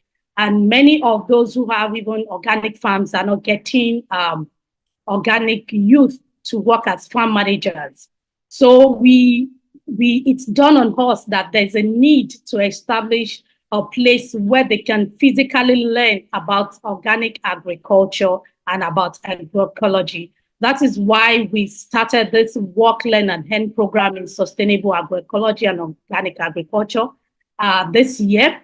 It's a 6-month program, 3 months on site for intensive residential training, and then 3 months virtual, which is going to be which comprises of technical and other monitoring and evaluation of what they are doing on their own site. We started with this year, we have 4 students, and the first student we started in a few months ago. The 4 students are going to graduate in the next few weeks, which is next week. Can you make the slide into slideshow, please? So, thank you. These are what we teach the students. It's hands-on training. They learn, all the students are graduates of agriculture from different tertiary schools in Ghana. But one thing we've discovered is that there's no knowledge about agroecology, there's no knowledge about organic from these students that came in. So we teach them about soil texture analysis, we go through crop requirements, we go through every detail. And they learn both crop and animals. So there's animal production in organic and crop production in organic. So they are able to go and establish their own. Please, you can go on with the slide. They can go on and establish, this is where we are teaching them how to do quick soil testing with the soil kits so that they are able to at least provide instant solutions to their farm and also to help other farmers before they go for laboratory analysis. Can you go on? Okay. So this is land preparation. We fabricated this U-bar in Ghana, and this is used to till the land instead of using a tractor. And then we taught them also how to make soil amendments of different types with voucher and how to build compost. So they now know how to build compost with different materials that are available. You can go on with the pictures. Sorry, I'm very fast now because we have very limited time. So this is we call it our biofertilizer unit, where we build compost, we do vermicompost, we do liquid fertilizer of different plant material, we do animal manure. So we do a lot of this preparation so that at any point in time, they could see different materials that are available and they can make use of them. So they are not stuck with one method of fertilizing their crop or helping the farmers that they will come in contact with. Can you go on, please? So also we have a big nursery place where we nurse all the seeds. We taught them how to make their own nursery mix. That's another business. So in all, what we're also trying to teach them is that their business aspect to not just production. They can formulate what we call nursery potting mix, and they can sell it to farmers or to urban growers. They can do compost, and then they can bag the compost voucher. They can sell this and make money from it. So it's not every youth that might be interested in production, but you will have one area at the end of the day that you'll be interested in. And that is our focus. We also take them through cost analysis of every department or units that they are being taught so that they understand the cost implication. They can start small and they can grow into the business. Can you please go on? So this is our broiler and our layers. So we do broilers with no vaccination, no antibiotics, no synthetic drug. We formulate all the herbs and spices that we give to them. And they've been able to see from the broilers, for example, they've been able to see from dayhood to finishing, to slaughtering, to packaging. And now we are selling to clients all over for the Christmas festival. So they've been able to even compare how much we sell and how much the conventional one is, and they have been able to make their choices. So in all, what our challenges, some of our challenges are policies. We have challenges in Ghana in terms of policy. There's no policy in organic agriculture around agroecology. For us, the challenge is that we want to train more people, but we do not have any funding from any organization. So this has been strictly us doing what we believe that we should do. And we are stepping into that shoe, and we can only accommodate a few participants, even though our facility can take up to 20 participants. So we feed them, we house them, and then we take them through the training free of charge. So our future plan is to get sponsors, to get people that will help us, also to help in terms of policy, to work with policymakers and see how we can harness opportunity and speak to the policymaker to make policies that will attract more youth into agroecology and into organic agriculture. I think I've spent my 15 minutes. Yes. Okay. So this and many more, and we are on social media. On all social media, you can find us as Grow West Africa. Thank you. Okay, thank you so much, Olaumi. Please stick around just for 10 minutes because we've got also another 10-minute presenter, and then if we have time after that and people want to ask questions, you may be around. Thank you so much. Yeah, can we go now to the presentation from Togo, Atodat, and we will use our interpretation again. So today, as we are rushing, but we are getting diversity of farmers from everywhere. Can you see? On our last day with the rush. Okay. Carry on.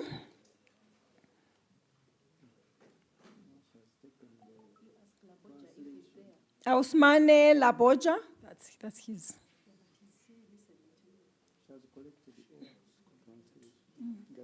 Serge?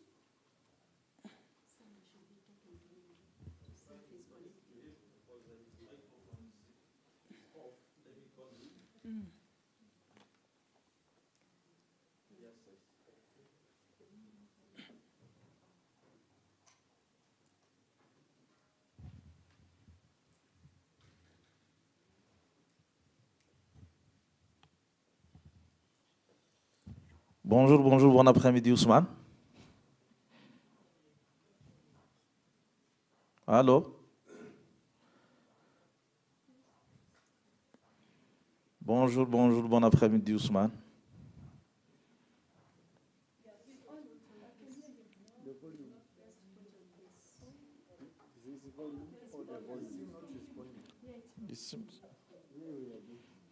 Bonjour, bonjour, bon après-midi Ousmane.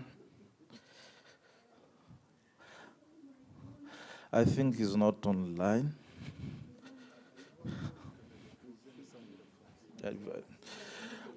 Okay, I'm calling him, he's not responding. And he's online, but his microphone, even he... No, I'm the one who's speaking. I'm the one who's speaking. The other one, his microphone is off, even if he is connected. Yeah, I'm calling him even on by phone, he's not picking.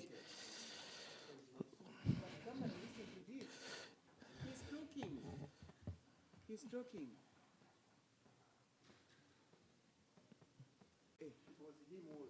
Yeah, I'm the one who's talking. So And it delayed transmission? yes.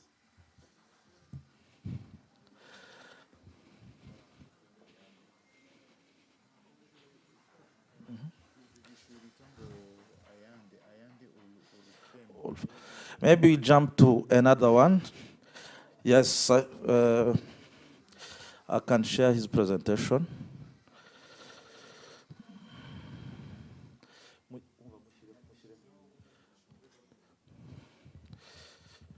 Good afternoon, Olua.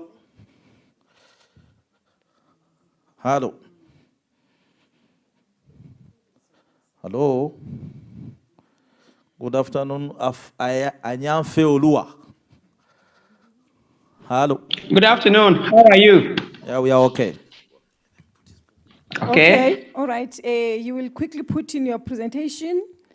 You are from Ibago Go Organics in Nigeria. You will be speaking about the use of baking soda to control downy mildew. Is that the case? Sorry, I was on transit. I'm just arriving now. Can you give me like, are you going to share for me from your end? Yes, he's preparing your presentation and you'll be sharing it from this side. Okay. Just 2 minutes for me to settle down, please. Okay.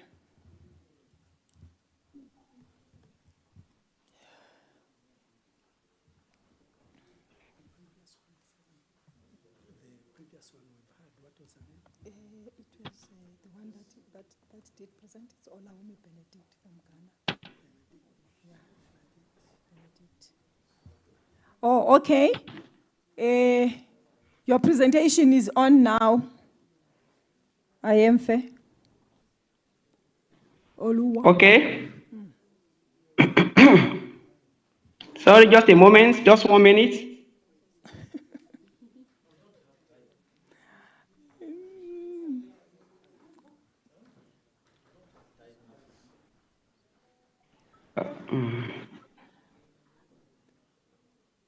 The presentation has been flighted. It's going to be...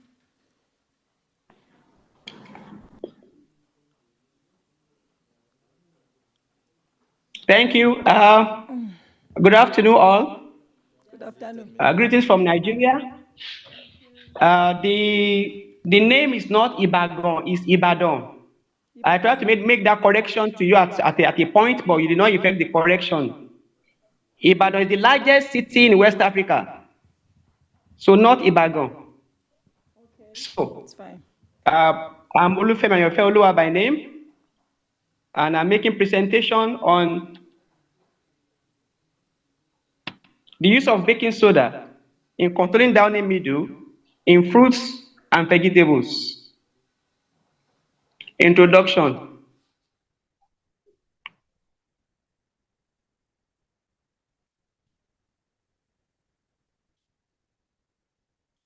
Downy mildew is a major fungal disease of many fruit crops, and it's of a major economic importance. It could cause 100% loss for a farmer. So it requires attention, especially in organic system, where we cannot use just anything, anyhow. It requires attention. It's one of the reasons why many farmers don't want to grow some crops, such as tomato, which is a major fruit, vegetable all over the world. Downy mildew affects crops such as tomato, cucumber, and most of the Solanaceae crops, fruits, particularly potato. So the sign of a downy mildew is a yellowish color, essentially whereby all the chlorophyll are lost, and we have yellow color of the, and the plant turns yellow. And once this happens, plants will not be able to manufacture food again through photosynthesis. That is going to lead to stunted growth, loss of vigor, and eventually death. So the use of baking soda has been identified as one of the things that could handle this organically. And baking soda is organically, according to standard, it's organically compliant. So in my quest as a farmer into looking at solving this problem, I tried searching literatures. What can I, because I've lost my cucumber about 3 times to Downy Meadow. So I decided to, okay, look for what is the way out. And that's what led me into this. So this is the picture of an healthy cucumber. This is how it looks like. And this is the picture of a Downy Meadow affected cucumber. You can see the leaf turning yellow. Next slide. Methodology. The formulation of this baking soda is to add 1 tablespoon of baking soda into 4 liters of water. You first add the baking powder into a small quantity of water to allow it to dissolve properly. The mixture is poured inside the knapsack sprayer and the plants are sprayed. Then the spraying is done once a week and preferably as a preventive measure. Next slide.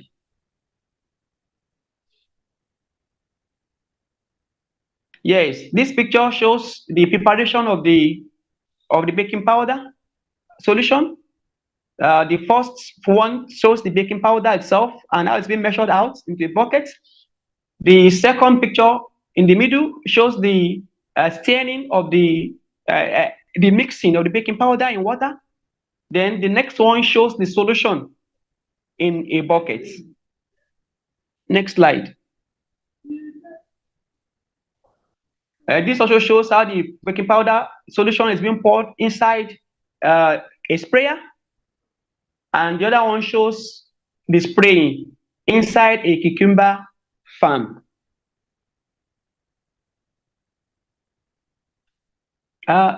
This figure shows the fruit yield of cucumber as influenced by baking soda control. It shows that the baking soda control has 66.7 tons per hectare, while the no control had as low as 30.3 tons per hectare. Next slide. The findings. Baking soda solution controlled Downy Meadow effectively in cucumber. Yield of cucumber was improved compared to when Downy Meadow was not controlled in the organic system. Any organically compliant input that can create an alkaline condition on plants may be able to achieve similar results. Let me explain this. The literature shows that the science behind the baking soda being able to control Downy Meadow is because it's going to create an alkaline condition. No, baking soda is rich in calcium and magnesium. So when you apply it, create an alkaline.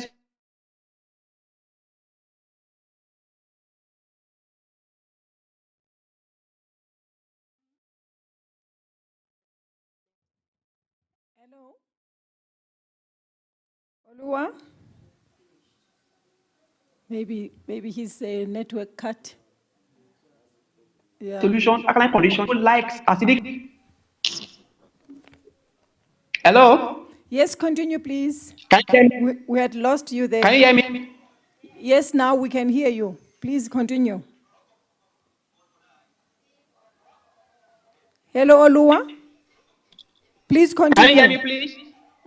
Thank you. So, the rationale, what the literature says is that the science behind baking soda being able to control Downy Meadow in crops is because it's creating an alkaline condition around the crop. And Downy Meadow like acidic condition. So once the leaves becomes alkaline, it makes it impossible for Downy Meadow to grow. That is the rationale around that. What the literature says. But I decided to use it to also to evaluate this cucumber production. And the result has shown that it does control Downy Meadow in a cucumber condition. I mean, a plant. And suffice to say that any other solution that may also create alkaline condition around your plant may be able to do the same thing. Of course, it's subject to further evaluation. Next slide. Thank you for your attention. Thus, I recommend the use of baking soda in controlling downy mildew in cucumber. I can also try this also in other crops that are prone to downy mildew attack. Thank you for listening. And we just need just one or two questions, and then we're rushing for time. Is there any question? But from me this time, I must have a privilege. Since you're talking about downy mildew and you only spoke of cucumber and tomato, spinach also has got that tendency of having that. Would you think it is also good for spinach? Or it was just you giving examples and it can be used to any other that has that disease? Yes, like I said, I have not tried on a spinach, but now I've tried it now on cucumber very well, and it works. So the work continues. We can try on other similar on other crops too. But I'm saying that the science behind its efficacy suggests that it can work for any other crops, but subject to. So we need to do more evaluation on other crops, because there could be some other factor that will influence it the other way around until we have evaluated it. Thank you so much. Any question? Let me check if she's still online. Benedict, are you still online? Has she left? Yes, I'm online. Okay. Yeah. Good afternoon, Benedict. I have one question for you concerning your feed formulation for your broiler chickens. I know that with the conventional feed, we take about 6 weeks to grow the chickens. Your formulation, do you achieve the same result? So for our formulation, we achieve it at 8 weeks. Okay. The same result at 8 weeks. Thank you so much. But between 6 and 8 weeks, you find 1, 2, like few ones that have attained the size. But at 8 weeks, we have the full size or weight. Okay.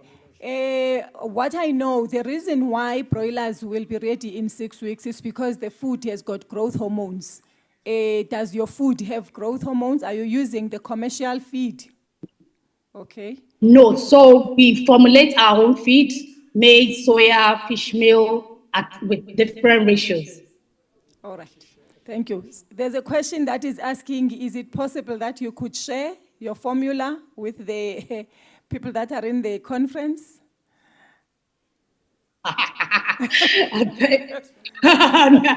Well, I don't, because the broiler is a trademark. That is one thing that we use to help to finance this agroecological training for the youth. Because we don't have any funding, like I said, for now. So we sell the broilers and then we put the money back into the system to sustain the projects. So unless we are going to know what the person is going to use that production line for, something that is going to not just benefit the person, but it's going to benefit more people. Thank you. All right. Thank you so much. Yeah, we are done. Thank you so much, and thank you so much, Oluwa. No more questions? No more questions, ne? Thank you so much. We appreciate your presentations and we appreciate your patience because we know we've stressed you with the changes that we have done on time. Thank you so much and all the best. Thank you. Thank you. Well done. Thank you, farmers. We're done for the day and we don't have any more presentations. Those that are outstanding, they are not online, they did not respond. So we go for lunch and after that then we can attend the meetings and it's voila, networking. Thank you, you've been a good audience. We're going to go together and you're going to represent us with the farmer summary. Yes. Yes. Yeah. So we should be there to listen to what we've said and hope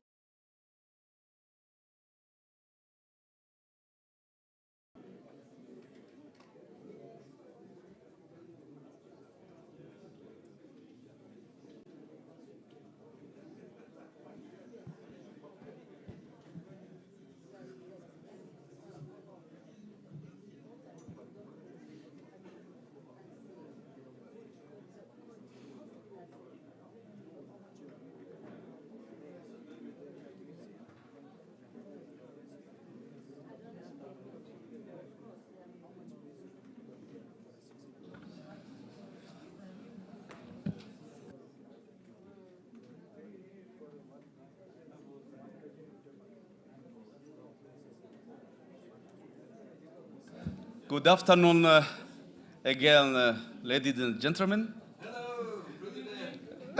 Hello. Thank you very much for your time, your collaboration, your discussion. We are going to harvest our harvest from the 3 days conference work. A very good harvest. A harvest which we'll use for implementation, but also will keep seeds for planting for future season. So, therefore, now is a good moment to start the closing session. And the closing session, we are going to start with outcomes from trucks. I would like to request the truck leaders to be ready. Truck 1 on farmers on seed in Ofo. We'll give you a floor so that you can share with us the priority actionable point that you need to highlight as a part of the recommendation or call of action. Same for other tracks on NOARA, on research, trade and exhibition in Cohen and Rome, and also on policy. After that, I will give the floor to my sister from Kenya, Esther, so that she can lead us on the topic of a campaign and the voting for the country candidate. Sorry.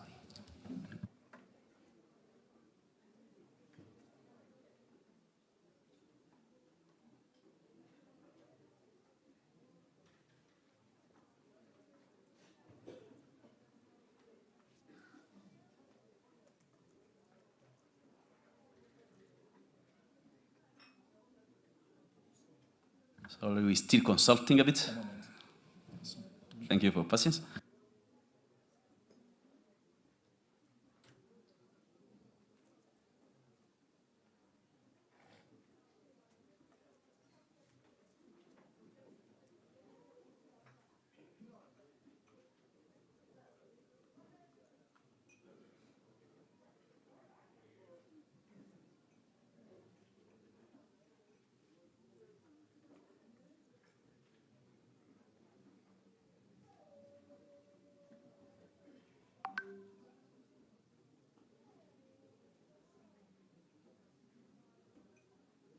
We are consulting on the program.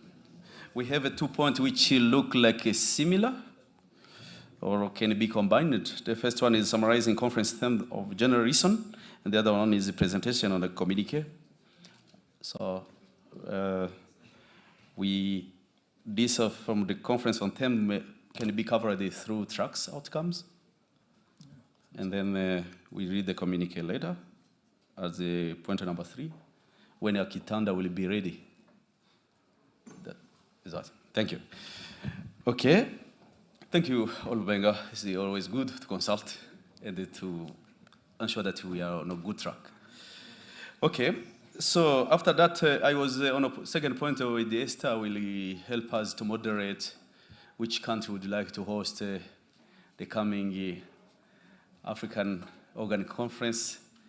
It's just a pledging, and then we collected the names, and the Afronet will take time to see criteria, to select, to visit, so, and the decision will be made later. We do not make a decision now. And then on point number 3, we will have, on behalf of our local organizing committee, we will thank you. After that, we have remarks,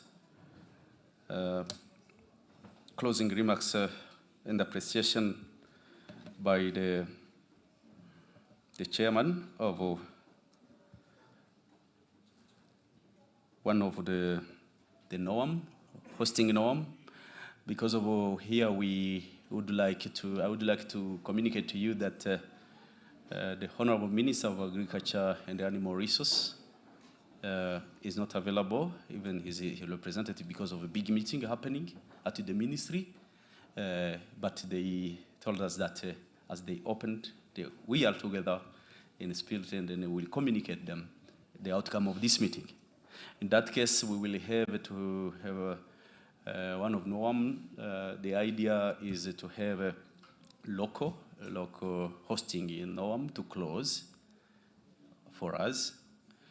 So we will go in step by step, and now I would like to call Inofo so that they can come, track lead, they can come here to present us the outcome as a recommendation from Farmers Truck. Whoever has, you can read it, you can make a PowerPoint presentation, feel free. You are welcome, madam. Thank you so much. Good afternoon, everybody. All protocol observed for the sake of time and for fear of leaving out other distinguished guests. My name is Bosisiwe Mkangela from Inofo. I'm a leader of the task force for Inofo. And I've been moderating the farmers' trek for these past 3 days. So this is what we came up with at the farmers' trek. The issues of seed laws in organic farming. Therefore, we need policy action on organic seed. As we know that farmers are advocating for farmer-saved seeds, traditional seeds, no GMOs, because GMOs in agriculture negate all the gains of organic industry. This is because these food and products can never ever be certified as organic. Hence, there is a great need to step up efforts to educate all farmers and create awareness about GMOs, their negative impacts, and how the farmers should be united and directly lobby their governments to stop the spread of GMOs in agriculture in Africa. There's an appeal to policymakers to involve organic farming education to small-scale farmers, including consumers. PGS as alternatives on institutional frameworks to the government. Organic agriculture has been affected by the synthetic inputs, hindering them in penetrating to markets. Hence, there should be penalties to be imposed to conventional farmers. Because as organic farmers are busy practicing their organic farming, the neighboring farms that are conventional are contaminating, and there's nothing that is being said to those conventional farmers, and yet organic farmers are needed to have tests for their products. Labeling products on shelves for consumers to be able to differentiate organic produce and conventional produce. Production organically to be fully supported by the government, that is both materially and financially. There's a call upon different stakeholders, e.g. NOEMS and AfroNet, to work on domesticating PGS as a tool to improve on farmers' activities, develop PGS tools to enhance on production. The synthetic chemical fertilizers have led to the production of junk food, which causes standard growth in children. Therefore, government should include 20% to 30% subsidy to bio-inputs to improve the soils so that the food that is produced has got the nutrients that we need. The call for regional standards for PGS to be institutionalized in all regions, strong PGS on their regions. And lastly, to mainstream organic agriculture in the national ministries of agriculture at country levels in the extension services to farming communities. And we would like to take this opportunity to thank this platform to involve Inofo and the farmers in this conference. Thank you.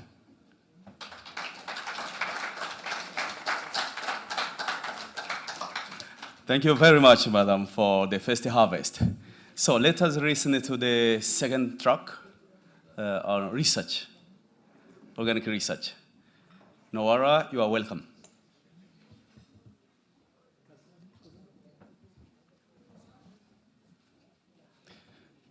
Are you ready, or we go for 3 if you need 1 minute? It's fine. Take from.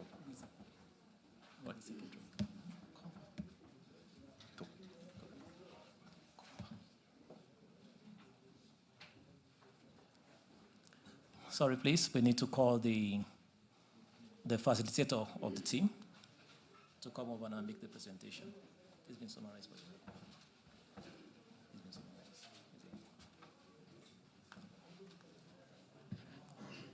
I think you only need just 2 recommendations and then this. Thank you very much. For the research track recommendations, we need to put effort on participatory action research. Oh, sorry.